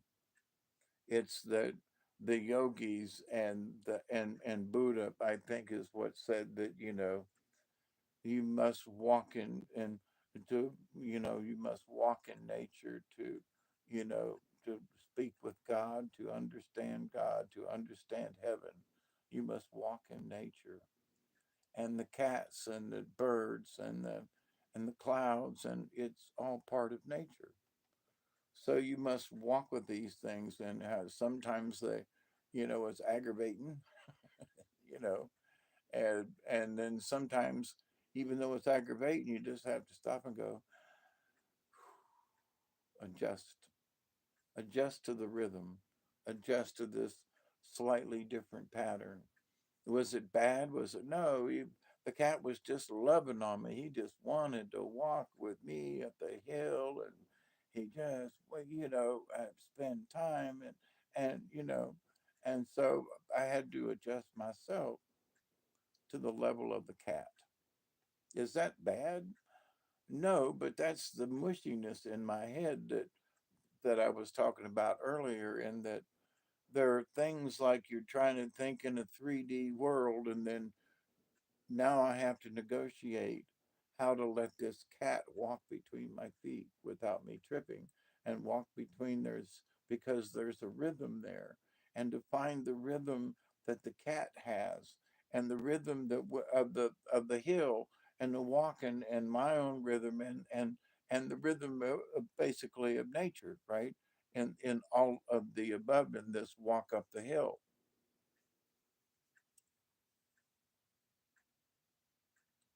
Or is it just a cat that's in my way? And I'm an old crotchety man who kicks it and says, "Get the muck out of my way. You're going to trip me. Get out of my way. Get out of my way." Or do I allow myself to change my. Oh, it just reconnected.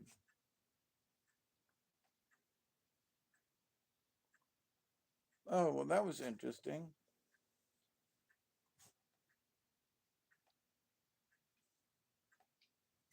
What? So for every time it just reconnected, it started over? It says 2 minutes. Well, now that's weird. I wonder if it's going to be one long video or if it's going to be 2 hours long. Well, that's interesting. What are you guys saying? Let me put my glasses on. Now, see, I have not lit this cigarette yet, but I'm getting ready to. I really miss having a dog or a cat. I would love one. They are the best company. My cats are all outside, Richard. Hey, Lucky. I never lost connection. Well, this thing has reset. By the way, no one ever really thinks or talks about all the poor animals that get caught up in the human war, abandoned cats and dogs. Yeah,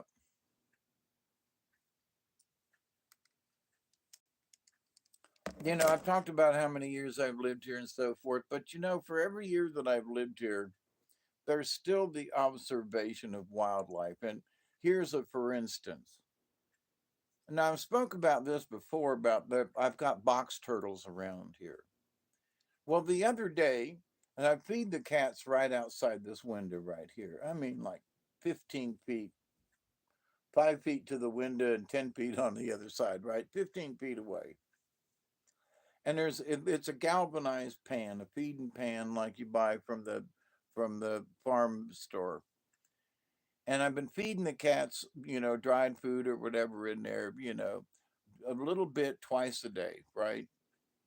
And sometimes Duggar goes out there and crunches and everything. So if it rains or whatever, if they don't eat it all and the ants get in it, then I dump it out, spray underneath the bowl on the ground where the ants have collected, and kill them, chase them off, and then put it back down and put some fresh food in for them, which is almost daily. I mean, I put fresh food in daily, yes, but might every 2 or 3 days is when I I dump it out, right? So I'm out there the other morning, 2 or 3 days ago, and I'm looking down there and I see, well, there's Mr. Box Turtle. Now he has come up to, now one cat's on this side and another cat's on this side. So, and he's in between them. And On the ground is where I have dumped out the chunks that the cats have nibbled and left little pieces, right? Mr. Box Turtle has picked up this chunk of dog cat food. It's actually Alpo dog food, but so has picked up this chunk of dog food and started out across the yard back towards the shed. And I mean, he's got his mouth open. He's like carrying this, looks like a log in his mouth, right? Well, it looks like a little doggy biscuit or the shape of these things. So here's Mr. Box Turtle with this doggy biscuit in his mouth, and he goes around towards the shed. He goes around over towards the shed and hangs a right, and there's a bunch of wandering Jew that is just covered this back over here between the house and the shed. It's a great ground cover, but it's a pain in the ass. But anyway, so he's crawling and goes back over towards the swamp, right? So I'm standing there watching him going, where is he going with this dog biscuit in his mouth? Now, I've watched him eat some of the soggy dog biscuit from around the cat's area before, but this is the first time I've seen him like carry a piece off. Like, what are you doing with this thing? Normally, you just munch a couple of pieces right there in the yard and go off. This time, he's carrying this little doggy biscuit with him, right? What? And he went over and into the taller grass, and I could barely see him. And so he had his head turned away from me. And I was just standing there, and I didn't want to like get any closer and scare him off or whatever. So I just, held my spot. And I seen his head go up and down a couple of times. And the next thing I know, he's turned around, and now there's only this little bit in his mouth. And he comes over towards me and then hangs a hard right and goes into the shed. So now he hadn't been in the shed but a minute, and I want to go find out where he went. And so I left from here, took 5 steps. I never did find out where that turtle went in the shed or under whatever. He disappeared. So, but so here I got this box turtle that's coming out here and eating the dog food with the rest of the critters, you know, carrying it off. Don't know what the hell is going on. Box turtles eating Alpo. I mean, you know, it's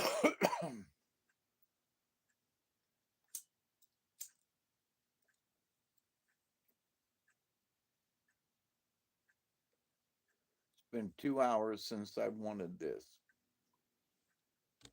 I held off.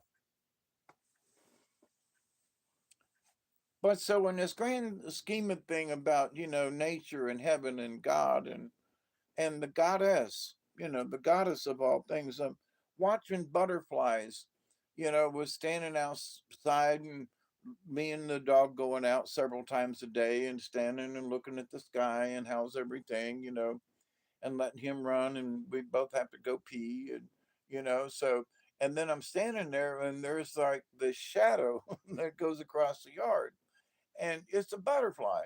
It's the shadow of a butterfly.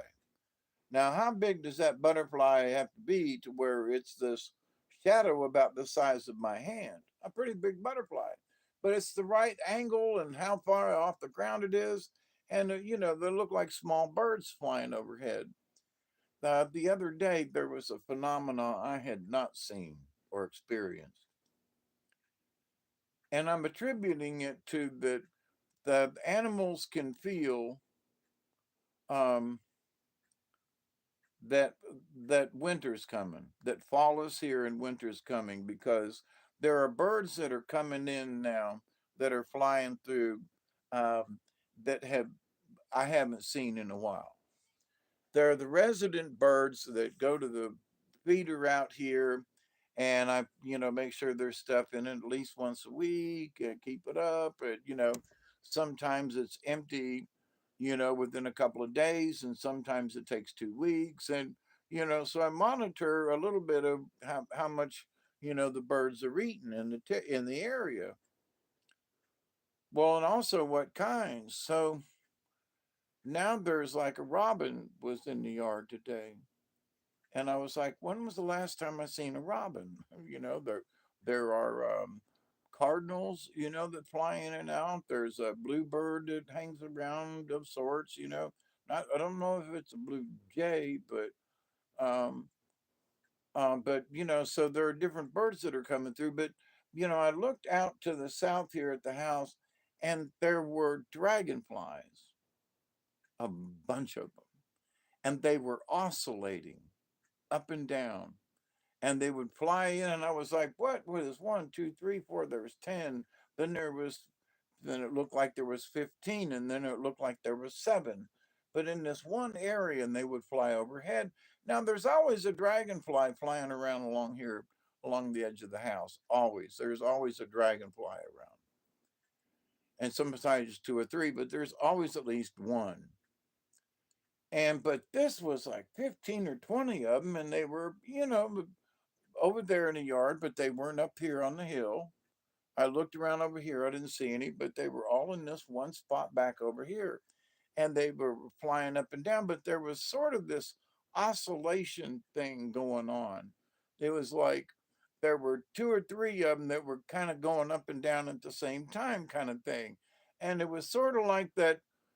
It was similar, but wasn't to how you see birds, a bunch of them flying in the all together. There's a certain name for that pattern that they do, but it was similar, but wasn't. In that they were doing similar things, but not in necessarily a pattern that I could tell. But the oscillation, it went on for a good 10 minutes, and I was like, what the hell? And I wanted to get the camera, but I was afraid that if I left and went back outside that I wouldn't see it, it would disappear. And the other thing was is I wasn't sure I was actually going to be able to pick it up because, you know, 30 feet away, 20 feet away, dragonflies just, it's hard to see them, you know. I knew what they were, but with the camera, you know what I mean? So, but anyway, the entire experience was strange. Not, oh my God, blah, blah, blah. No, it was just strange. And they were all like, they all looked happy. They didn't seem to be like being chased by a monster. They seemed to be playing in this one spot. And the fact that there were so many, two or three or maybe even four dragonflies around this area is not uncommon. But 15 of them, you know, bouncing around and stuff, that was a lot. So, watching nature and seeing the different times of year. So, I was curious as to whether or not the dragonfly incident was the local dragonflies who have been hanging around here for a while greeting dragonflies that are flying in from the north. That they're all types of things are migrating. The birds are starting the migration. Why not dragonflies? I mean, really, dragonflies don't want to get caught in the snow. So wouldn't they migrate south too? I mean, butterflies fly all the way to damn Mexico, you know. Why wouldn't dragonflies come south? Had never thought of it before, but my explanation with them bouncing around was like, well, I've seen flocks of birds. We get um, geese that come in and literally land in my neighbor's pond over here, squawking, 10, 15 of them at a time, circling overhead and blah, blah, blah. And so we get a lot of imports, different times a year, depending on spring or fall. And so, but to see the dragonflies, I was like, wow, that's interesting because, was thinking about the dragonfly card, and the dragon, what the drag, the dragon was so pompous that he said, watch this.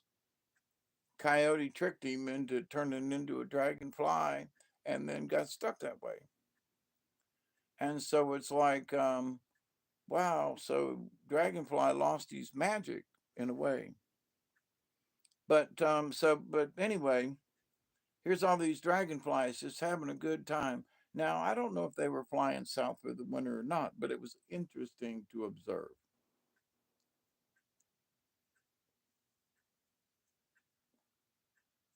So I don't spend my time doing 3D stuff on the computer anymore like I used to. But my time is spent seeing the 3D world, like bouncing dragonflies and different birds flying in and different patterns and different weeds and different stuff in nature.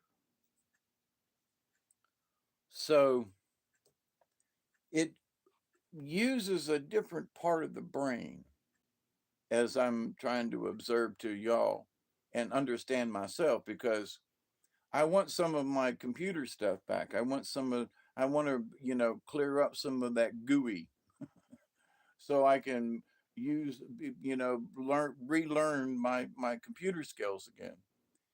But at the same time, it's almost like that spot is being utilized by real 3D stuff, nature, outside, and the world. And then in meditations and in wanderings off in thought, then you get these cosmic messages. Hey, what about this? And they come in all sorts of shapes and sizes. There was a big discussion on a channel or something about the Akashic record, and everybody has their own opinion of it. But I just want to say that there's just information in the universe. Now, here was something that needs discussed.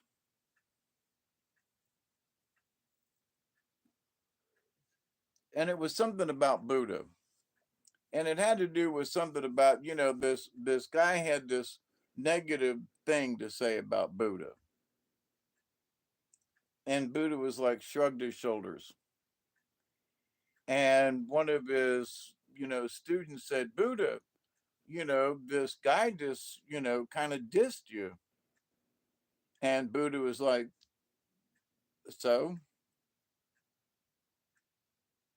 And the student was like, but didn't it affect you, what he said or and he was like, just because he said it didn't mean I had to accept it.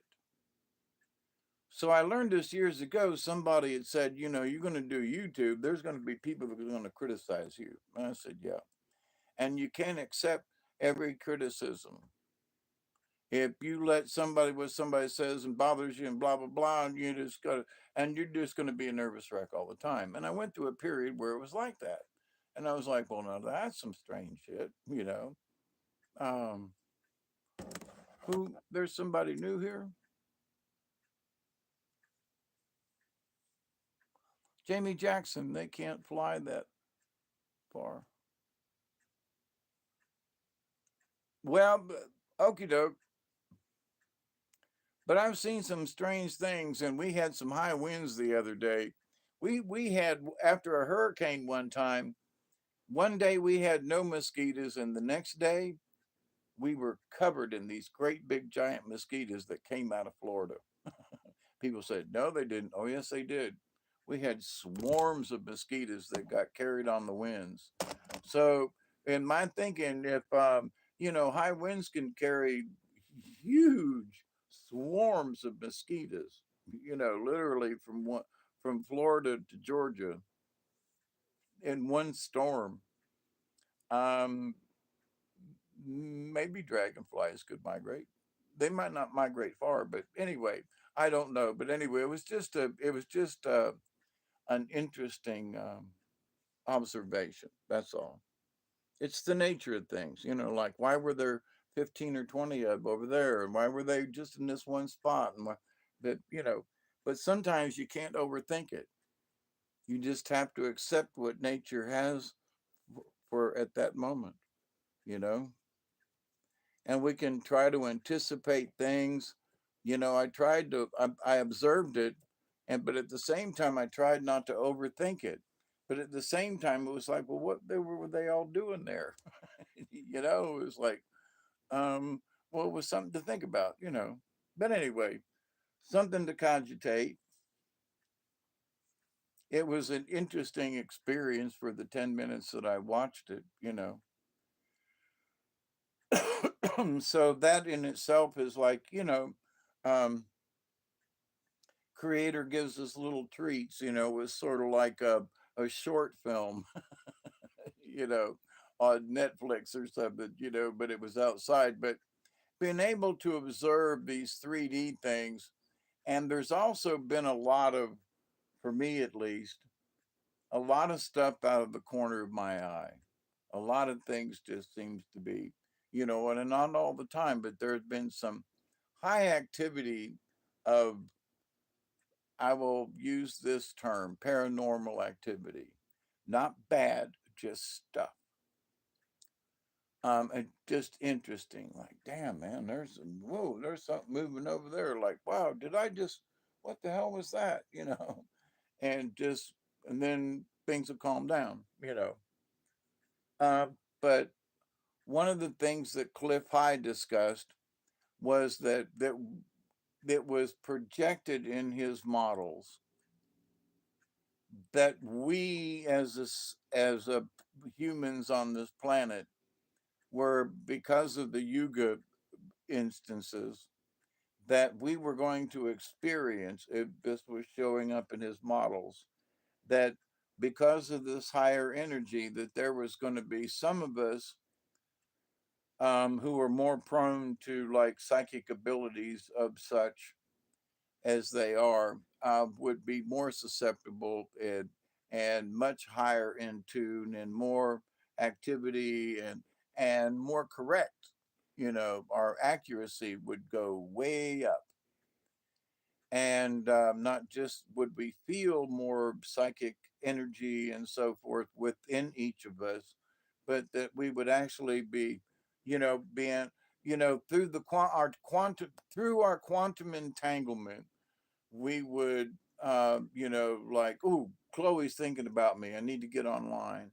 Or, Travis is going to blah, blah, blah, blah, blah, blah. So the quantum entanglement would be for me, for example, to hear somebody's thought or something, and then, like, do a video or whatever, like I've done in the past, but that it would be, more specific, where before it'd be like for me, I'd go, it's 2 in the morning. My spirit guides want me to do a live stream. Okay, somebody out there needs something. So that's what it has been for me normally in the past. So my interpretation of this would be Chloe needs me this morning, or Travis needs me this morning. So rather than it be a general, I wonder who it is wants me, wishes I would do a live stream, it is a certain that would be, that's my interpretation of what this new energy will do. So it'll make a general feeling more direct. And so it's like, well, okay. And we're supposed to be going in this like now.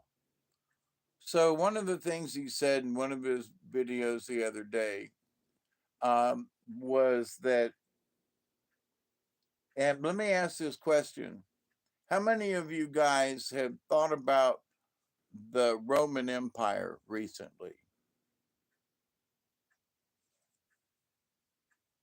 Any of you? Please raise your hand, because this is sort of a poll. I haven't. I was like, well, wait a minute now. I wonder if, and I'd be, and I'm like, no, not really. But apparently it showed up in his data stream.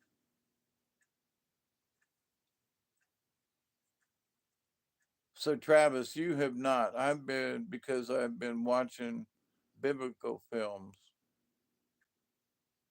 Yeah, I've watched some things too, but apparently in Cliff's data sets, men have been talking about as a quantum thing, have been coming up with, I was thinking about the Roman Empire just the other day.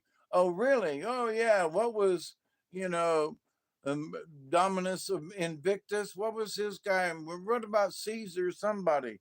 Well, but that apparently somewhere in his data sets, and I'm like, nope, not me. I haven't thought about Romans or the Roman Empire.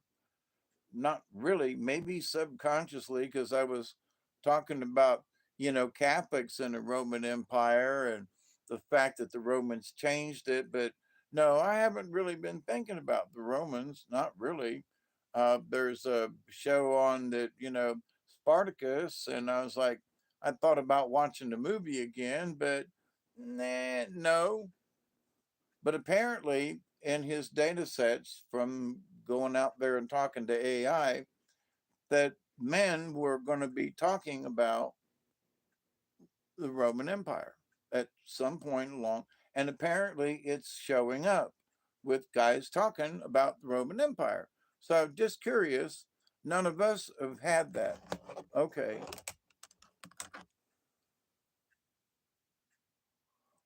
I watched the Gospel of John yesterday, but that ain't the Roman Empire. Yep. Did you find it interesting?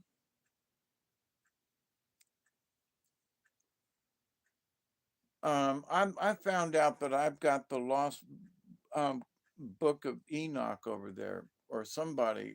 Yeah, and I want to get it down and read through it. I've read through it and I didn't realize I had the book.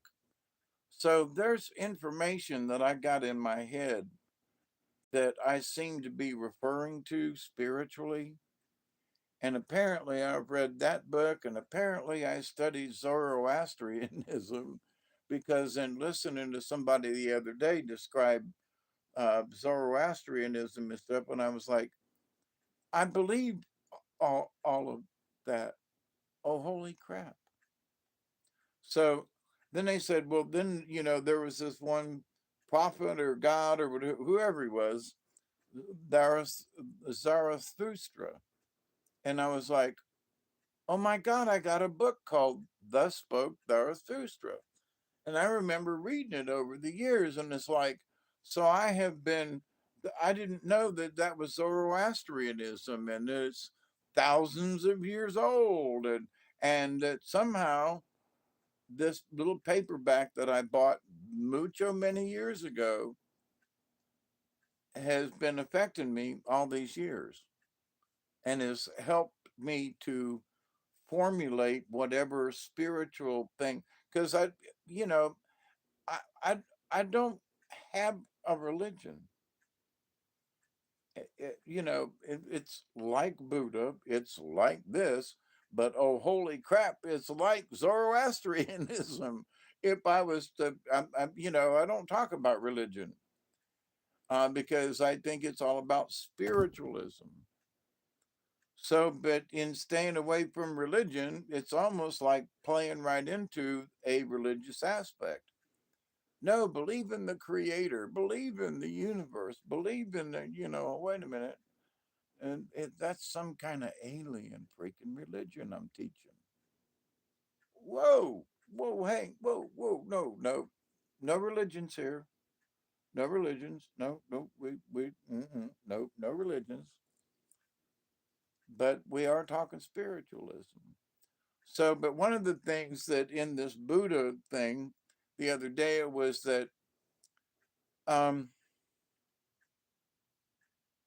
this person who sent this nasty remark or whatever to Buddha, and his disciple was like, so why didn't this bother you? And Buddha was very simple, and he said, you know, there are many gifts in the universe,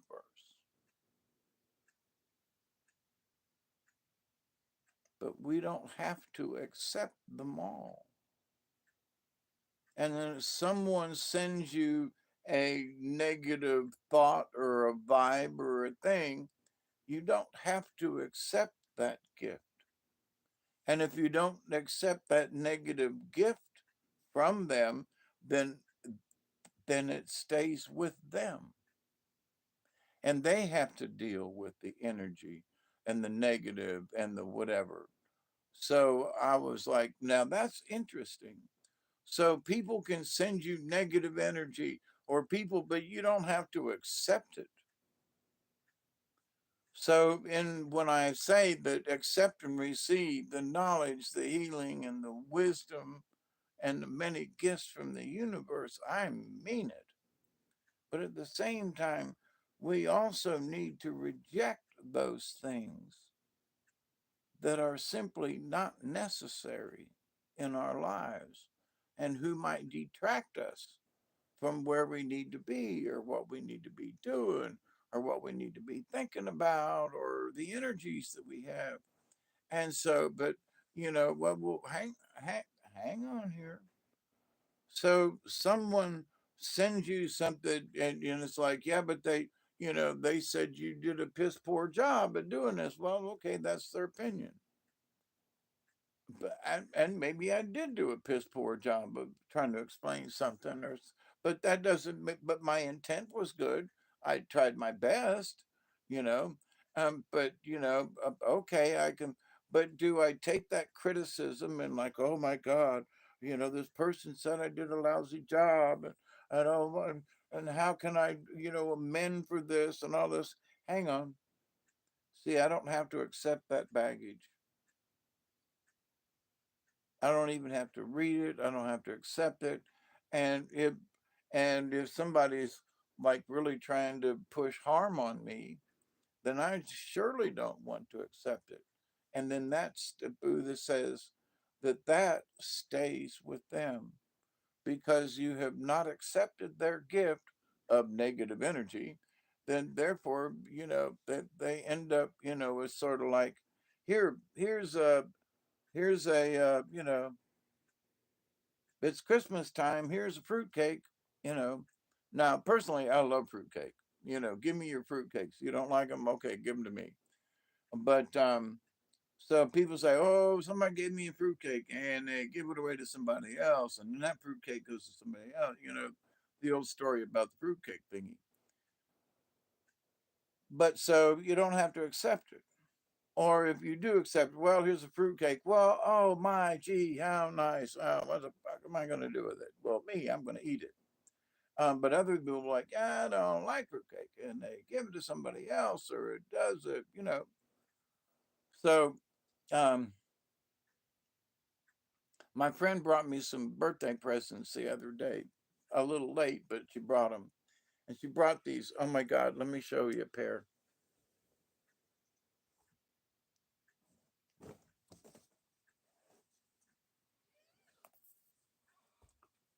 I don't know. Can you see these socks? They're three pairs of socks, and these things are huge. They're Dickies, and they're steel toe crew performance thermals. Now I live here in South Georgia. These things I should send some of a pair, a couple of these pair to to um, to Robert. He lives in He lives in North Dakota. But I mean, these things. Oh my God, they're so thick. And I'm not just one bundle, but three bundles. I got six pairs of these humongous thermal socks. That God bless her, but I'm not going to wear them all. You know, It'll take me years to wear all those socks, but they're my birthday present. So I accepted them because I'll wear the socks in the wintertime. But, my God, there's enough for, for down here in South Georgia, thank you, thank you, thank you, Rhonda, um, help me, Rhonda, help me, Rhonda, get her out of my heart. Anyway, but Beach Boys. Um, But so in the universe, there are all kinds of gifts, and some of these gifts are not very well intended, and we have to learn how to reject those. There's some information out there that's like, um, when I heard it listening to the radio earlier today, it was like, they have just found, 40 dead children, some of them with their heads cut off. I was like, I wished I hadn't heard that. Although it's information, I really didn't want to hear that. But at the same time, I have to hear it because got to know what's going on in the world. So now everybody, because it has just been mentioned in conversation, how many 40 children with some of their heads? Okay, now everybody's heard it, right? It has spread. It's now, so then there was information that came out around the same time that said beware of misinformation. So it's like, okay, so are they trying to downplay the fact that there were 40 children, or did somebody make up a story to make it look worse than it actually was? Did that actually happen?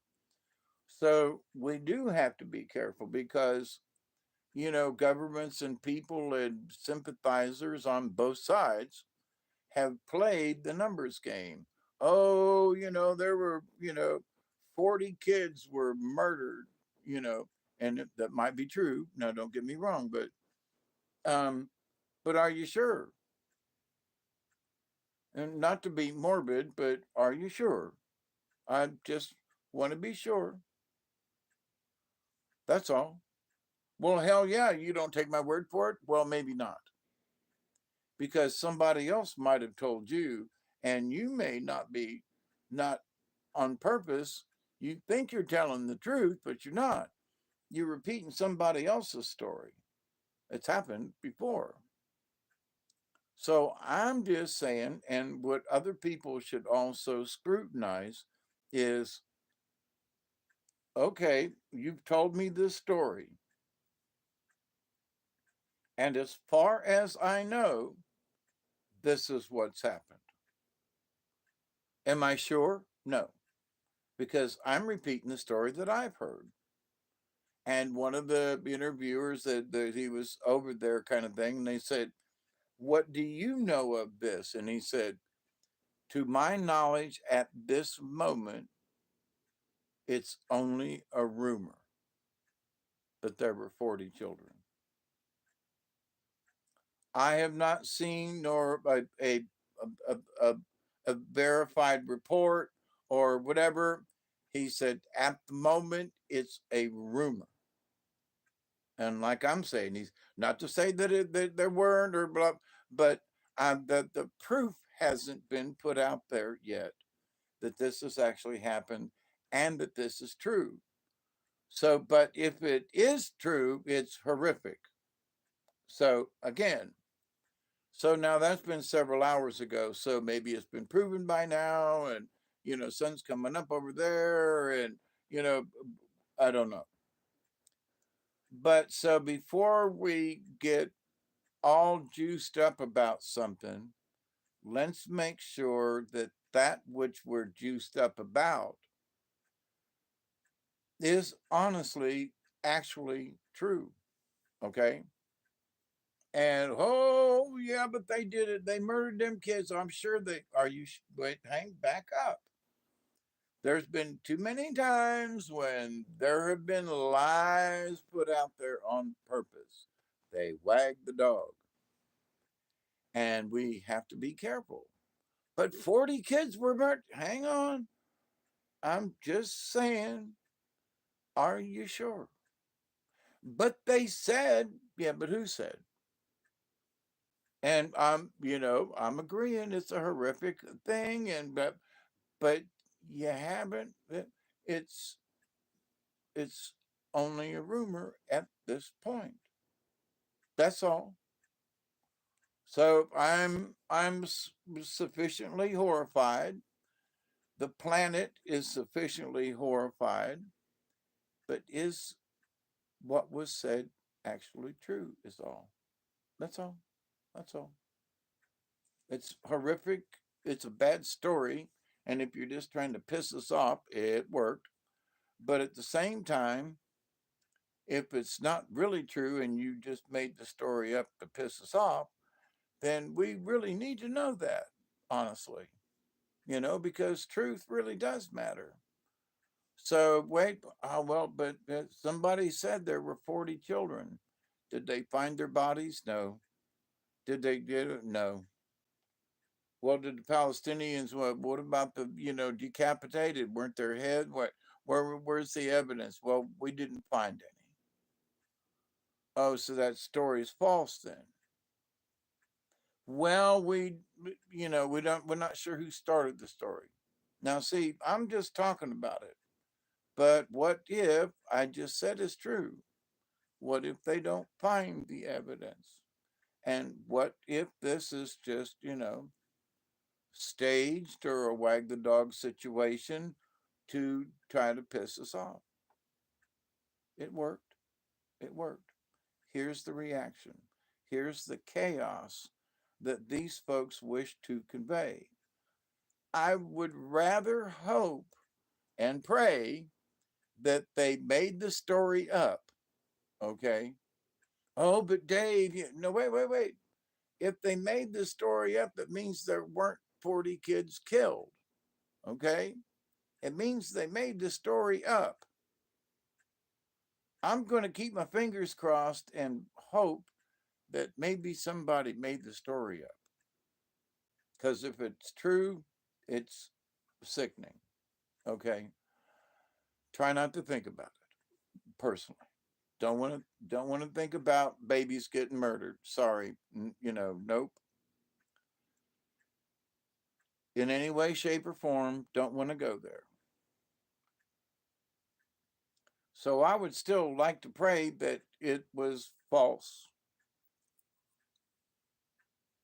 If it's true, still going to pray, right? So what do we do in the interim of this? We make sure that the things that are said about what's going on are actually the truth. 40 babies killed. I don't want to be morbid, but where's the evidence?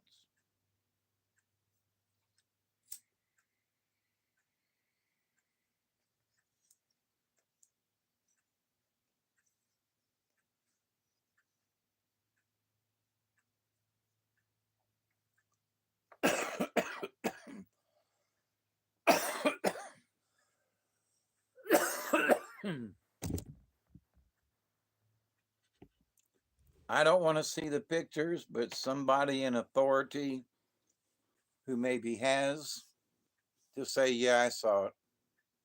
And I go, oh, okay. Wished I hadn't, but yes, I've seen it. Okay. Then, all right, then I'll take your word for it.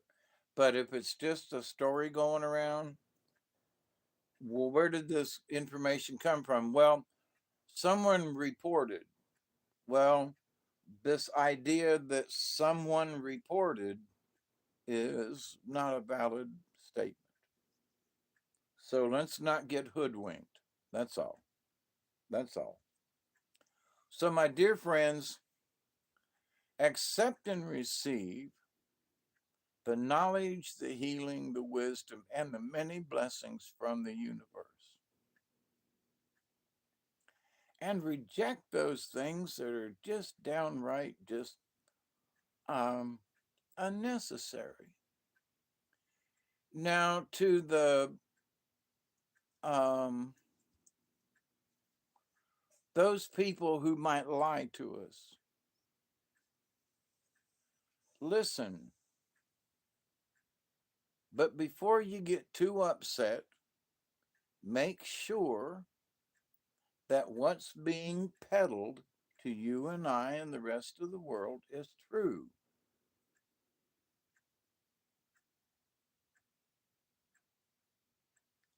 on both sides, meaning, well, there were a few casualties.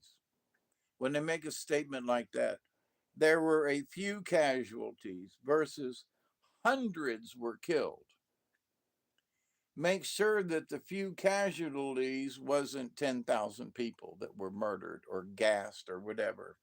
Or make sure that some of these, because they have stirred our emotions with the chaos currently, they're likely to put all kinds of shit up there to, bang at our heartstrings. And so, pray for the situation. Pray that these folks, that if they have been kidnapped, and some of them have been, that these kidnapped folks, will get returned safely, that they haven't been tortured. Being kidnapped is torture enough, but, um, you know, we know that some of these things are supposedly true. Um, let's hope that these savages get stopped in their tracks. Um, and that might mean that another ET race needs to step in and murderize these sons of bitches for doing these unhuman things to humans on this planet. So, reject those negatives and stay out of the pitfalls. Y'all be safe. I'm going to try to figure out how to shut this thing off. It's 10 minutes to 4 here at my house. I got to try to get this. I've got the phone in this contraption. So, but I love you all and be safe. Travis and Michelle and everybody. It's Richard. It's always good to see you all. It is. And so, y'all, please be safe. Keep an eye on shit now. Don't let these folks get away with nothing. But at the same time, don't let it pull you down, because, you know, um, understand that these, the Palestinian slash Jewish folks, these, these folks have been at it on planet and off planet. These folks have been at it for thousands of years. Okay. This ain't something that just recently pissed them off. They have been recently pissed off, which has brought up the current situation, but they've been mad at each other for a long time. So don't just bring this thing. People want to say, oh, well, this and that. No, no, no, no. Just calmly say, listen, it is a bad situation, but they've been going after each other for 1,000 years. Just calm down. Yes, it's horrible, but they've been at it for 1,000 years or more. You know, calm down in that respect. Oh, but it's critical and they're bombing each other. Yes, but they've been doing stuff like this for 1,000 years. Just remember that. That's all. Yes, it's horrific, but they've been doing it for 1,000 years.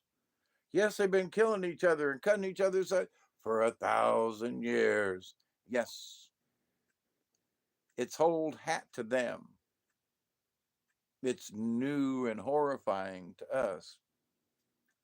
No, we've been murdering our adversaries for the last 3,000 years. Oh, hell, to cut their head off ain't shit. Bend over, whack, Now, come next. Here we go. Come on, let's chop, chop. Let's get on with this genocidal maniac right here. So, yes, ladies and gentlemen, they have been doing it for a long time. So, yes, it still upsets us, but to them, it's common. To them, it's acceptable. To them, it's 3,000 years old. So, anyway, I love you, and I got to put medicine on my nose, but my face is going freaking crazy again. I'm taking all my meds. So, good night, good morning, wherever you are. Please stay safe and and dream peaceable dreams. Try. Oh, and by the way, as an aside, sort of for coming up, I want to talk about the sutra, the yuga, the Kama Sutra energies, the yuga energies, and just about that in a coming video. So think about it. Think about how if these new energies, if you are feeling them, and if so, what are they making you feel like? Do you feel more energetic? Do you feel more sleepy? Do you feel more psychically aware, as supposedly suggests? Because I would like you all's opinion as to what the AI bots seem to be projecting for our near future. So, it's part of a poll, if you will. So it's like, the AI bots say that we should be acting this way. Are any of you acting this way? you know, so, uh, but at the same time, I know that we're going through the change with the Yuga business, okay? And that our solar system is going across the ecliptical and blah, blah, blah. I understand that and I believe it, okay? And so, but how and are we being affected by these intergalactic waves? You know, what's the effect on us? I mean, we're always getting bombarded by cosmic rays, but is this any different? I seem to think there are. So we'll see how things work out because we're going into this new phase, and these next few months with us going into the fall and winter, um, it will affect us differently. We'll be in a different phase in the solar system ourselves, and so it's going to be interesting. So, but anyway, I love you all. Be safe, okay? And how do I get out of this thing? Oops, I'm trying to touch my computer. Let's see what this does. See you all later, my dear friends. Oh, you want to stop? Yes.